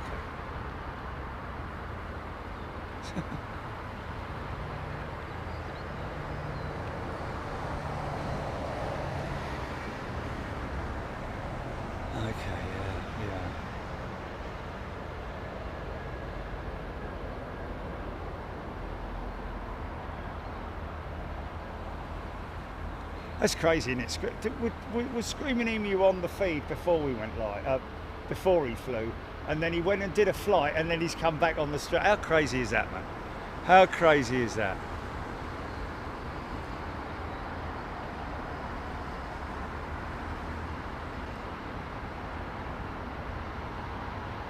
See the valance there at the back of the that line there. That's quite unique to Airbus. Obviously an aerodynamic. So when those flaps are fully retracted, that will be in line with that slot that you see there, making it obviously a lot more aerodynamic the exit, the air exit, less turbulent.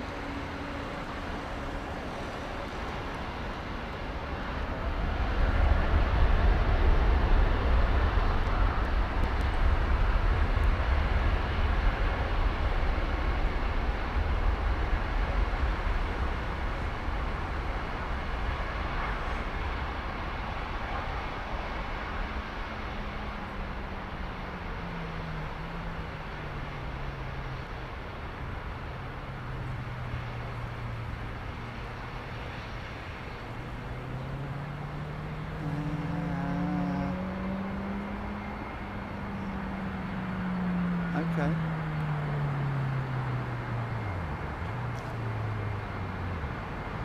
We'll still be here, Glenn, don't worry.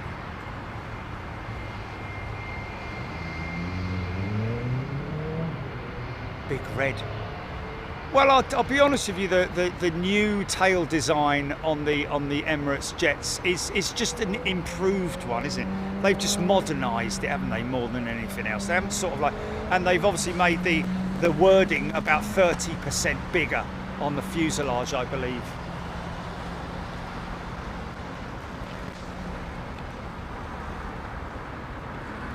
Look at that wing. Largest piece of carbon, single carbon in the aviation sector. The A350 wing. There is a single under a piece of carbon that goes from the underside, the wing root right up to almost to the wing tip, which obviously is a single piece carbon, and it is the biggest piece of carbon in aircraft manufacture.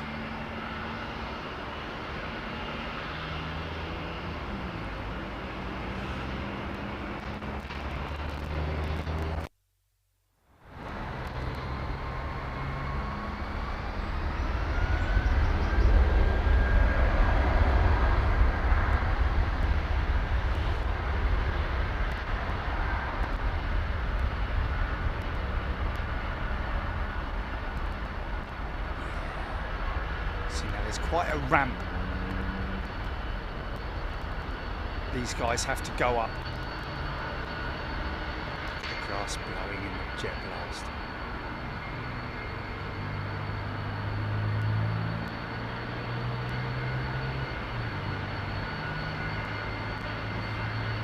Now if he stops,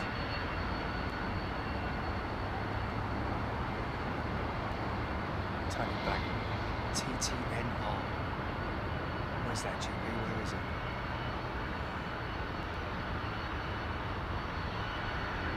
Turning and burning.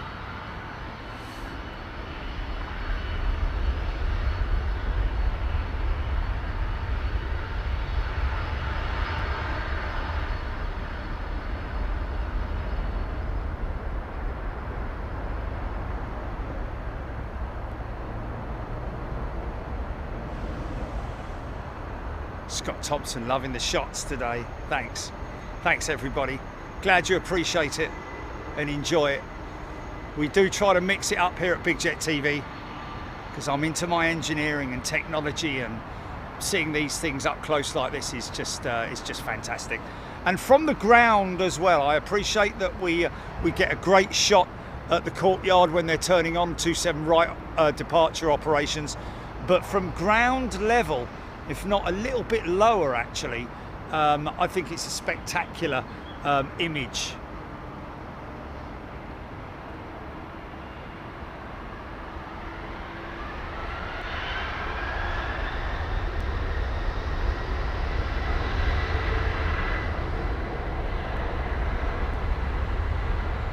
Nice.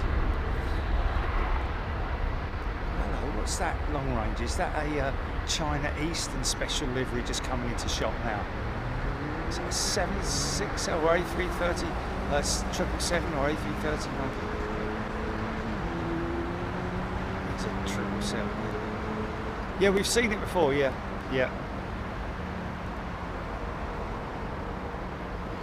upskilling Heathrow, switching to 2-7 operations at 7 p.m.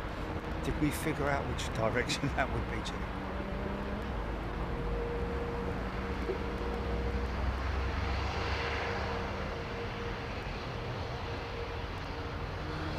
Yeah, we're on 27s.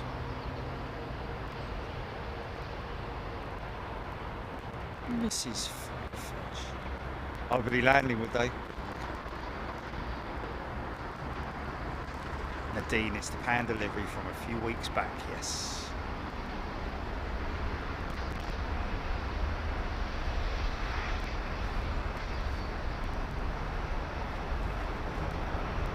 Say it.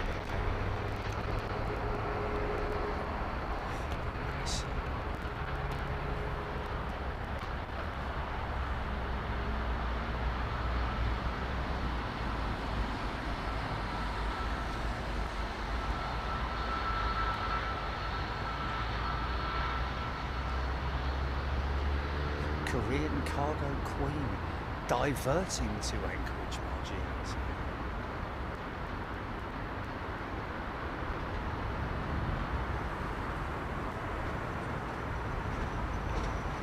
Oh, look at that lovely 7.6 bank.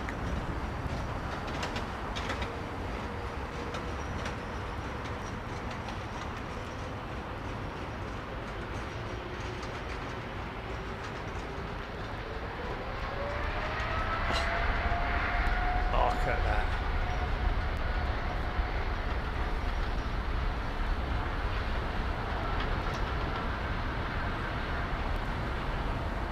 Am I feeling a thrust front?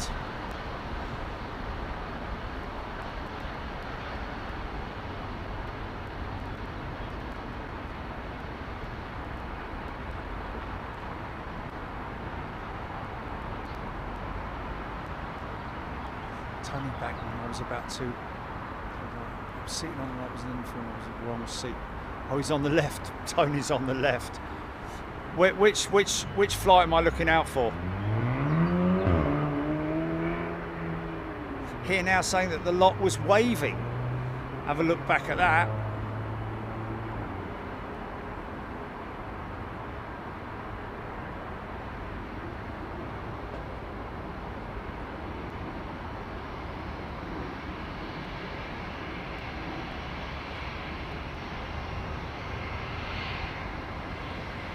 Oh, okay then, well there we go. Let's make sure we grab him then. Don't tell me Tony's right behind him or something. Oh, was he? Oh, awesome. Here now, the lot was waving.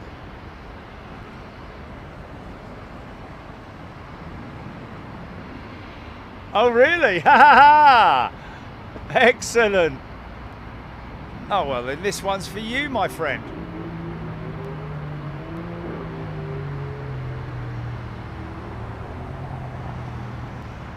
That's good, that's good.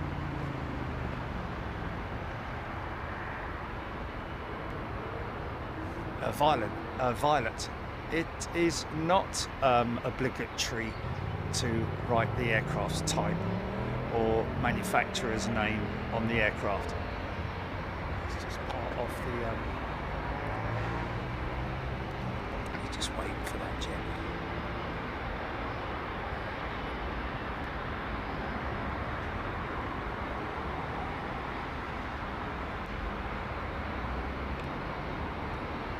Good on you, mate.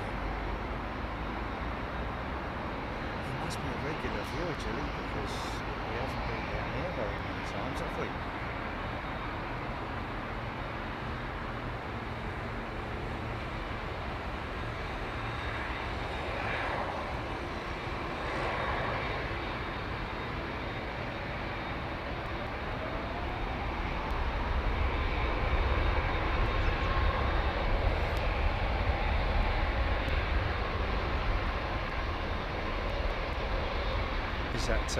Is it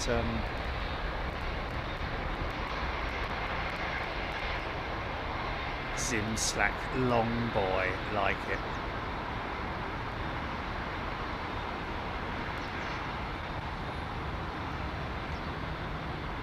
Raskas. Bimmen sneaking, yes. Out to my right from Sierra. Finnair's 350.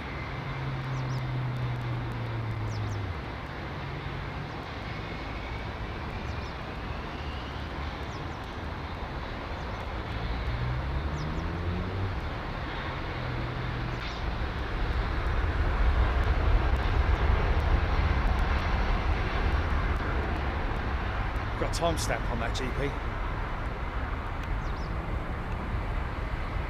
Awesome. Is it thumbnail worthy? Is it worthy of a thumbnail? Yeah.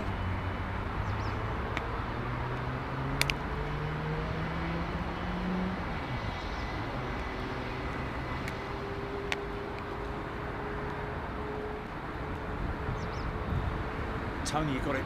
You got them both wrong. It's not Burman, it's not Binman, it's Bimmen.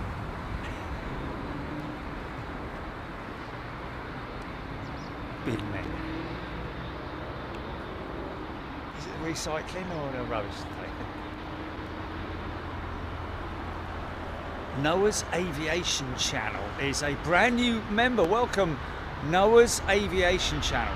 Look at the way that Iran Air put the registration right on the nose of their jet. It's a bit odd, isn't it? Hey!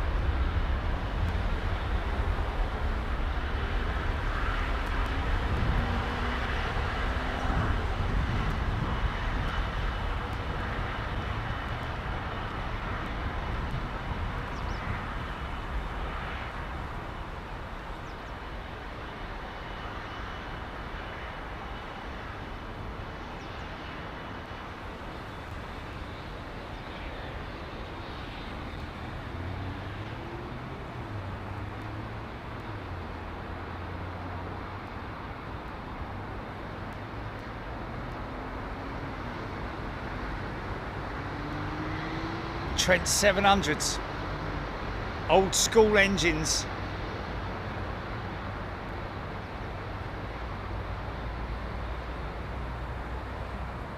Big the undercarriages on the 330.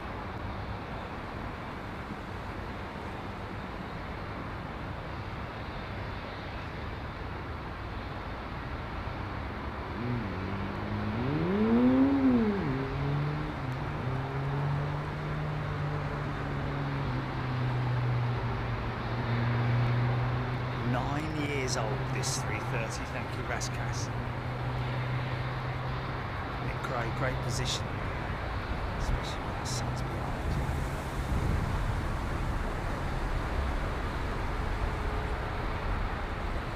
Well, folks, we're going to do more evening shows throughout the summer.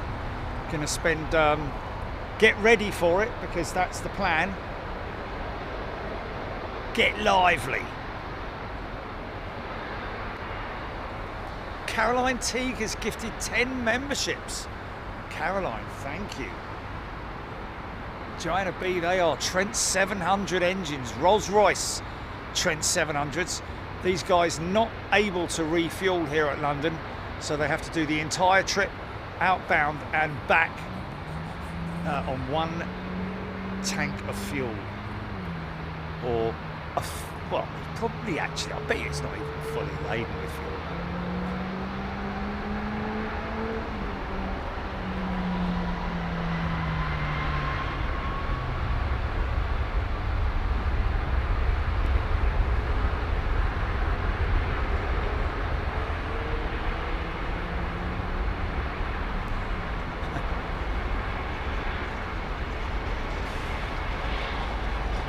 Well, who knows what kind of mites and flies and creepy crawlies might join me on the evening shows.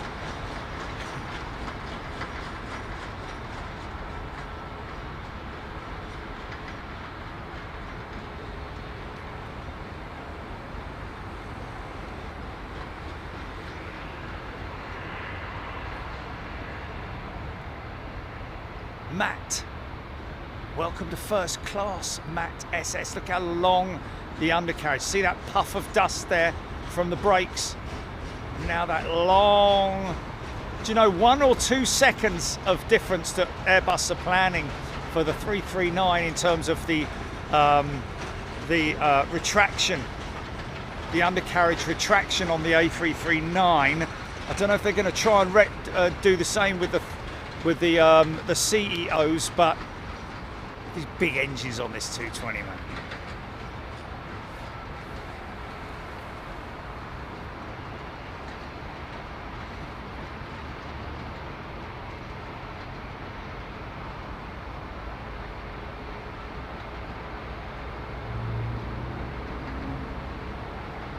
Cheryl Howard advise you to invest in a hazmat suit. Don't think it's going to be that bad. I'll be all right, mate. I'll be all right. I've got insect repellent and stuff like that. I've even got one of those silly hats, and Jelly, that I showed you a picture of, which has a complete shade around it for stopping any infestation of any insects.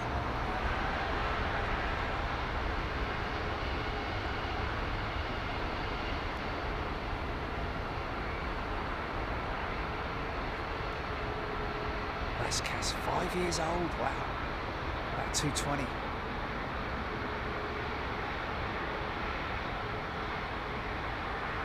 Yeah, no, Rascas, very true.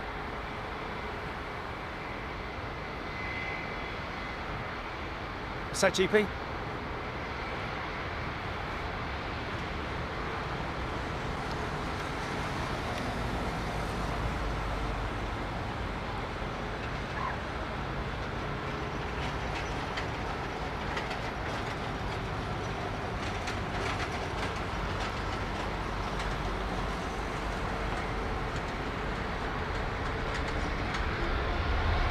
Ooh.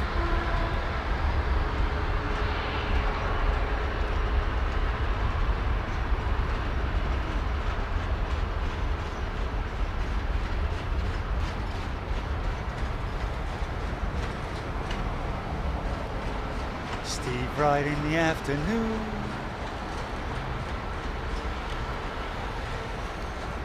Yeah, an actor.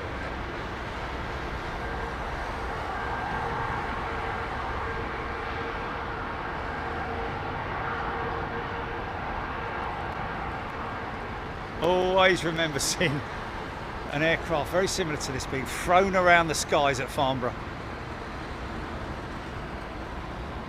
Kshitij Gokala is a brand new member. Welcome, Kshitij. Yeah, God knows whether I've pronounced that right or wrong or what. Anyway, very warm welcome to you as a brand new member, and a organic one at that.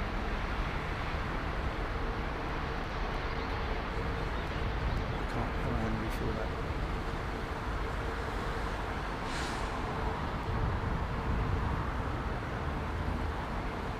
that. Daniel Griffiths, it's just regulations. They're not, Iran Air are allowed to fly, but they, instead of being, they're just not allowed to buy. They're not allowed. They're not. Oh, I don't know why. Just political thing in it, whatever.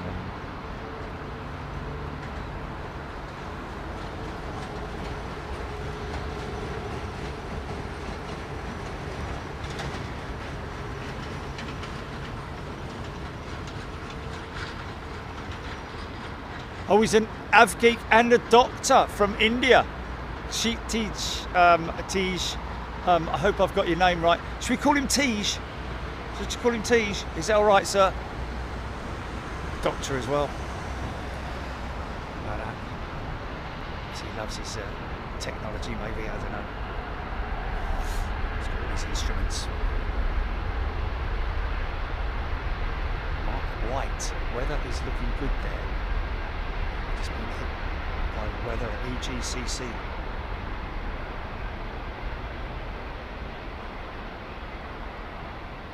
Oh, thank you, Tej. Did pronounce it better than some Indians. Prestige.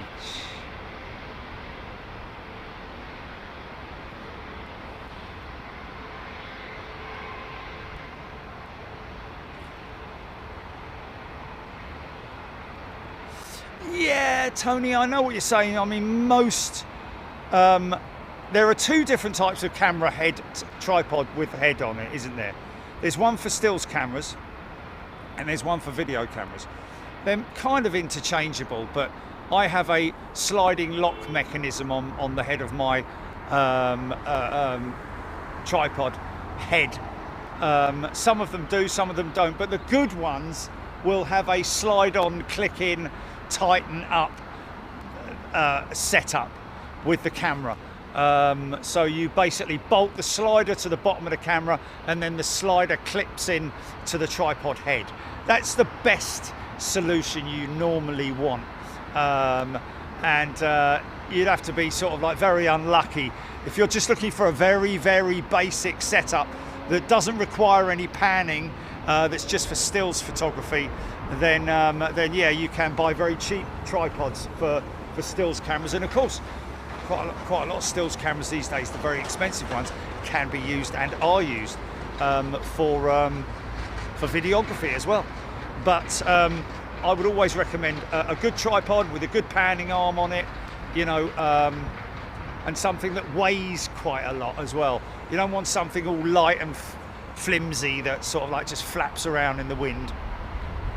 Like a circle in the wind. I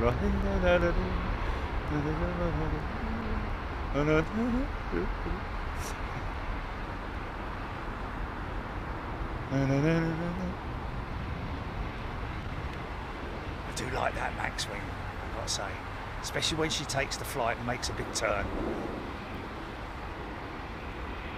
Look how they've stretched that wing over the years as well.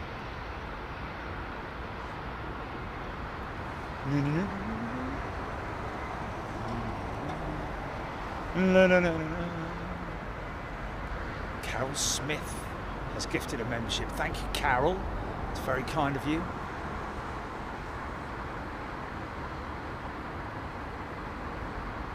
I'm going to get a good look at it today. A bit murky up there. This is nice. Finesse. Is that Finnair's One World jet? It is, isn't it? Nice. Raskas, British Airways intersect to Gothenburg. And there it is.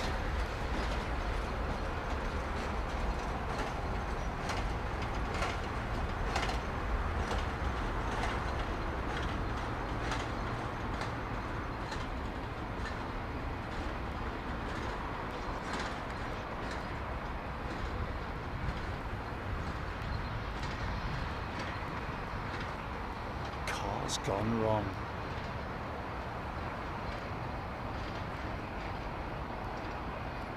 This is smart looking.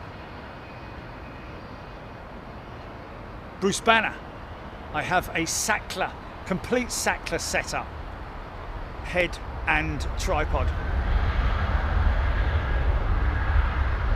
It's the Active 6 is the complete setup that I have. The carbon legs and so on and so forth.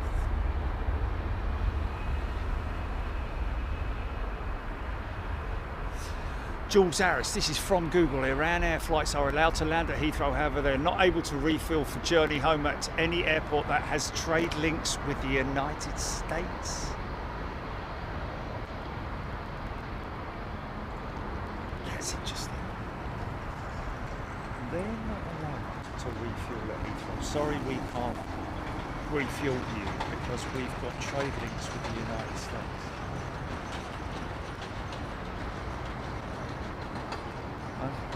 Sanctioned thing. But why with the United States? Why doesn't it just say they've got UK has put sanctions on? I don't know. Jez White, good option is Manfrotto. Yes, I've done the Manfrotto with a fluid video head. A good medium price option. He's right there. If you're looking at a tripod setup, folks, Jez White he's right in what he's saying there. Manfrotto tripod, and that is something that you can get on Amazon. If you don't like it, you can send it back.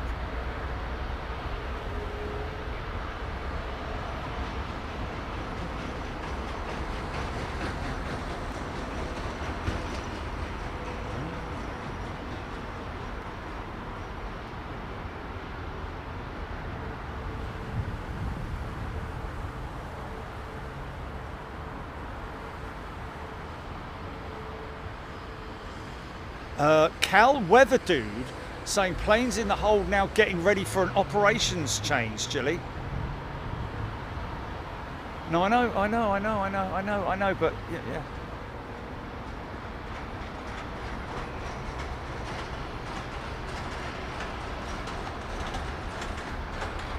Blick Fang.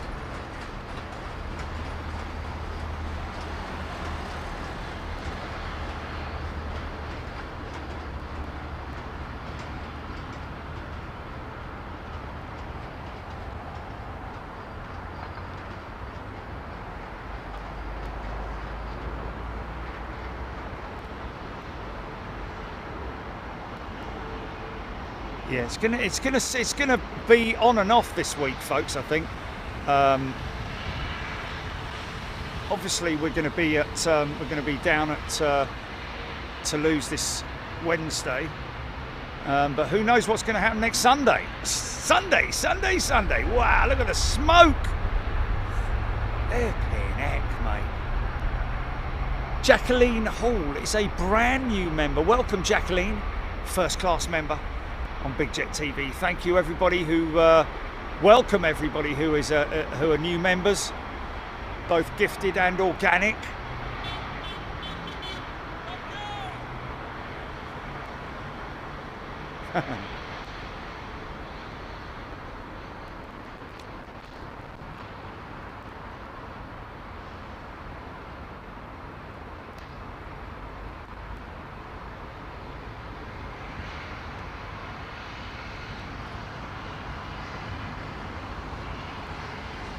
Blimey.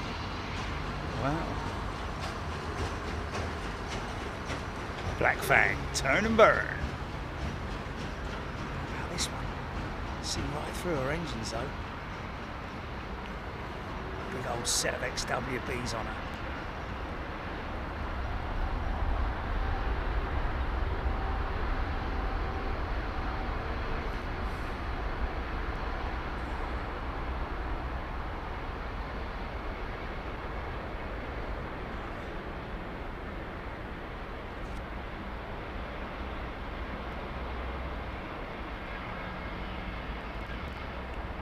You know what? Somebody, Jilly just saying to me that somebody asking what are the best binoculars. Well, firstly, I wouldn't have a clue.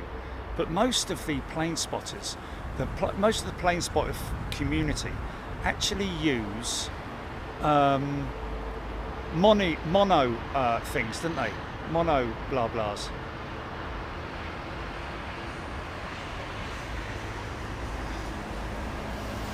Yeah, but I'd much rather use a mono, because a mono's like, sometimes if I use a pair of binoculars, I can never get it right. My eyes are all cross-eyed and I can't see anything, and bits of black come in front of it and everything. It goes completely wrong. Zim Slack has gifted a membership. Thanks, Zim Slack. So last 3 departures out of 09 before they change to 27 operations, folks, and that will be 27 arrivals right at us. So thanks, Zim Slack. He's gifted a membership. Chris Clark, will we get even more variety at Heathrow during the Olympics? Highly unlikely, Chris, I would have thought. They kind of overshot the runway if they come this far north. Monocular, there we go. Is it a monocular? Thank you, Tony Seven Crystals. Well, no, it's not a telescope, because a telescope is a mounted static item, is it not? I believe.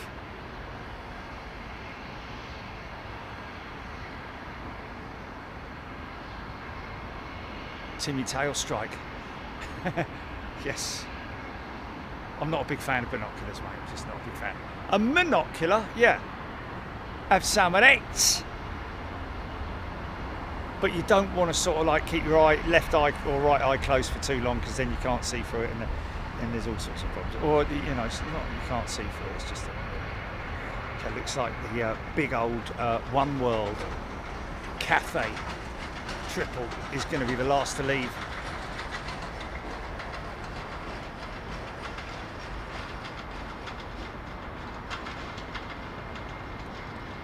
Nick Gray, Koa spotting scope with Manfrotto sticks. Spotting scope. Okay. Spyglass.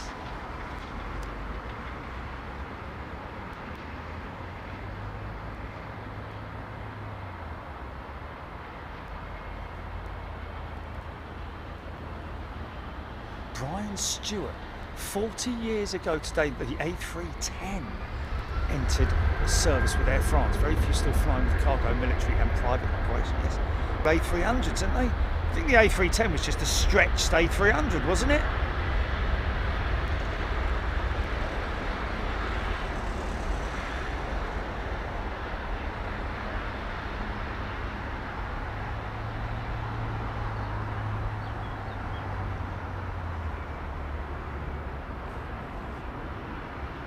Telescope doesn't have to be mounted on a tripod with high magnifications. It can be very hard to keep it steady without a tripod. Yeah, there we go. Yeah, you can use yeah. I mean, you know, binocular. Sorry, a telescope. Which, yeah, I mean, what did they use on these ships in like, you know, in the olden days on the galleons? Then, you know, was that a cross between a telescope and a monoscope, or I see no ships?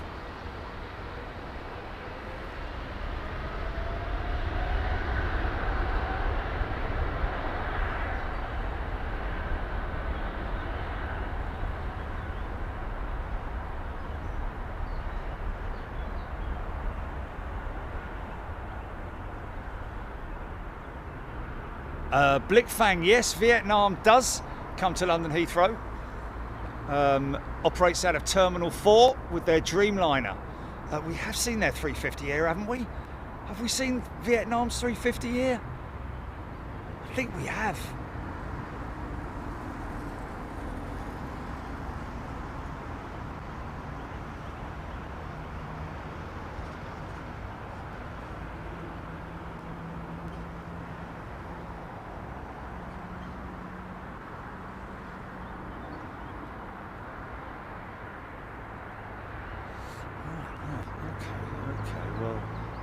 Have a little look.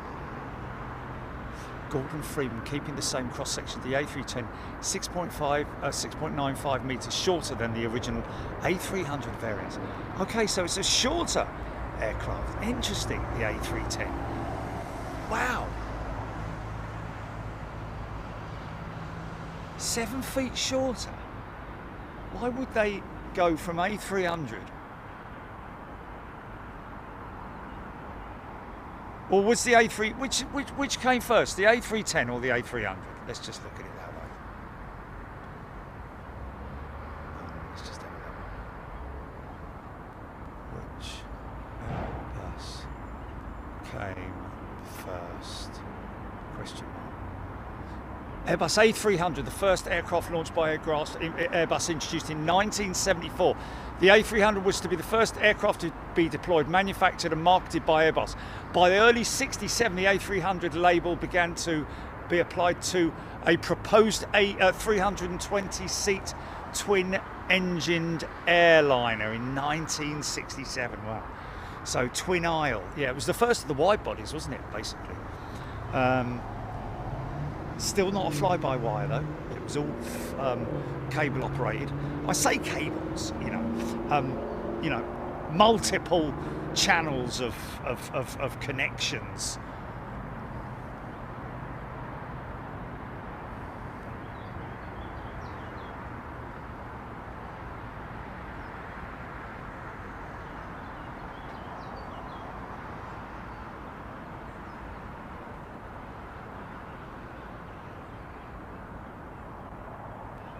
Let's just have a look at this, shall we? La da da da da da da.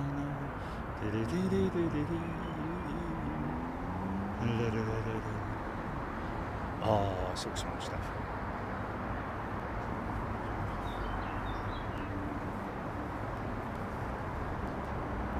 La da da da da. Well, there you go, folks.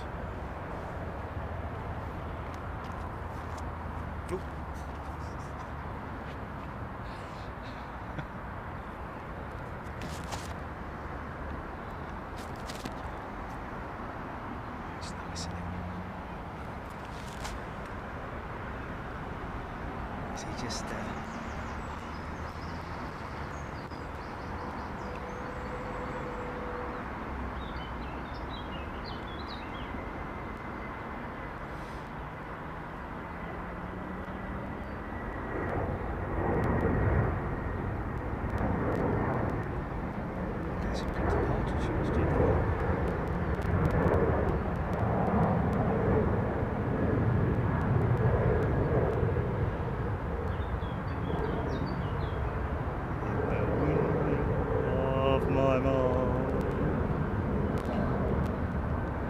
Stand by. Yeah. Stick around. It's gone now, isn't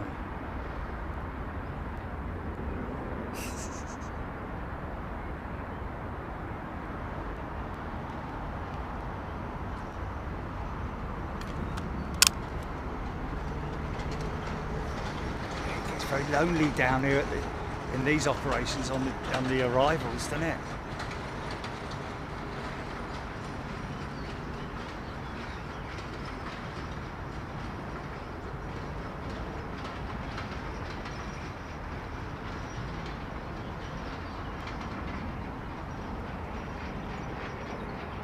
Let me just have a look here. Right, gonna call it, folks.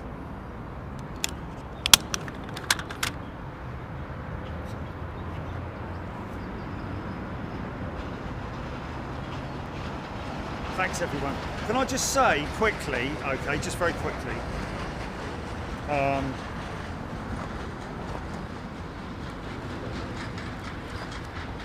I know, folks, please be careful when if you're going to send me stuff, I can't be sending it back and all that kind of thing. It's just very, it's very difficult, isn't it? Because obviously, you know, we've got quite a lot going on. So please don't send me things, folks. It's or money or anything like that in the post. It's please just don't send me money or cash, especially because obviously it's obviously going to be cash in it. But please, because you know, when I go overseas, I just use the card. I don't use cash, and invariably I've just got this, you know. So please, thank you. It's a very, very kind gesture, and you're very kind in doing it. But you know, there's no need to. And if you're going to send things to me, you know, please don't. Is all I'm saying. Is because the box, the PO box, yeah. The fella who runs the PO box, he's like, oh, here he comes again, mate. Hold on a minute. I've got something for you out the back here. It's like. Because the PO box is like that, is about that, by about that. It's very, very small indeed. So, you know, these are folks who have requested stickers, which they're on their way to you, the latest batch. I don't know who that was that sent me that, but thank you very much anyway. Appreciate that. Livy Maidment, thank you, Livy. Thank you very much for your kind words. This little lad Jack, I think this might be a picture from Jack. Kind of reminds me of my days of when I was drawing. Well, actually, I probably would do much better than that now, would I? But anyway, Jack, thank you very much indeed. That was the young lad who was on top of the courtyard, wasn't it? When I was on the eastern location. But thank you, everybody. Yeah, if you're writing in, then please, you know, write in and request a sticker. That's not a problem.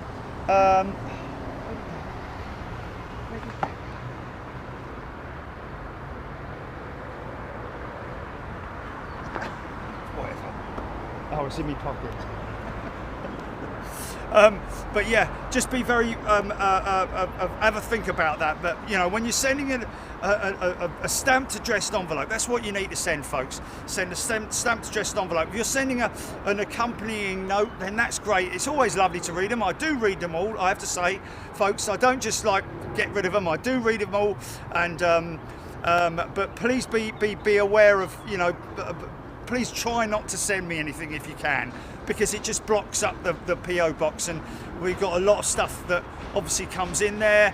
I've got to then open all the letters up, read all the letters, put all the stickers in the envelopes, and get them down to the post box. I know it doesn't sound like a lot, mate. What are you complaining about? But you know, the stickers are free.